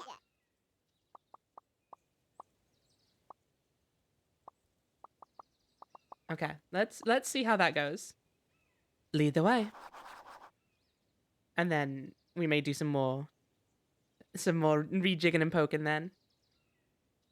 Actually, considering I've done that now, I'll turn it back down a little bit. Meet up with Rollo at the treehouse. And then we can always reevaluate. Ooh, actually, I've got a... Can we jump immediately back to where we are now? No, we cannot. More or less, but not exactly. Sod it. Let's just press on. Ooh, the mushrooms glow in the night. What, you don't want to go into the spooky, horrible woods in the middle of the night? For the last time, there's nothing to worry about. Of course, we're not The worried. clipboard finished writing with a scratchy flourish and looked up. How's that? How's that sound? That seemed pretty good to me, but... might be Hitler in those woods. Just dotting our I's and crossing our T's. Or maybe try minding your P's and Q's. Mr. Nuncreed, arms crossed over his paunch, gave an exhausted sigh. If there's anything you need knowing, we'll know it. Absolutely. If you'll just sign here, acknowledging everything is accurate, we'll be out of your hair in a flash. Oh, for the love of... He snatched the pad and scribbled his name so hard the pen nearly snapped. There. And would you like my eternal soul as well? The clipboards looked at each other for a moment, almost pondering the possibility. then broke into laughter as they walked away. God damn it. Ugh.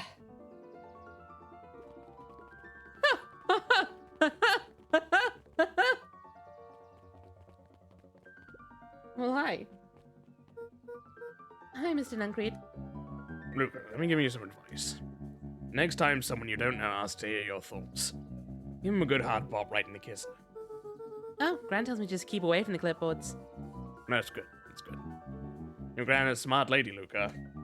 Speaking of which, you better run along home. Now. Excuse me. Perennial harvest is not. Sorry, I give up. Too dark out to be wandering on your own. Yes, sir, by which I mean nope, not at all. Ooh, everyone's hanging out. Can we check out the History Museum at night? Yes. Why did I do this, though? Ah, I was hoping Beck would have something to say. Maybe she would if I watched the whole thing, but I don't want to watch the whole thing again. It was garbage. I better not dilly-dally. Gotta get to the treehouse. The what? Mission control. The answers you seek will be revealed to you in due time. The question is, the figure intoned, are you prepared to live with the truth? Another day, another dollar. See you tomorrow, Z. Have you noticed how all the Perennial Harvest folks ordered the same drink? Decaf cappuccino with extra foam. Why? I don't know. Just thought it's a little odd. Be weird for sure. Well, customer's always right. See you bright and early tomorrow. Can't wait. Aw, I was hoping Dawn would be here. Maybe she's skulking. The fact they're just called clipboards is increasingly sinister. Like, that's the thing. Is it that started off as just a somewhat dismissive nickname? Or was that always part of the plan?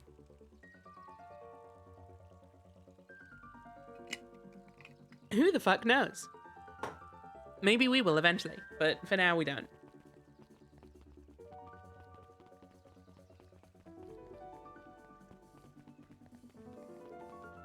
William Kerr and Gus Valentine proudly surveyed the half-covered festival banner. It's all coming together quite nicely. Couldn't have done it without The you. mayor gave a half-hearted shrug. I'm not so sure about that. Nonsense. That reminds me, I wasn't able to thank your sister for her contributions.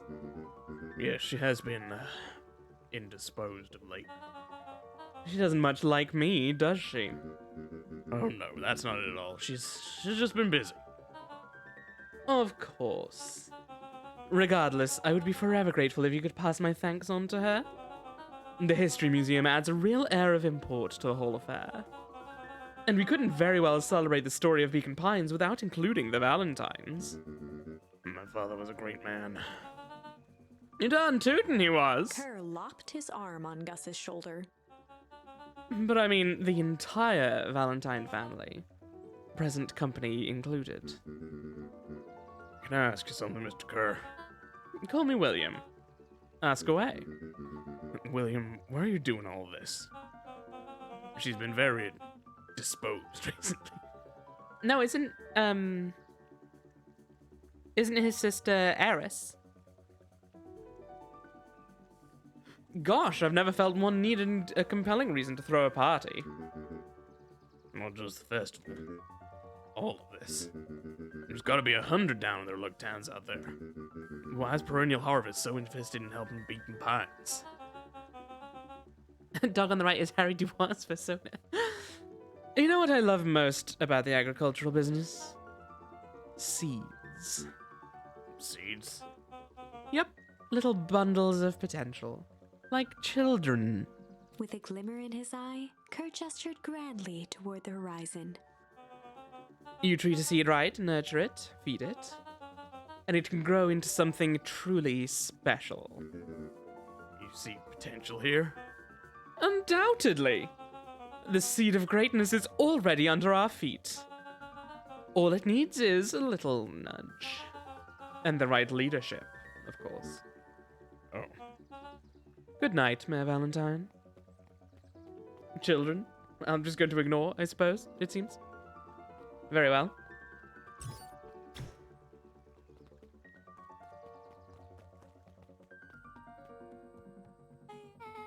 Oh, this is nice. Hang on, let me just have a real quick memory of fishing with your dad. Yeah, the treehouse is just a little further on from here. So what's your buddy Rolo like? Rolo?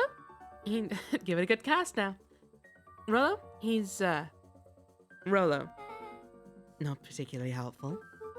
Sorry, I've just never thought about it. Lots of energy, he's funny, even when he's not trying to be. Things have been tough for his family since the foul harvest. It's about damn time you tell me what this foul harvest thing is. It's, kind of a long story. Hit me with the highlights. Okay. There used to be a fertilizer company here called Valentine's. They were kind of a big deal. Ooh, big deal fertilizer. It was a big deal to us. Their stuff really worked. The farmers loved it. So Valentine's grew and grew. Beacon Pines pretty much grew around it. Most everyone in town either worked for Sharp or Valentine or used as fertilizer. Things were good. Chapter 5. We're finally learning what the foul harvest is. I'm sensing a big but. Around 6 years ago, Sharp or Valentine suddenly died. And something changed. Changed how? Could have been a bad batch. Maybe it was in the water or air or soil. Nobody knows. But all the crops died. And everyone blamed the Valentines. Around 6 years ago, I was born. The foul harvest. Yeah. Valentine's fertilizer went out of business. Half the town lost their jobs. Shh. The next year, the crops came back, but something was different. You plant a crop, do everything right, and it's sort of a crapshoot what happens. And no one knows why. Nope. I take it Rolo's farm got the short end of the stick. Yep. For some reason, their farm was hit harder than others. You were only 6, Ravine? Get out of my chat. This is 18 plus only. That sucks. Things have gotten better since Perennial Harvest came to town. The Beacon Pines Reborn initiative. Yep. First thing they did was give the town a deep scrub. Even put us up in hotels, one town over for a week while they decontaminated the groundwater. We'd better get going. Fine, I will, Angie. Wait a sec, I need to think about my dad real quick. Okay, cool. I've got no new memories with my dad. Don't mind me. Good first. I've not suddenly remembered something happened that I forgot happened. It's Rolo. It's about time. I was about to give up and go home. Here's new kid. Name's Beck. You must be Rolo. I see my reputation precedes me. Welcome to Mission Control. Rolo waggled his head with pride. You'll find we spared no expense in construction. I've seen worse looking piles of junk. Thanks. Hey, Luca, you know the security concerns we talked about? Yeah. While I was waiting, I made some, improvements. Let me lock this lady down for a little test infiltration. Can't be too safe these days.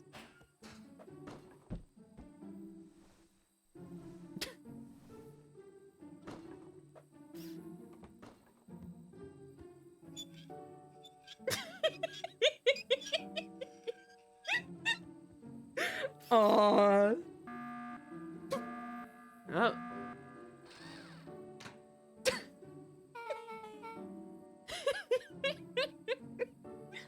He goes all out, doesn't he? Always. So, like, do I grab something and throw it at the target? Yeah, sure enough. Luca, what was that? Luca? Buddy, come on. That'll do. Oh my god. I don't like that the game is trying to teach me how to get good at throwing things. That makes me very worried about what may yet come in the game. Oh, it's moving now. Oops.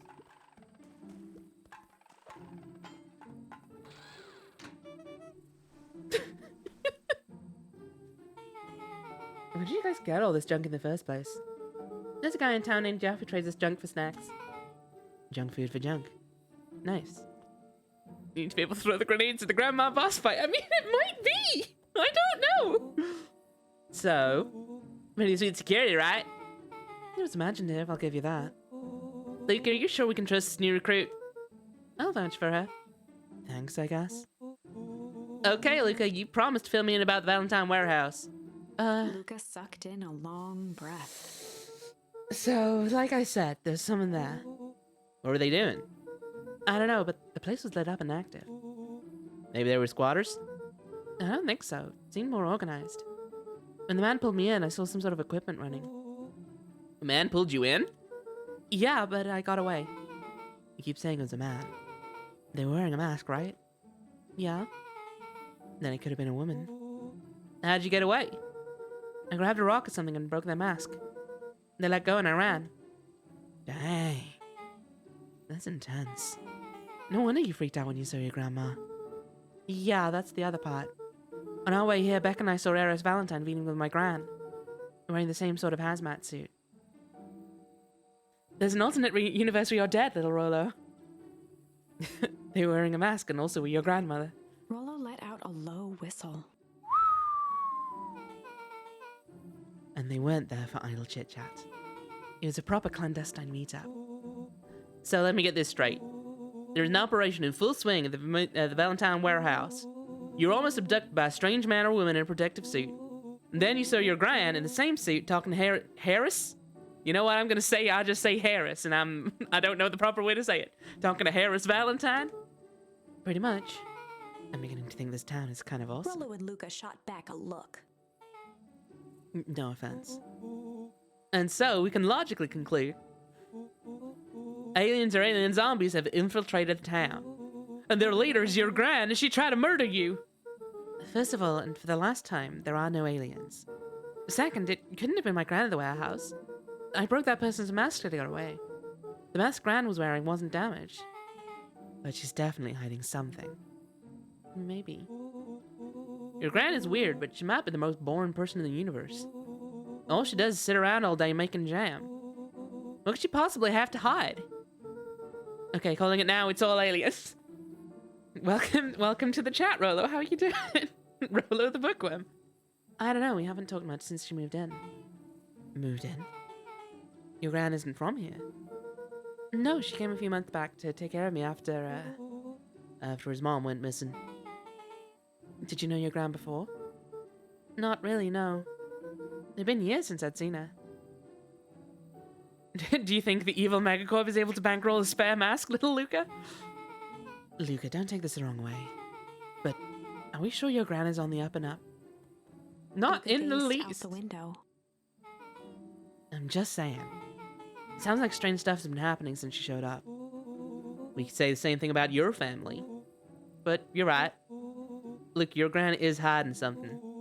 And Pa always says folks own the bird stuff worth digging up. We need to investigate your house.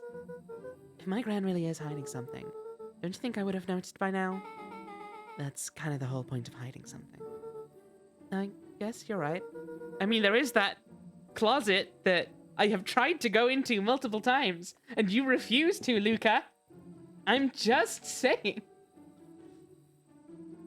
I'll be back in a little bit. I need to refill my water. Have a think about this. What mysteries is Gran hiding? Who knows?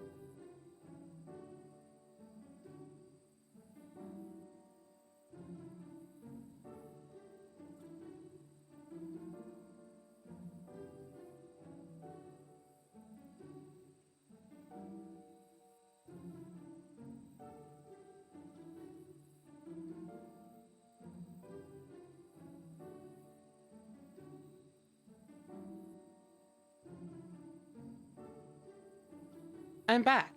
I need to move my mic back into position, though. Wow! I'm me again. Hello. Grant's been leaving the house for hours at a time this week. Muted? No, I was just sitting back down in my chair. But thank you. I'll call you two tomorrow when the coast is clear. And we can start getting to the bottom of this. I'm always game for a good snoop. You can count me in. Chapter 6. A good Secret snoop. Lair. Ooh. Summer forged ahead, but the nights only seemed to grow colder. Luca walked home slowly under the pale starlight, cautious to avoid any more surprises lurking in the shadows. Reaching home, he slipped quietly into bed, half dreading what they might discover the next day. Like his corpse! What time is it? Yes! Get so cozy. Get so cozy. God, I want a sweater like that. I should get one. I should get a real nice... I do have a couple of good jumpers, but they don't have like that alpine pattern.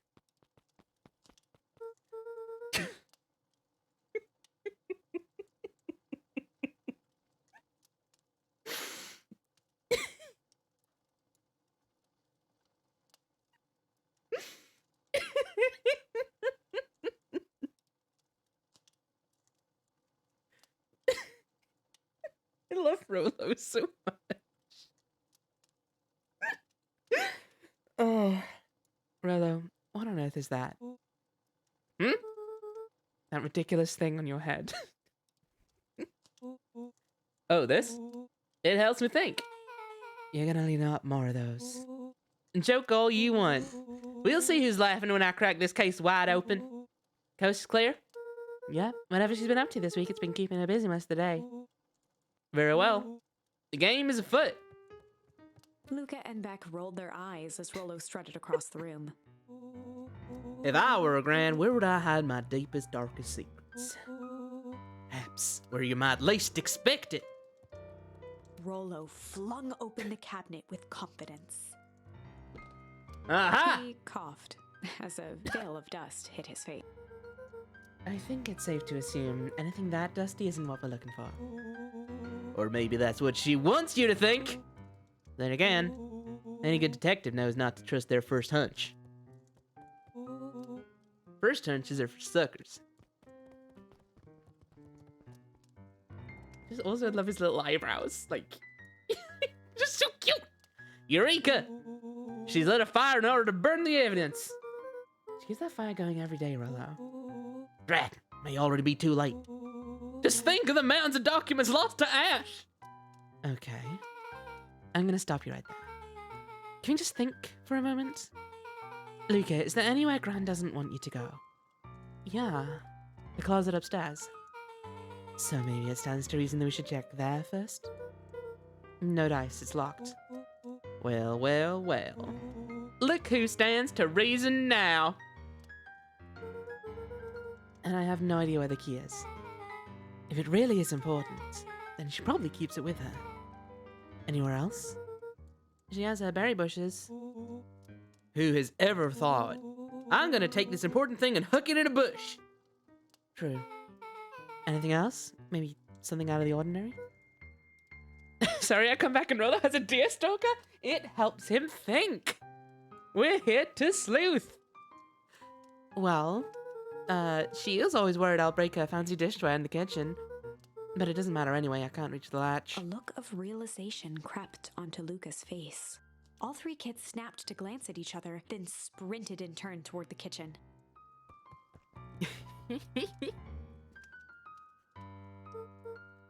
All right, Rolo. This is your time to shine. Ah, yes. You called upon my expert detective skills. And now I shall proceed Before he could with... finish, Luca scrambled up Rolo's back. Hey! This is my idea of detective work. Every squad needs a good lockpick. And every good lockpick needs a sturdy head to sit on. This is beneath my standing. You're also beneath Luca's standing. Stop complaining and hold still. Break stuff, break stuff, break stuff. Got it! The three crowded around the hutch to peer in. With the glass doors opened, a perfect porcelain display gleamed in front of them. Their eyes searched for anything amiss. But the only distinct feature was its impeccability.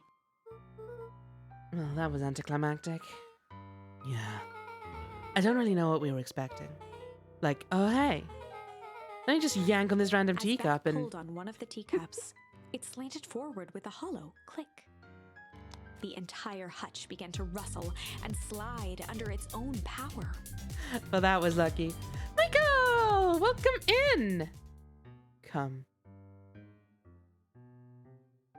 So sad. Welcome in, Stone College. And Michael, how on earth was your stream? How did the arts go? Did you...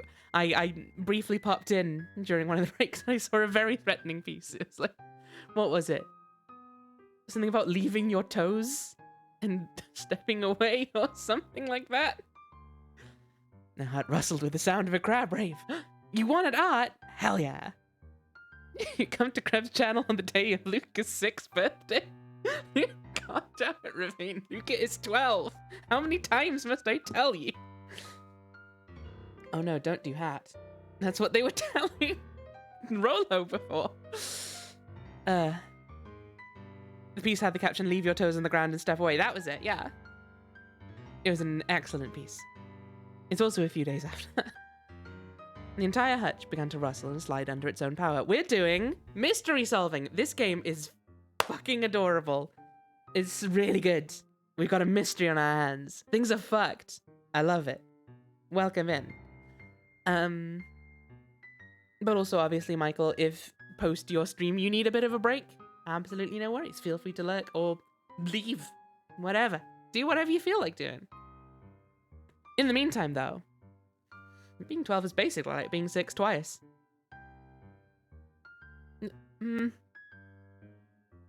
There's been deaths of us.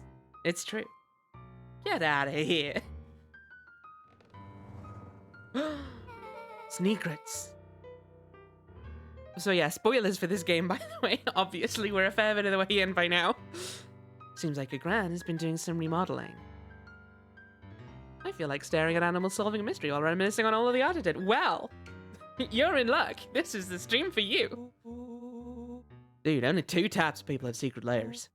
Evil masterminds and superheroes. So which one do we think she is? Evil mastermind for sure. We're about to find out.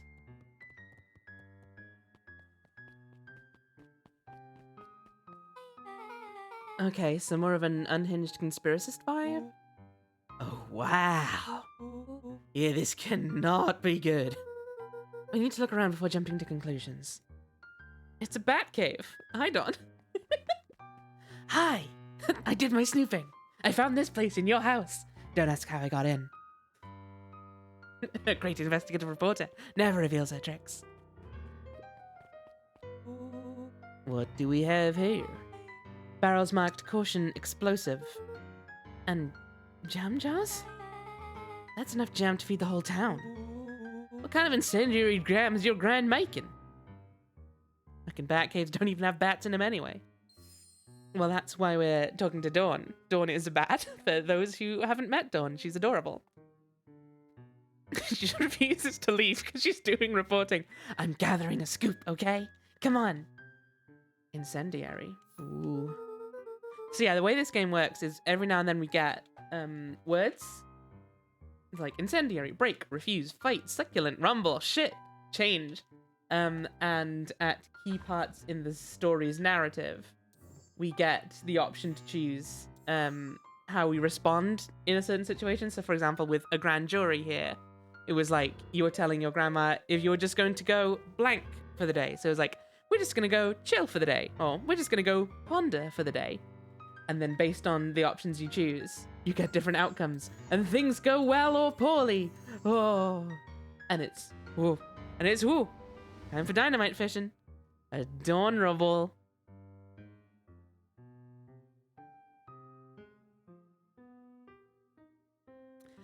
She wouldn't have had me walking around town delivering bombs. Just gotta go incendiary for the day, yeah. Right? Only one way to find out. Rollo casually spun open a lid and dipped his finger in the Rollo, jam. don't. He Huckleberries. smacked his lips. And a brown sugar and ink? What? Rollo plunged his hand in the jar, fishing out a soggy slip of paper. Aha! Rollo offered the slimy note to Luca and licked his fingers clean. It's addressed to Mrs. Fratelli. A grand jamgram? A grand jamgram. Can you solve the Iggy problem with incendiary? Ooh. Time to break out the incendiary. It says, last night I used the disguise errors provided to scout the location. The timing window should be possible. Operation Sparkplug is a go. Oh man, are they doing a heist? Whatever it is, it can't be good. It's more of a bombshell than a bomb, am I right? You're new here, so I'll let it slide. But I'm the bad joke guy around here. You're also just the best boy. I just love you so much, Rollo. Yes! Get those gains! Get those gains! I wonder if this is just an alternate way to get smack. I was hoping maybe it would give me punch, but that doesn't seem to be happening. Fine. Fine, game. Have it your way. We use missing smack? Here's a punching bag. Yeah, exactly. A spider web of string connected photos of people from the town. How can a Rollo be best boy? That's a kind of chocolate. Not this one. Although he's just as sweet. And filled with caramel. Interspersed with hastily scrawled notes. Because why would you think to interact with the do not touch watermelon? There are 3 simple words telling you why you shouldn't get smack from that watermelon. And yet... Well, she sure has kept herself busy. Is your gran a serial killer? Because I'm starting to get a vibe. Don't be ridiculous. Sure, she's just tracking the movements of everyone in town. Out of the kindness of her heart. She put little symbols by some of them. Yeah, Mr. Nuncreed has a check mark. Clipboards are all inside a big circle. My mom's are both on there. Both with question marks. Gus Valentine has a question mark. Eris has a question mark that's been crossed out. Mr. Kerr has a bullseye. The killer has chosen her next victim! You don't know what any of this means. Whatever it means, it's probably not good. Luca jostled each cabinet drawer in turn. Only one was unlocked. He fingered through the filing cabinet, pausing at a bulging folder labeled Walter. For a long moment, he just stared at it. What do you got there? It's my dad. He's a folder now. They turned him into a folder, those maniacs! How could they do this? Dad! Why?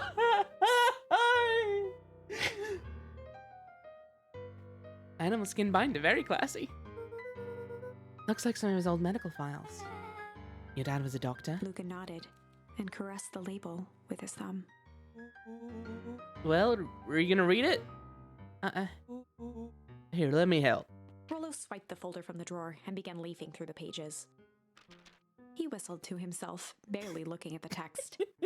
I'm sorry, Sophie. I didn't mean to. I was the killer. Put me on the board. How about you actually read some of it? One sec. Dense documents such as this are a lot like a cheeseburger. And in one swift motion, Rollo bit right through the folder. Best skip straight to the middle. That's where all the meaty bits live. Wow, I had no idea we're in the presence of the preeminent scholar in dense documents and cheeseburgers. By all means, proceed. He stopped at a page and mimed, holding up a monocle.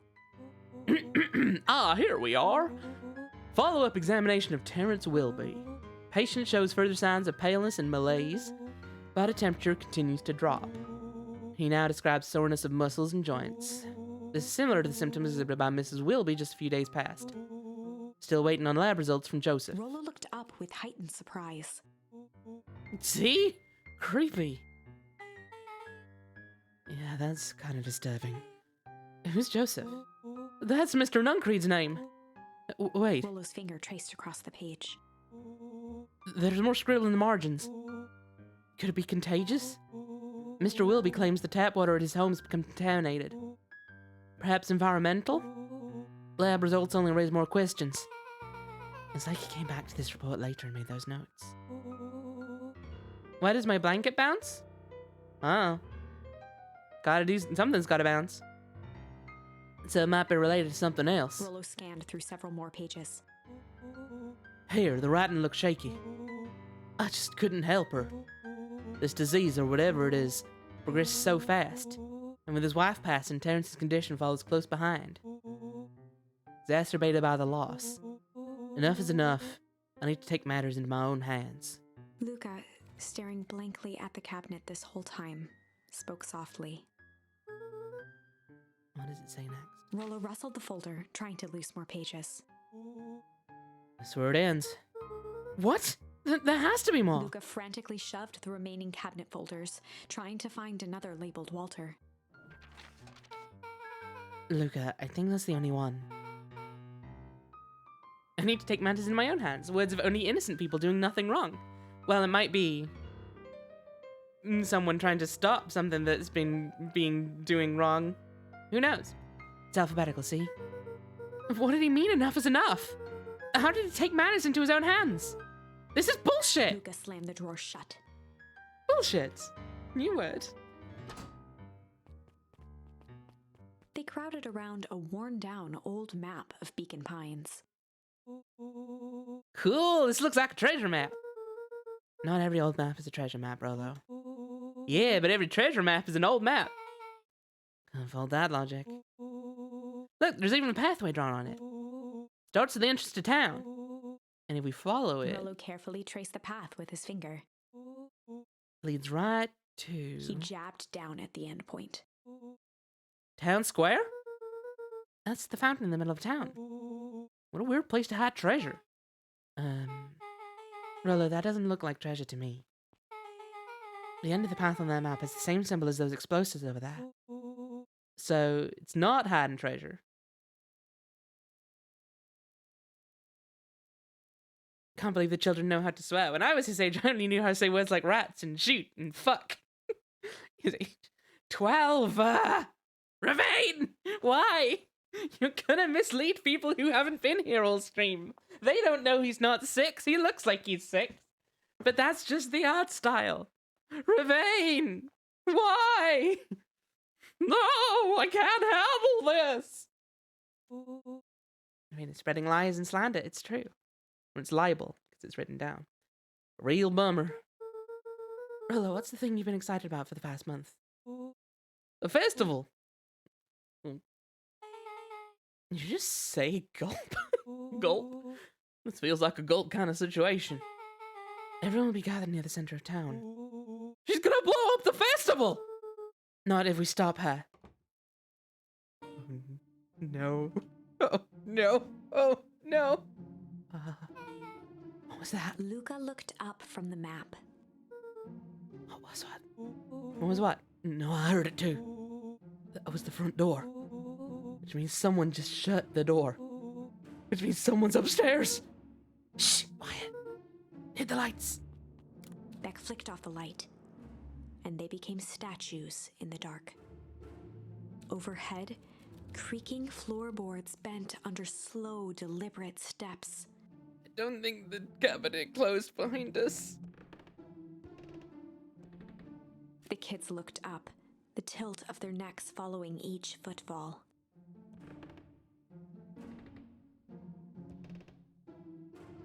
Then suddenly, it stopped.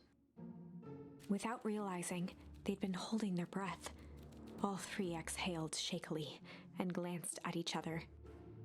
A muffled male voice broke the silence. Hello? A final few footsteps reached the entrance above them, and the voice now echoed down the stairs. Anyone down there? The three kids shuffled to the corners without a peep. As he began to descend the stairs, the man's voice punctuated every new step. Thump, Yoo-hoo! thump, I'm not here to hurt anyone. thump, I'm just here to help. Just thump. At the bottom step, the man paused, squinting to search the room for signs of life. guess nothing. Rollo shifted suddenly. Luca gave him an intense, chastising look and whispered through clenched teeth. Rollo, don't. It was too late. Rollo was already inching toward the stairway. He screeched as he charged toward the shadowy figure. Flaming chicken coop! With all his weight, Rollo tackled the man to the ground. Rollo? Mysterious creepy man? Anyone there? From the dark corner, they saw something move. Well, I didn't know if I had it in me. But there was only one way to find out. Holy crap, Rollo, that was awesome! Wait, did you just kill that person? Luca scrambled to the hunched figure on the ground. Pressing his fingers to the man's neck, he sighed with relief. You sure clubbed him good, Rollo. He's knocked out cold. As Beck flicked back on the light, Luca and Rollo both gasped in stereo. Mr. Tolliver! Chapter 7. The Interrogation of Hiram Tolliver. I just knocked a whole ass adult man, and right! That man has severe brain damage now. Still unconscious, Mr. Tolliver slumped heavily in a shoddy old chair. His hands were bound with rope, his feet tied with some loose string. The kids huddled in a circle, discussing their plan. One thing was certain, they couldn't just let Mr. Tolliver go. They Man has a needed whole to know ass. what he was doing in Luca's house. After some deliberation, it was decided. They'd run the classic good cop, chill cop interrogation. Incendiary cop. Good cop, shit cop. Okay, we only have chill as an option. They'd run the classic good cop, chill cop interrogation. Gonna burn him alive. I'll handle this. Just gotta play it cool. Luca walked calmly to the light switch, flicking it off and on a few times.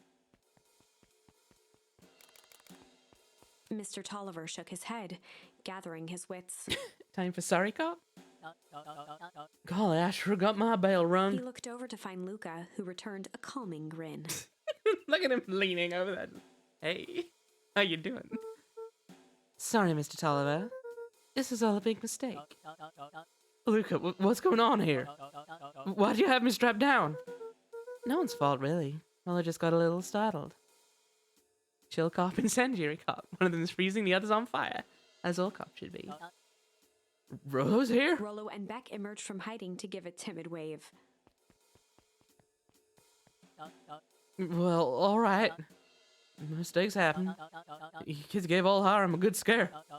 Let's just get me out of these ropes and call it even. Luca glanced over to Rollo and Beck, who replied with skeptical looks. Mr. Tolliver, why are you and my grandma... I gave myself a southern drawl there, but I shouldn't. I probably should, actually, considering this is where I grew up, but you know what? I've always started doing my normal voice or whatever. Mr. Tolliver, why are you in my grand's basement? I'm here to help, of course. Help with what? What's my gran up to? If you'll just cut me loose, I can show you. How do I know we can trust you? Mr. Tolliver exhaled with disappointment. Luca, have I ever done it wrong by you? No. And since your gran moved to town, haven't I been nothing but welcoming? Yeah. So why would I turn my back on your family now? It's just, all this stuff seems pretty weird. A board with names of people from town, an archive of my dad's old disturbing patient notes, Luca gestured to the corner. barrels of explosives? I can explain everything. You just need to untie me. You kids deserve an explanation. Luca looked again to Rollo and Beck. This time they shrugged. Luca began to slowly loosen the bindings. It's a trick! Don't do it! Mr. Tolliver gently rubbed his wrists. That's a good lad. This all makes sense in time. He edged imperceptibly toward the stairs as he spoke. I perceived it, but... See, this town has secrets, Luca. A very dark past indeed. Before the kids had even noticed his movement, Mr. Tolliver was at the light switch. A past that must be brought. He punctuated his final words by flicking the switch and rushing up the stairs. Light! Son of a... Beck darted to the wall and turned back on the lights. It was too late. Rollo confirmed what they all heard. He just locked us down here. Mr. Tolliver's muffled voice came from behind the door. I wasn't lying, you know. This is for your own good. You kids just keep tight down there. Let the adults handle this. They looked bewildered at each other. Play it cool, huh? Not now, Beck. They heard the staccato thump of quick steps exiting the house. The kids looked down in resignation. No 12-year-old would fall for this. Of course they're 6. This isn't how it goes in Hank Atomic. For some reason, they'd always assumed it was up to them to save their town. Luca opened his mouth, hoping to conjure some magical words to make this right. Only a hollow croak escaped. The end. Well, we certainly aren't going to find a grand resolution to our tale locked in a basement. Back to the drawing board. Back to the drawing board. Back to the drawing board.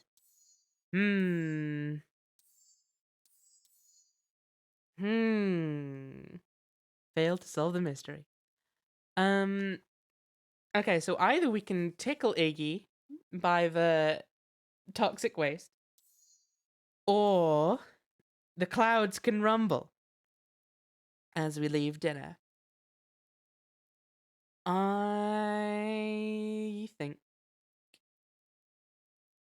we will... What are you gonna draw on the board? Or we can influence the weather itself. Normal things, you know.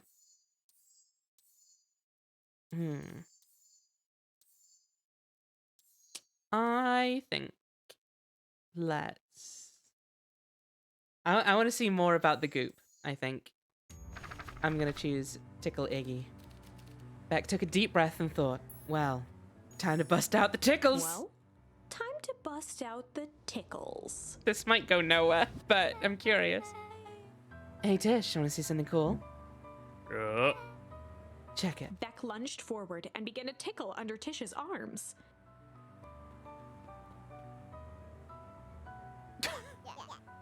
But, Tish, is she tickling you?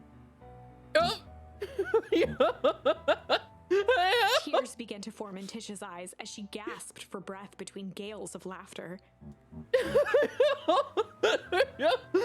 Beck redoubled her efforts until Tish finally had had enough. What just happened? Seems nice. Sorry for the interruption. I think you were just threatening us. Iggy's eyes darted around, a realization dawning on his face that he was now outnumbered. I just remembered, I have somewhere to be. See you around, new kid. Iggy kicked at the puddle before making his escape. Uh-oh. Oh no! Oh no! Oh no! No! I already thought it was bad enough that he was kicking the puddle, but now... Whoa. What a little creep. Beck, I think you got a little ooze in your hair. Beck shook the ooze out of her hair as best as she could. Is it bad? It depends. What are your feelings about having a more mature, refined look? Oh, God. Chapter 4. The Best Policy. Oh, no. Oh, no. I mean, at least she knew the dangers of the toxic ooze. But I don't know, I still feel like something may come from, Iggy having put his foot in it. Quite literally. Luca paused for a moment, catching his breath. He'd only just met Beck, and somehow he already managed to drag her into this mess. Hopefully he could make it up to her. But finding Rollo was his primary concern. Oh, never mind. It just made me look cool. Luca, what the hell are you doing out here? And why did a kid with grey hair just run past us in a panic? Roxy and Fitz looked drained. It was clear they'd spent all day searching. That's Beck. I don't care who she is. What happened? We were just helping look for Rollo. Luca, I need you to start telling me the truth. Roxy's temper could often be dismissed as the impatience of an older sibling, but this was the most intense Luca had ever seen her. Her eyes were wild and unfocused, looking straight through Luca. We're running out of time. In a torrent of rambled words and tears, Luca broke down. Oh, Luca. Rollo and I were just playing in Weavewood yesterday. We were investigating lights at the old Valentine warehouse. Someone was in there in a strange suit, and we hid in the dumpster, and he had a big heavy bag dropped on us, and I think it was a body, and so we ran, but we all split up, and then I ran home, and it's all my fault, and none of his friend may never come back. Wow. Just wow. Roxy, still exhausted and angry, softened briefly as her eyes hunted the ground in thought. With a determined sigh, she looked up at Luca. It's not your fault, Luca. Rollo's gonna be okay, I promise. Roxy drew herself up. I'm gonna fix this. Luca, go home. But I want to help. This is too dangerous for a kid. I can't just sit around. I have to do something. Roxy tried to think of the safest place to send Luca. You go back to that little treehouse you two like to play in. Wait there in case Rollo shows up. Sound like a plan? Luca wiped his cheeks and gave a quick nod. You did the right thing telling me the truth. Now scoot. You really believe his story? What other option do we have? Things have been strange around here leading up to the festival. My dad has been acting weird lately. Well, weirder than normal. Looking into the puddle, Roxy rubbed her arms to warm up. Why is it so cold here? This place gives me the willies. I'm gonna jump into this puddle. Okay. I'll go wait at the treehouse in case Rollo shows up. Mr. Nuncreed Oh. jumped with a start. What? Whoa, don't stick up with an old fella like that. Sorry. Who are you talking to? What? Luca motioned to the phone booth. Oh, no. I was just checking because I thought I'd let it ring. But the dang thing never does, of course. Yeah, I've never seen anyone use it, really. Whole thing's a waste of money, if you ask me. Any word from Rollo yet? Not yet. Long time for a boy to lose his way. Other knows those woods too well to get lost. I suppose you're right. Silly boy's antics have this whole town worried sick. Antics? You all know Rollo likes to play his little pranks. Do you think this is a prank? What other possible explanation could there be? He's not playing a prank and he didn't get lost. Someone took him, I know it. How would you know that? Unless... Luca, is there something else that you know? Mr. Nuncreed gently placed one of his substantial hands on Luca's shoulder. Dang it, boy, if there's something you know, something that could help your friend, you need to tell folks.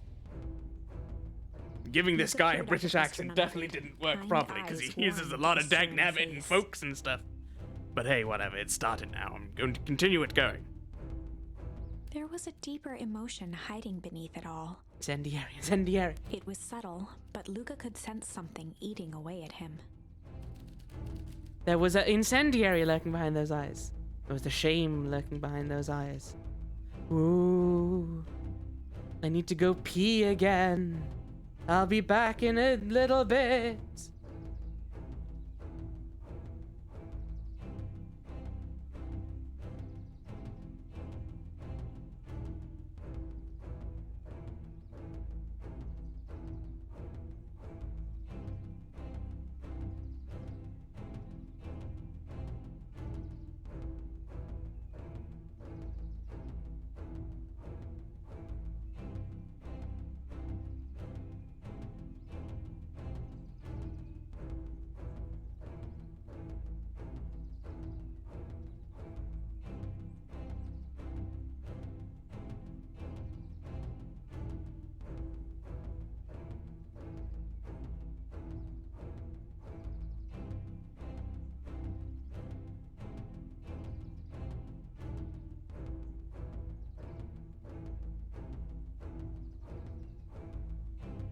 Hello again. It's me. Right. Let's think about our options here. We really have to give it a good level of thought. What are we going to choose? The only option? Okay, There let's was do a that. shame lurking behind those eyes. A deep sadness. If Mr. Nuncreed was that worried about Rollo, maybe he could help. There was a strange lurking behind those eyes. There was a shit lurking behind those eyes. Yesterday, Rollo and I were messing around at the old Valentine warehouse. Mr. Nuncreed raised an eyebrow. Both of you? You were with Rollo when he went missing? Not exactly. I was hiding in the dumpster. The dumpster? What were you doing in there? At first we were just looking around. Then someone in a strange yellow suit came and dumped something on us. We both got scared and ran. And that was the last time I saw of him. Got scared by some garbage? Well, that's why I don't go skulking in someone's dumpster. But it wasn't garbage. I think it was a body. I'm sure it was just some trash. No, there was a name tag. It said Deep Engineering. Mr. Nuncreed's shoulders slumped. I wish you wouldn't have said that. A deep sigh bellowed from his chest. Why did you have to? I tried, Luca. God knows I tried to keep you safe. Luca attempted to take a step back, but Nuncreed's hand clamped down on his shoulder. But you Van Horn just can't help yourselves, can you? We were all so close to being done with With this. a firm shove, Nuncreed manhandled Luca into the phone booth. What are you doing? It's out of my hands now. The door latched shut with a mechanical hiss. Shit. As Luca pounded the glass, the floor dropped from under his feet. The inside of the phone booth was now a loose capsule plummeting at gravity's whim. Luca winced and pressed his hands to the walls. As he braced for impact, the capsule hurried to a surprisingly smooth stop. He felt a cold rush of air and opened his eyes with hesitance. Two large figures in hazmat suits occluded his view. Luca heard the deep, resigned voice of Mr. Nuncreed over an intercom. He knows too much. The end.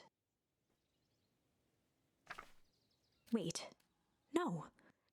This isn't the end. I know there's still much more. Somehow this went wrong. Okay, let's try something else. Well, at least that one was short. Grant you that. Okay. Well, then I guess we're gonna go back to when the clouds rumbled. Phone booth left turned grim. Can't be two figures. We know they only have one mask. Ah, but Ravane, this is a timeline in which we didn't smash a mask. Maybe they have two whole masks. And we broke one of them.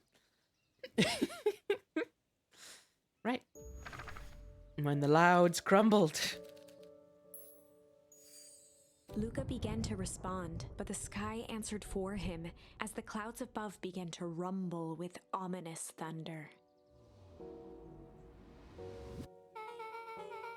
You sure we can make it home before the storm kicks off? Luca surveyed the The rolling clouds began to clouds. incendiary.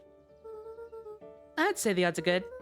Maybe you should stay here and I'll just make a break for it. At that moment, the heavens opened up, unleashing torrential rain. Clouds began to shit. Care to recalculate those odds? Hurry inside, you two, before you catch cold. Aw, sleepover! Almost makes you forget about the nightmares in town. Luke and Ellie will keep trying to reach your ground on the phone. In the meantime, you two hold tight. Sorry, not much to do up here. Most of my stuff is still in the boxes. Mind if I poke around? Be my guest. I want to see what verbs and nouns I can find. Luca squinted into the eye hole of the microscope. This looks wild. What is it? Gum. Gum? Luca adjusted the slide with his fingers to get a better look. I'm tracking the structural integrity of gum with increased amounts of chewing. Chewed that one for 47 days. Luca wiped his hand off on his sweater and gave a nervous laugh. It's weird, I know. Beck looked down, timidly tapping the ladder with her feet. Ooh, you're doing science. Don't worry about it. You think it's weird, don't you? A little. But weird can be cool. You are weird but cool. That's how science goes. Luca bent down to examine the bouquet of wilting flowers. Judging by the odor, they were well past their prime. Oh no, she's also a nerd. Pungent. He flipped open the attached card. When dealing with Rolo's sister, it pays to be a little pungent. Happy trails from Coach Walker and all the Fairview Condors. Boy, you weren't kidding about poking around, huh? Oh, sorry. Was this from your old school? The most recent one, yeah. Some schools gave me going away cards. Some did flowers. When they're really trying to feel good about themselves, they do both. So you've moved a lot. Yeah, that's the thing with having a brilliant parent. There's always a better job somewhere else. These flowers would last longer if you put them in some water. That's the sort of thing I would do if I cared. Well, if you cared enough to keep them is all. Hang on, does pungent unlock any roots that we've had so far? Chill. Good cop, pungent cop. Okay, yeah, sure enough, nothing unlocked yet. There's always some more evil to be done somewhere else. Oh wow! Ron and I have a radio just like this at the radio house. At the radio house? At the tree house. Probably not exactly like this one. My mum and I tore the whole thing down to the bolts. Fit it with some state-of-the-art vacuum tubes. Seems pretty awesome. She gets carried away sometimes. I think she feels guilty for working too much. So when she does have time for me, she showers me with high-tech overcompensation. Luca flicked at one of the toggles. I bet you can get all sorts of stations on this. Not out here in the boonies. You wouldn't believe the stuff I could pick up back in the city. But around here, it's all farm reports and static. Ah, shucks. Luca, can I ask you something? Of course. Dang, didn't that hurt? I'll be honest. That hurt more than I expected. At least you look cool doing it. Beck took a moment to watch the rivulets of water running down the window. Do you ever feel alone? Like, even when people are around? Well, Rolo can be pretty absent-minded sometimes. I'm serious. Does it ever feel like your family doesn't care what you want? I didn't used to feel that way. I know Gran loves me, but sometimes when she looks at me, it's like she's looking at a problem. Luca took a deep breath, exhaling slowly. I know the feeling. How do you deal with that? I guess I haven't yet. But one thing my dad told me when I was little: don't hold a grudge, especially against yourself. If you try to hold it all in, you're gonna pop. So then, what do you do when you don't know what to do? Dad never got to that part. Something I figured out on my own, though. You gotta do something. Anything. I haven't been to the timeline where we deal with Grandma yet. Here. What are you doing? I don't know. Something.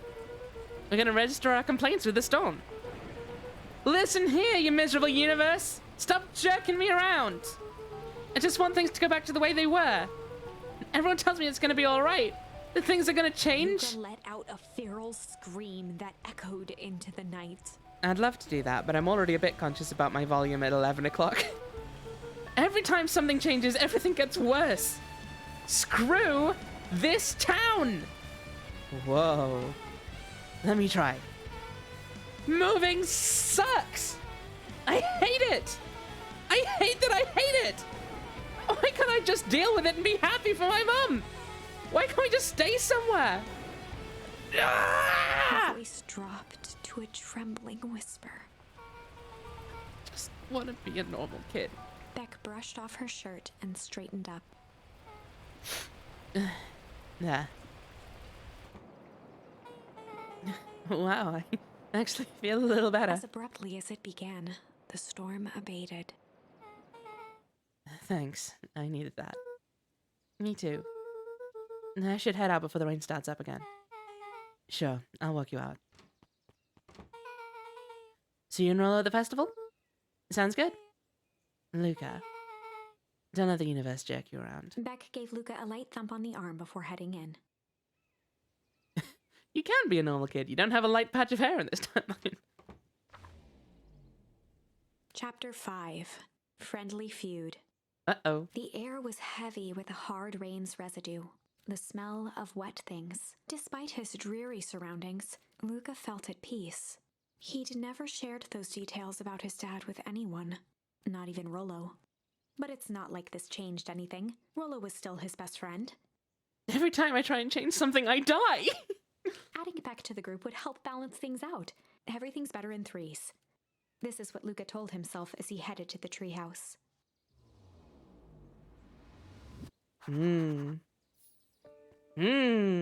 Are we gonna have some jealousy going on? Oh. Hello! Hi, Dawn! Hey, Dawn. Tracking down a lead. You bet. I heard a juicy new rumor.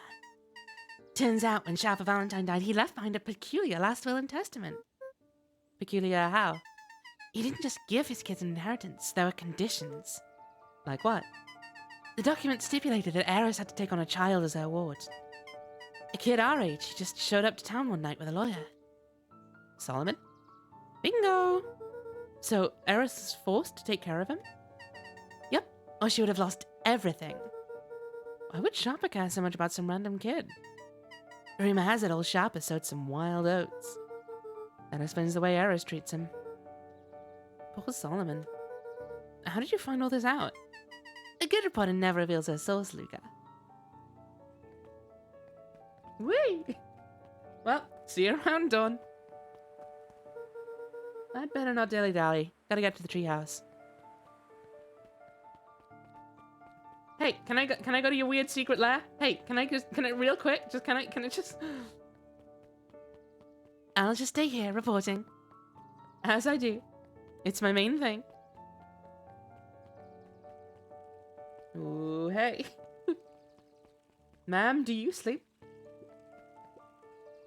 He met his old friend's eyes and was greeted with nothing but ice-cold anger. Heavens! This is no time for fractured friendships. Oh no! Oh no! I'm not excited about this at all! Oh no! Foreshadowing.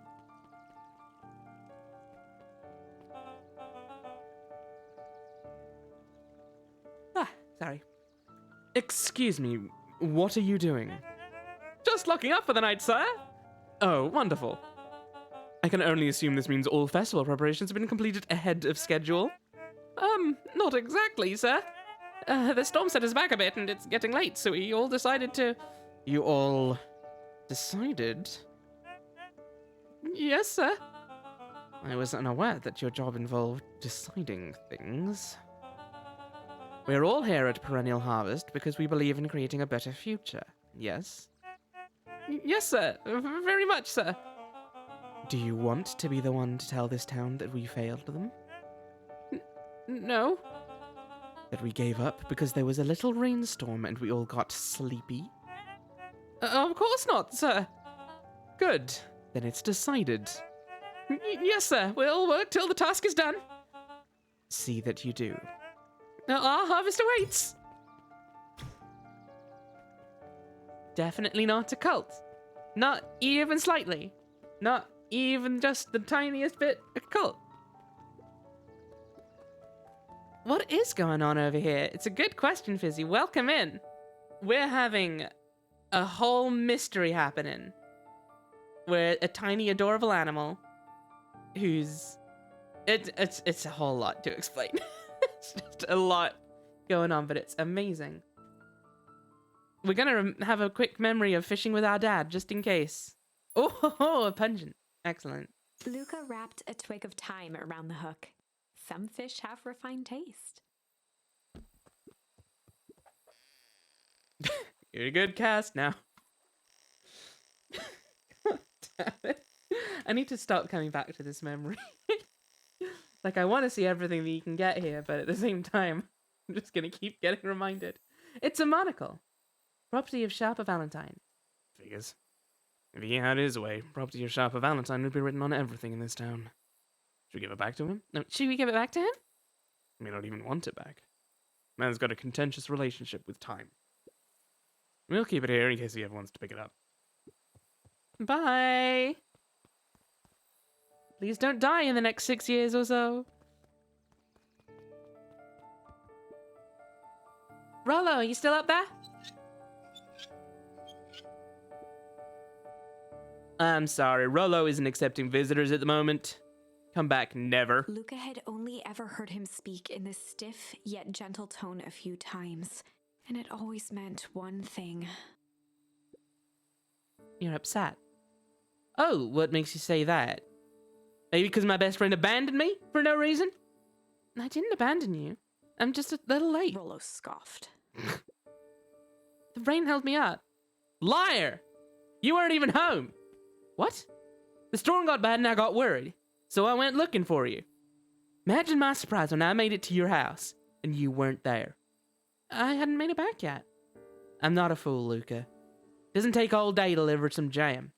No, that storm rolled in out of nowhere, and I got stuck after dinner at Beck's. Luca stumbled on his words, knowing he'd said too much.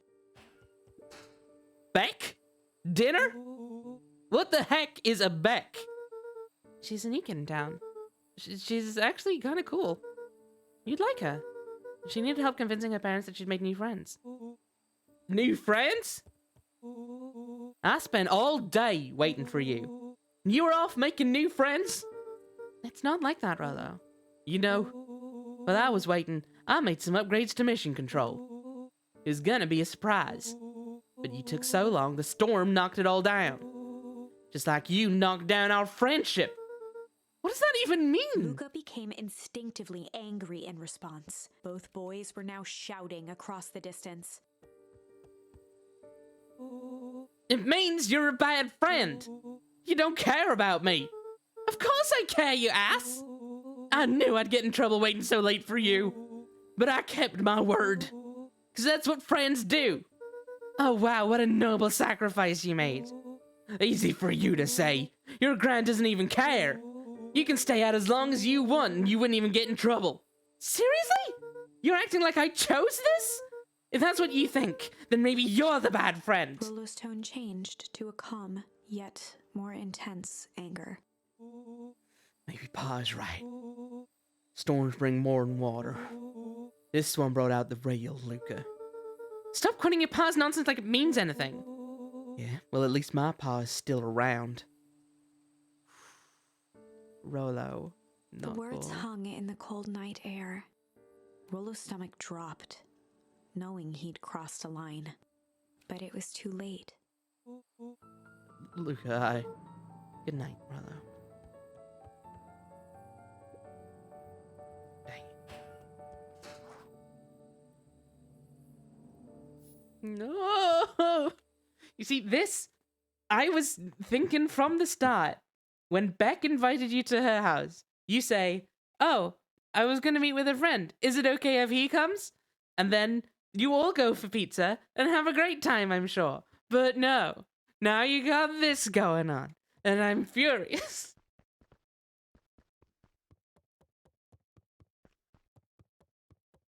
And I can't seem to do things. I'm gonna jump on Gran's bed. Bro thinks I'm still gonna fess with him, he would shove it. Damn kid drama. Luca dug through his old stuff, not even sure what he was looking for. Football, football, football. Bro, though, what a jerk. I'm gonna continue to kick that, I guess. Call me a bad friend? Oh, I'm Rollo. Look at me and my amazing family.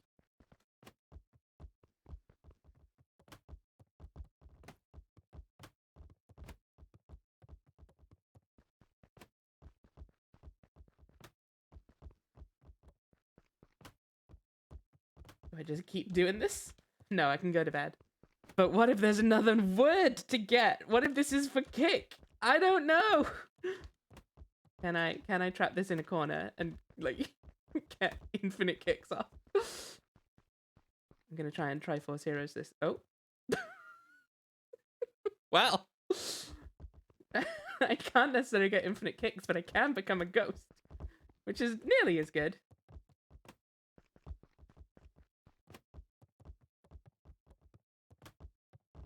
Okay, I think we're not getting a new verb out of this, which is a shame.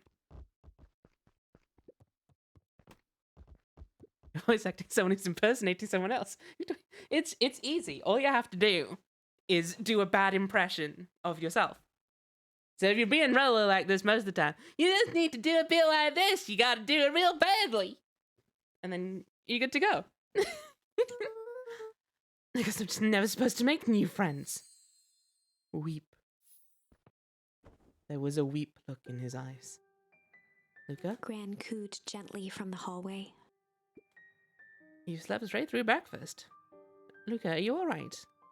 I'm fine. I just don't feel like getting out yet. Okay, I'll leave this oatmeal by the door. Bad cop, weep cop. I've got to run out and take care of some things. Okay. I was expecting actual advice. Yeah, you know. I don't feel like I'm necessarily qualified to give advice, but that's how I do it. I'll be back. Wait, I'm not. I'm doing it that she's got the door open. I'll be back later to check in. Sure. Luca just wanted to be alone. Sometimes the secret is just be worse. Ghost, welcome in. How are you doing? I'll be honest. One of my favorite things to do when I'm doing voices for one of these streams or whatever is when someone is pretending to do, or when someone is doing a mock impression of someone else. I love trying to figure out. Okay, so like, I normally do their voice kind of like this, and so then I have to shift it up through that. It's fun. It's a fun little challenge. He waited to hear the sound of the front door closing. Ghostly sleep. Thank you. I'm pretty happy with it, considering I did it in all of 10 minutes. I read bacon first. I'm sorry, Roxas. It's not bacon pines, but welcome in. How are you doing? Just to let y'all know, we're quite a ways into the game, so if you're interested in playing this game, which it's absolutely amazing, like, aesthetically, and the mystery is cool and weird and creepy and how would I do Rolo impersonating Luca? Okay, so I'm starting off as Rolo, and then I guess I just affect a special. I can't entirely get rid of my accent, I guess, but I don't know, something like that ish. It's easy when it's mocking because you just have to really exaggerate stuff as well. I'm doing good, a bit drunk, hell yeah. Very well, thank you.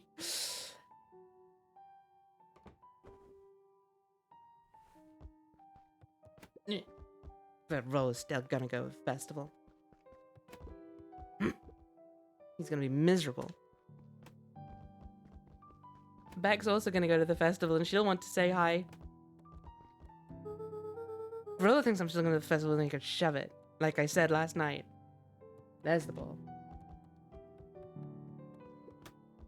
Do I need to break something? I wonder? No, I think I just need to get back into bed. Luca dozed off again. Oh, Luca. Luca. I see you didn't eat your oatmeal. I wasn't hungry. Well, just in case you get hungry, I'll leave a sandwich here too. Thanks. Rolo came by. What did he say? He wanted to talk to you.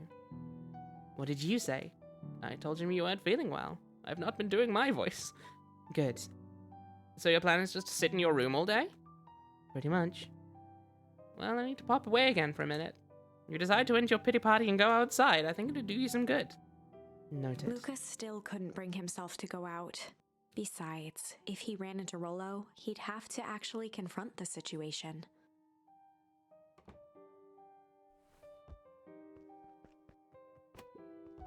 There's never anything interesting at the festival anyway. Oh, now you're telling me to break something. Ha-ha! Yo-ha-ha! The Adventures of Hank Atomic. Complete first volume. Luca carefully opened the cover and began to read. Rollo had received it for his birthday, a special hardcover edition with behind-the-scenes commentary and bonus art. Rollo cherished it, but asked that Luca keep it at his house. Luca wasn't sure if it was because Rollo didn't trust himself with it, didn't trust his sister around it, or just wanted an excuse to come hang out at Luca's more often. Rollo. Whatever the reason, Luca didn't mind. Aww. But it had stayed right there where Rollo had stashed it ever since. Now, at the foot of his bed, Luca lost himself in the pages. He'd read it all before, but at this moment, it somehow felt sentimental. He was well into issue number 5 when he heard soft footsteps from the hallway. Luca? Another little friend came to see you. A girl named Beck Motorwell? She said you met yesterday? What did she say? Is she here? She was just dropping by. I told you weren't taking visitors today. Oh. She seems nice. Yeah. You had a fight with Rollo, didn't you? Can I come in? Maybe later. Alright then. I'll leave dinner on the kitchen table. In case you want to bite before bedtime. Without realizing it, Luca had pouted away the entire afternoon. He once again felt the weight of it all and allowed his weary eyes to close. Oh, Luca. Luca stood in a vast black expanse. He looked up at his father standing beside him. Walt was working a straw at the bottom of a fountain glass, trying to collect the last bits of milkshake. Maybe later when we think you want a mass murderer, Gran. Dad, where are we? Taking a final loud gurgling sip, his father peered up from the glass. He jangled the straw playfully with a warm smile, then lifted the empty glass as if to point into the darkness. The source. Luca's eyes followed his father's gesture. In an instant, he was sitting in front of a blazing campfire. Across from him sat a large figure in a yellow hazmat suit. The figure's voice was a scratchy echo. Well, if it isn't the man of the hour, make yourself comfortable. Luca held his shivering hands over the flame to warm himself. It doesn't work that way here. Their yellow-gloved hand pointed to the base of the flame. It's a cold flame. See? Luca peered at the base of the fire. It wasn't wood that was burning. It was Beacon Pines itself. Tiny buildings, freezing and crumbling as they were consumed by flame. Luca could see small shadows moving in the burning city. People. Luca leapt to his feet. We've got to help them! The figure gave a dismissive wave of their hand. Why waste energy helping people who can't even help themselves? The figure bent down to examine the panicked crowd as they desperately tried to stop the flames. They only care about what's right in front of them. Not like us. Luca's voice was a trembling whisper. Us? The figure slowly stood up, grabbing its helmet with both hands. With a jolt and a twist, the suit emitted a gasp. A cloud of torpid mist escaped, slowly revealing the face within. Luca's own face looked back at him. Older, worn, distant.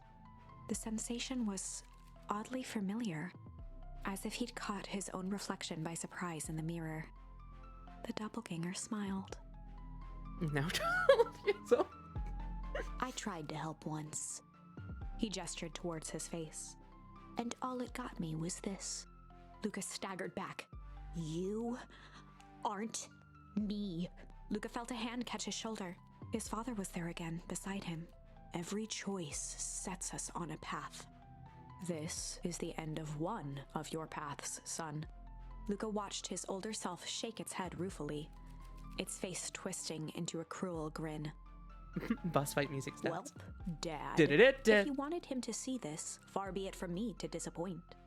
Luca watched in shock as the figure took a confident step forward and plunged into the flames. In a flash of cold light, he was gone. What does all of this mean? Luca felt a reassuring squeeze on his shoulder. Just remember, why we choose matters just as much as what we choose. Luca woke up to see a hazy figure at the foot of his bed, silhouetted in the morning sun. No, dear. It's only Gran. Luca rubbed his eyes. The kind, concerned face of his gran came into focus. How are you feeling? Fine. Anything you want to talk about? I don't feel like talking. That's just as well. How about you sit there and listen a bit? Whatever you and Rollo fought about doesn't matter. But Gran silenced Luca with a gentle pat on the leg. fights between friends happen. What was said doesn't matter. The important thing is that it's not the last thing you ever say to each other. But he said stuff about Dad.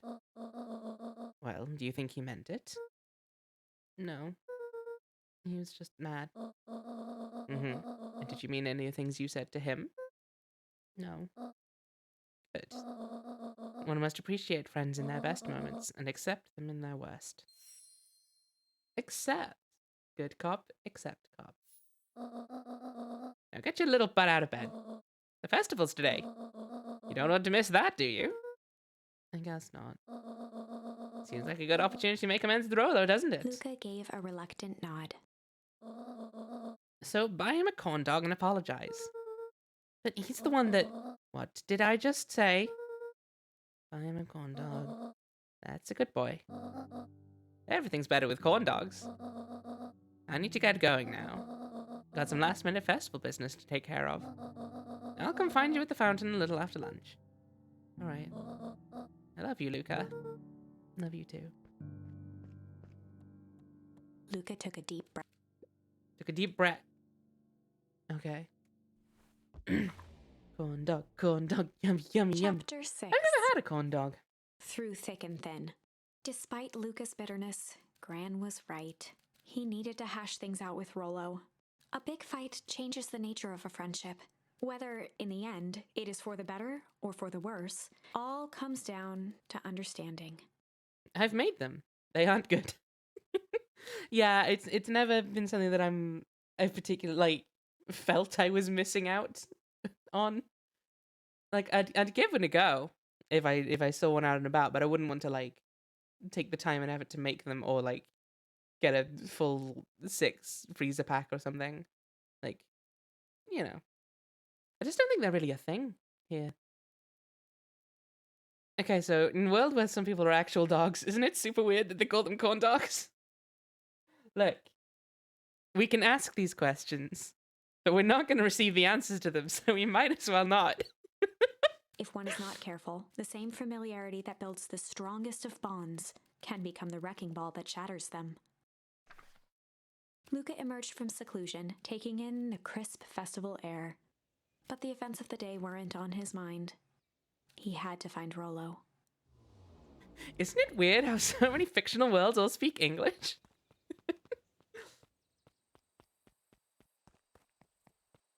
It's even weirder how many of them have French accents.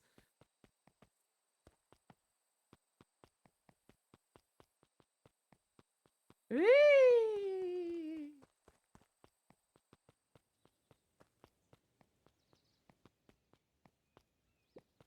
There you are! Luca, Rollo wanted me to tell you something. What is it? Roxy rolled her eyes, shaking her head. Space adventure, though you needn't buy it. If ye be brave, go somewhere quiet. Roxy, I don't... It's a riddle, Luca. My goofy little brother wants you to find him. Luca looked down and kicked at the dirt. Look, I know you two had a fight. The only thing more annoying than my little brother is my little brother without his best friend. So I'm doing him this one favor. Now I need one favor from you.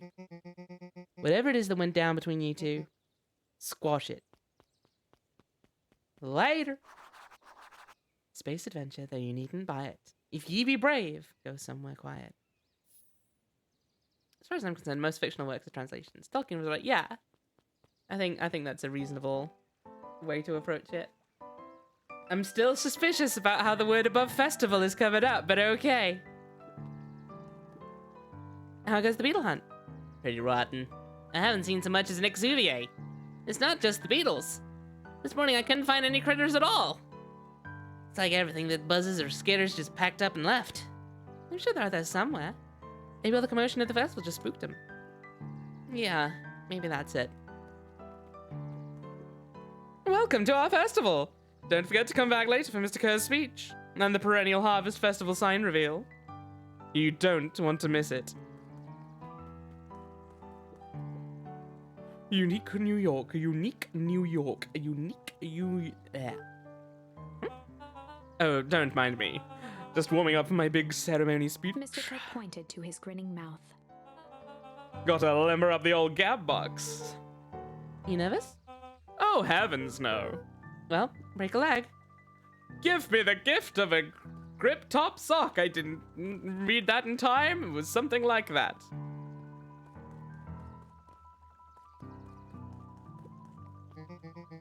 I don't know who Perennial Harvest thinks they're impressing with this ridiculous festival.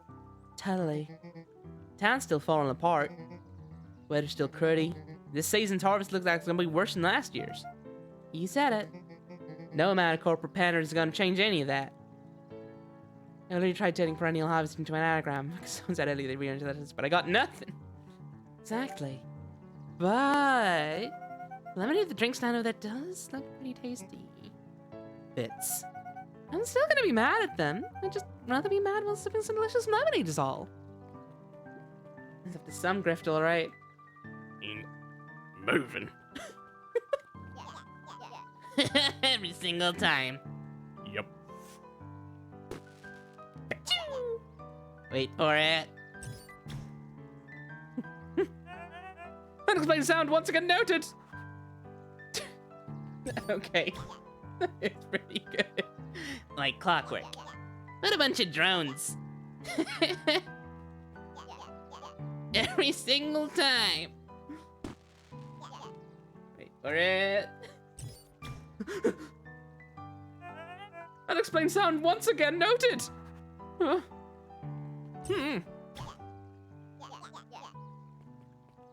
Jeff was staring into the distance with a wistful look. Hey, Jeff. Everything all right? Yeah, everything's fine. I mean, used to be fine. It ain't right these days, you know? I really do, actually. Jeff turned to Luca with a furrowed brow, then gave an understanding nod. You do, don't you? For a moment, the two now shared that same wistful gaze. Dragons! Thank you for the raid! Welcome in, everyone! How was Physical Convergence? I know it's a Dark Souls mod of some kind. Can you hang out? No. Be gone from this cursed place. There is nothing for you here. No, welcome in. Welcome in, everyone. For those who don't know me, I am Rebecca. I thank you very much, Tam, for giving Baggins a shout out. I do all kinds of games. My main sort of vibe is I like to do games with really cute art styles that will make me cry. Them's my favorites. And currently we're playing Beacon Pines, which is a really cutely designed game that'll make me scared. Is this one of them furry games? It's not a furry game. Yeah, so this is a really cute little game. It's about a small town mystery. Real fucked up shit is going on, and the way we interact with the game is essentially we get different opportunities of sort of branching narrative that we sort of can plug words into. So let me show you the compendium. Our first example, a grand jury. When we're telling our grandmother what we're going to be doing for the day, it says, yeah, I'm thinking my friend and I will just blank for the day. So you could say, we're just going to chill for the day, or we're just going to hide for the day, or we're just going to ponder for the day. And then based on what you choose to do in each scenario, a different outcome can happen. And boy howdy are a lot of things happening. So it's a really good game. I'm really loving it. But do bear in mind, if you've seen this game around and have considered getting it yourself, we're fairly deep into some of the routes by now. So there will be spoilers. So be warned, potentially. But yeah, how was your stream, Baggins? Tell me about it. Did you slash some guys? Did you whomp someone? Was it sad? I don't know Dark Souls very well.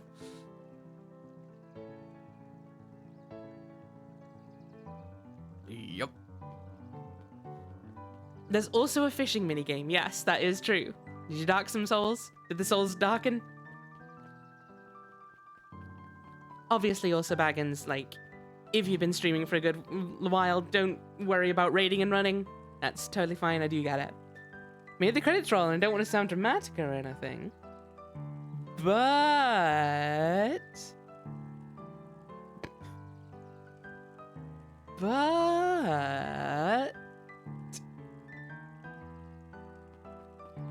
Baggins, you gotta help me out here. I'm just sitting on my own stream saying the word but over and over again.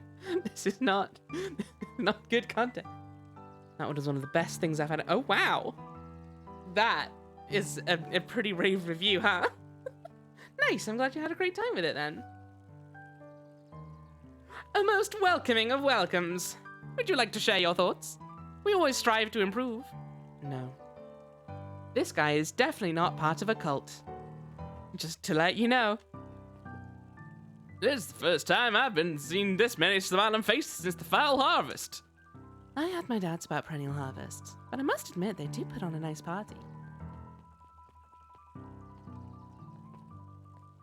What, you don't want to give us some cryptic clues about what's coming up? That makes me even more worried. Piper, you're actually taking a break from studying. I want to see what all the festival fuss is about. But I can't help but notice you still brought your backpack full of books. Look, backpacks can carry a lot more than just books. True, true. So what you got in there? Books. Of course. I was able to return the Perennial Harvest safety suit you borrowed. I don't think anyone noticed. Good. Now, will you tell me what you needed it for? It was a favor for an enemy of my enemy. This isn't gonna harm Mr. Kerr, is it? All you need to know is that it's for the good of the family. Hey, here's my question. Go on. If we're brother and sister, yeah? Yes. Why is it that I speak with a really intense Southern American, like, Texan drawl, and you sound like real posh British? I mean, I suppose it's a good question, but maybe we were raised by different parts of the family. I don't know. It's hardly an impossible thing to figure out. I know, just seems a little weird is all. Like, if someone was giving us voices and they weren't really familiar with the story yet and didn't know what to do with us. Well, that's an extremely odd way to look at it, but I suppose that's quite possible as a way to do it. Yes, I do have resting posh face, and I am called Eris. So it would be quite ridiculous if I didn't have some kind of an affected voice like this. But I mean... Hey, quick question. This kid over here, do you reckon it's a problem that he heard all the conversation we had? I don't know. I feel like we were unclear enough about what we were talking about that he couldn't necessarily draw any conclusions unless he'd been hiding in a bush when he saw the transaction take place, so I think we're fine. He said don't feel bad, but I'm gonna do that anyway. Well, maybe I want you to feel bad now then. Now that you're following through on my advice. Yeah, no, absolutely no worries. Thank you so much for the raid, Baggins, and have a lovely sleep. See you around. Okay, I'm done. I'm done vamping with these two. For now. Hey. Luca, did you know? The Beacon Pines is actually unincorporated? A lot of people didn't know that. Wow, yeah, I didn't know. What's that mean? Means most public works are handled internally. We do all the pipelines, the water treatment, building regulations. Mm-hmm, that's great. Census taking, emergency services. Oh, no, come on, let him finish. I want to hear him. Shit, it's nearly midnight. It is, I have been going fairly long today. Oh my god, almost 5 hours. It's tough because I don't know if we're close to ending a route or if this is gonna keep branching off. Because this kind of feels to me like a loop that's not gonna fully resolve. But this game is really good. And I do just kind of want to keep going forever. But at the same time, it is late. We'll keep going for a little bit still, I think. But maybe not forever longer. Hey, Luca. So, you're down at the library? Huh? Oh, nothing. Griffin looked away suspiciously. Nothing at all. What a mysterious thing for him to say. Don. I got a question for you. What do you think this whole festival is for? The way I figure it, Perennial Harvest is trying to win over the town. Like a bribe, but with balloons. Cynical. I like where your head's at. That's what I assumed at first too, until I eavesdropped in a couple of gossipy clipboards. What if I told you that this whole thing is really a special shindig for a super secret guest of honor? A special guest? Who? I haven't dug that deep yet. But whoever it is, PH thinks they're a pretty big deal. You think that 6-year-olds can travel the parallel timelines or something? Now, what on earth are you babbling about now? I don't know, I'm just real nervous right now, and this whole thing needs to go well, and all that thing you said about everything maybe, taking Kerr down, I'm just, I don't know what. A library. Somewhere quiet. Nah, this couldn't be it. He meant the phone booth. The phone booth elevator. Aww. Don't be ridiculous. They have to be at least twice that age to travel between timelines. Could you imagine? A 6-year-old able to cross between the streams? Nonsense. Don't be silly, dear brother. The entire rest of this playthrough will be filtered through these two characters having a discussion. Oh dear. Yo, I'm gonna chat with this guy first. Hi, Jace. Still working through the newest tank atomic? You know it. Some fascinating canon toward the end. Did you know tank atomic shrinkery doesn't technically shrink stuff? It uses inverse quantum particle decay to literally grow the entire universe around an object, leaving that object unaltered. So it just looks shrunk compared to everything else? Bingo. That's wild. But Jace, no spoilers, please. Oh, right, sorry. Give it a good cast now. Hey, Luca! Kato's eyes lit with excitement. I've been expecting you. Bravo on deciphering the first riddle. The first... Oh, you didn't think that was all, did you? Well, it does go all out, doesn't it? Kato straightened up and cleared his throat as if preparing to sing. On planet Farpool, you may take issue. When the 5th king dies, you'll need a tissue. Kato stared at Luca eagerly. Get it? Emberforks, welcome in. How are you doing? Could we please have a shout out for Emberforks in the chat? Nope. Well, that was delayed. Thank you for the raid. Welcome in. How was your stream? What were you up to? Who are you? How did you get here? Why? What is this? Pokemon Crystal, were you doing another monotype challenge? Ah, just already lurking. I see. You were sneaking. Well, welcome in, everyone. For those, I'm gonna do another quick little introduction to myself. For those who don't know me, I'm Rebecca2015. I play a lot of games, kind of mostly just what I'm feeling like at the moment. But my main focus is games that have lovely art styles, such as the game you see here today. Behold, it's Beacon Pines. And I love games that are emotional, like ones that will make me cry. I have cried on stream a few times, and it's the best. But today, since it's October, we're playing spookies. We're playing a spooky game. I was seeing out today when I'm just a confused old man. That's, you know what, that is fair. We all get that way sometimes. Some kids cope by becoming the riddle master. Yeah, you know. You know the Riddler just had a really bad breakup with their friend when they were 12. And just took it to the extreme. But yes, Beacon Pines is a Thank you, Ravine. Beacon Pines is a really cool game. As you can see, gorgeous aesthetic. Seems very cozy, but it is not. There is a mystery going on in this small town, and it's real creepy, and it's real good. And the main way we interact with the game, aside from running around and talking to people and doing things, is at key points in the story, we get to choose what words gets inserted into a sentence. So to give this very first example, the tutorial, you're talking to your grandma about what your plans are for the day, and you essentially say, I think I'm probably just going to blank with my friend today. So you say, I'm just going to chill with my friend today, or I'm just going to go hide with my friend today.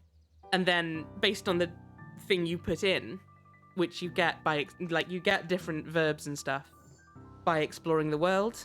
So we've had a lot of different options here, which come up in different contexts. You get these as you go around, and they will affect the story. So you can have different branching timelines. We've died a few times because we chose a verb that was leading to a doomed timeline. And yeah, it's real interesting, and I'm loving it. I'm just gonna weep with my friend today. Exactly. I'm just gonna go shit with my friend today. And yeah, it's real cool. So feel free to get cozy and see where this goes. I probably won't be streaming too much longer, but I wanna see if this is a real long path I'm on currently, or if I feel like it's a doomed timeline. So who knows?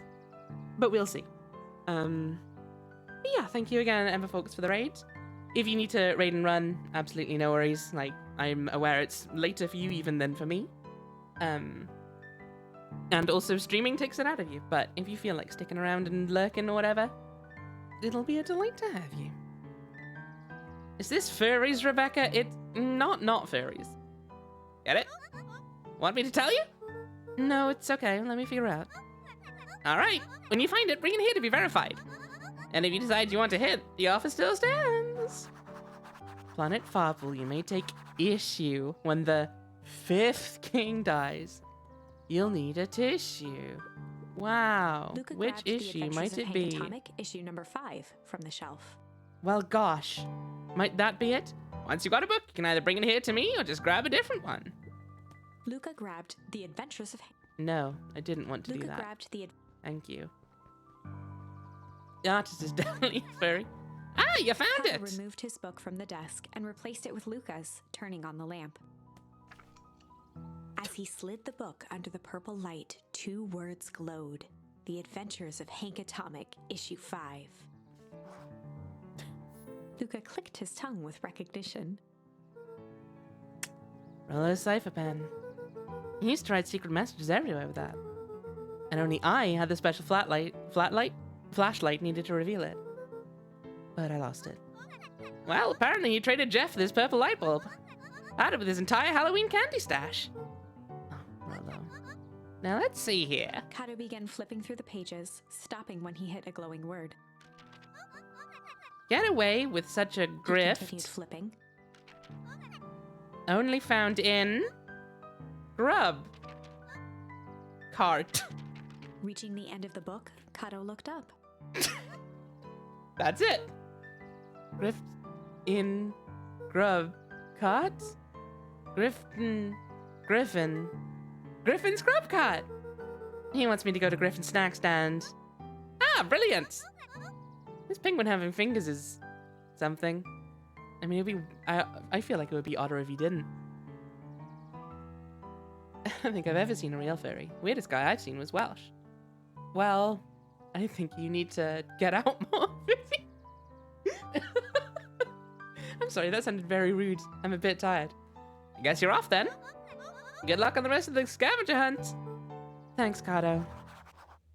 I mean, I could have saved myself some time by just sticking around Griffin's snack stand earlier, but you know what?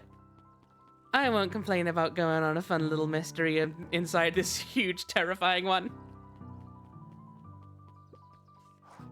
Hi, Griffin. Hey, Griffin.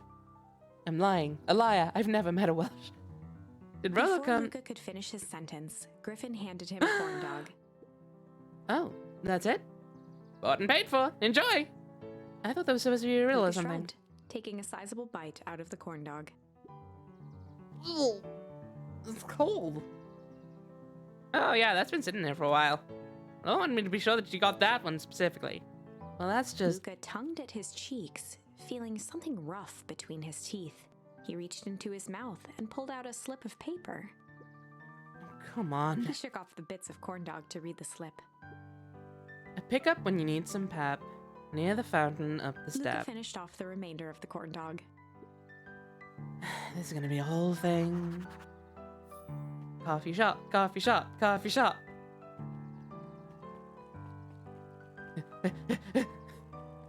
I'm a 12-year-old. I need my coffee.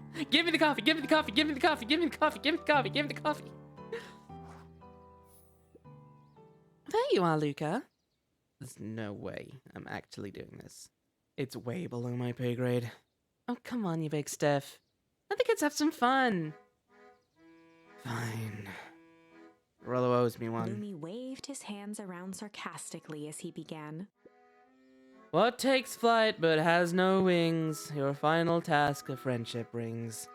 See, that wasn't so hard.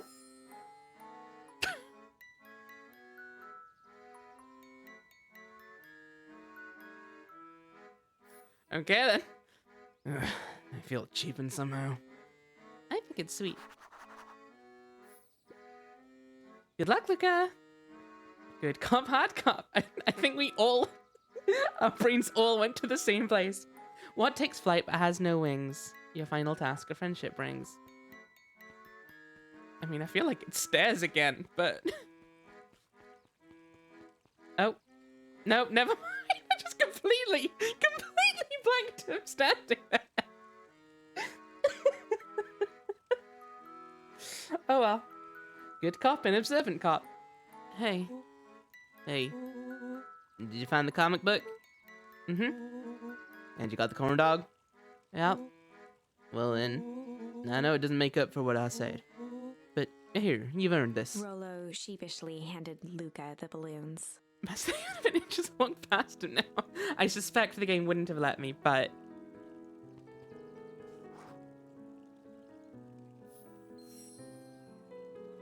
Flight! Thanks. You didn't have to go to all this trouble. I'm sorry I got so mad. Dang it, you were supposed to let... Excuse me apologize first. Oh, sorry. Now you apologize twice before me! Just let me do this. Luca, I'm really sorry. With everything that's happened, your mom and all, I've always wanted to be there for you. Be a good friend, you know? When you said you were hanging out with someone else, I kind of freaked out. Rollo. Still my turn! I felt like if you needed some new friend to help you, it meant that I wasn't good enough. But that was selfish and wrong. I was wrong. I'm so sorry, Luca. Okay, apology over. You can talk now. Luca threw himself at Rollo, hugging him as tightly as he could. Oh, these boys. Oh, I don't deserve you. I don't deserve you either. That's why we deserve each other. So, what else do you want to do today? You could snoop around and try and find some info about your mom. Snoop where? You could probably sneak into Perennial Harvest HQ while everyone's out at the festival. Aren't you curious about all the stuff those clipboards write down? Or have you got caught? I think I've had enough excitement for 1 week. Let's just make the rest of the day about us. Really? Yeah, the rest of the world can wait one more day. Oh, I don't think it can. I don't think it can. You know, I have been wanting to get some work done on the MCDC admission control. The aim is a bit unpredictable. Sounds perfect. I love you. No, it's just... Oh, they're just babies. I love them. Sweet little... There's balloons. Oh, look at him go. Yet the world refused to wait. Did you hear? After Mr. Kerr gives his big speech, they're gonna have the first annual Biggest Catch competition. As long as the boot qualifies as a catch, I'm a shoo-in. Good luck. Hang on, Rollo. I need to remember my dad real quick. No. Luca Nothing gently new. first. I thought there was something new, but I was wrong. Give it a good cast now.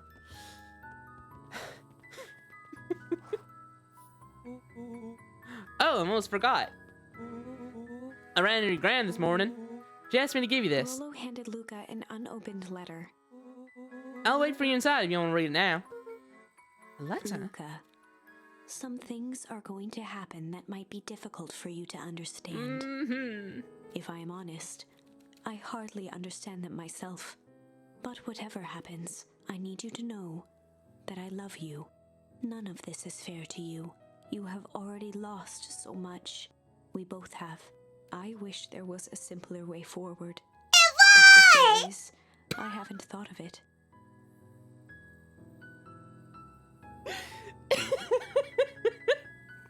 Thank you, Busy, for the Ivy! That's very loud.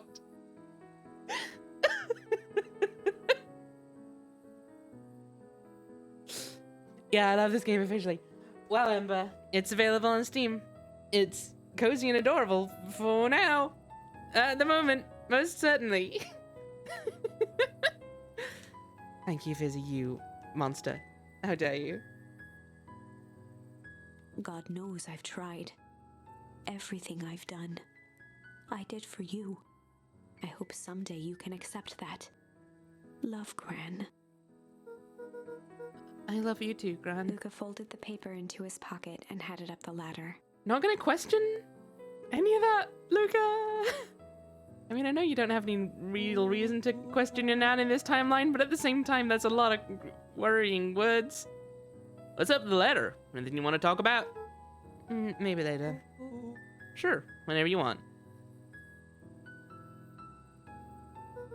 It's available on Steam. Let's have Steam look at my wallet and laugh.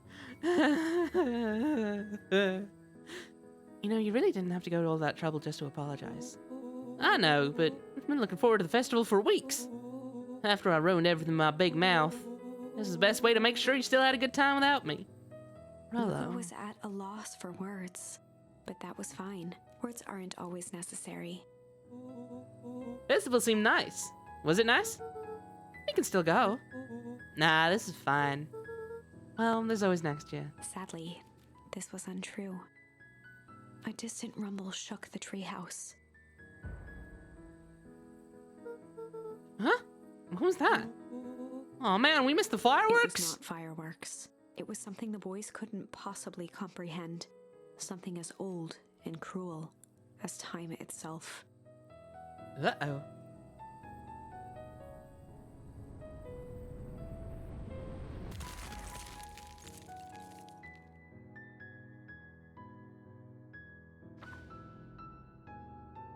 A shockwave of cold tore through the room. A bitter, unfathomable chill. Huh.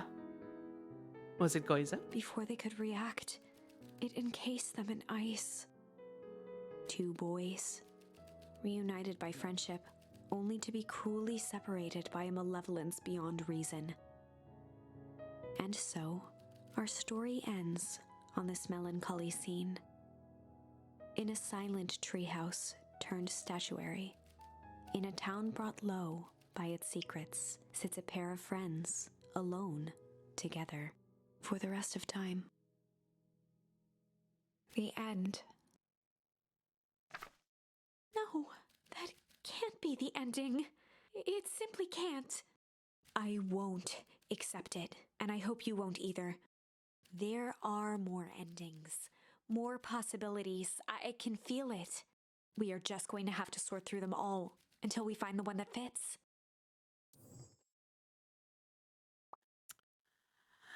Well, this was a cold and cruel end to today's stream. I haven't been here all stream, but I've been getting Night in the Woods vibes. Interesting. Yeah. I think there's certainly some similarities with Night in the Woods. But with that as our ending, I think this is our best opportunity to end the stream before it gets too late. And before I get too invested in a new thing. Like Animal People in Mystery Town, exactly. There's definitely a lot of parallels. And also real cool art. Yeah, I'll be back with this probably Saturday? Maybe Friday? Who knows? Sometime soonish. But in the meantime, thank you all extremely much for coming by. I have had a lovely time today. I hope you have as well. Thank you all for keeping me company in chat while I played this wild time. I'm gonna have a quick check if I know anyone who's streaming. Yes. Ooh, Violite, who I mentioned before, is playing Monster Camp. So let's go and pay them a visit and see which monsters they're smooching. That'll be a good time. That'll be a weird tone shift. Raid. Let me get the numbers right. Violite 26, 23. The name is complicated. Why is your name complicated, Violite? Why would you do this to me? Please. You're better than that. Hey, that's the one. Yeah. You know what? I'm gonna move to my ending screen because I never use my ending screens. I always make them and then I never use them. But I'm using this one. And yeah, as I said before, back sometime soon with this. Until then, have a lovely rest of your evening. / have a good sleep. Bye bye.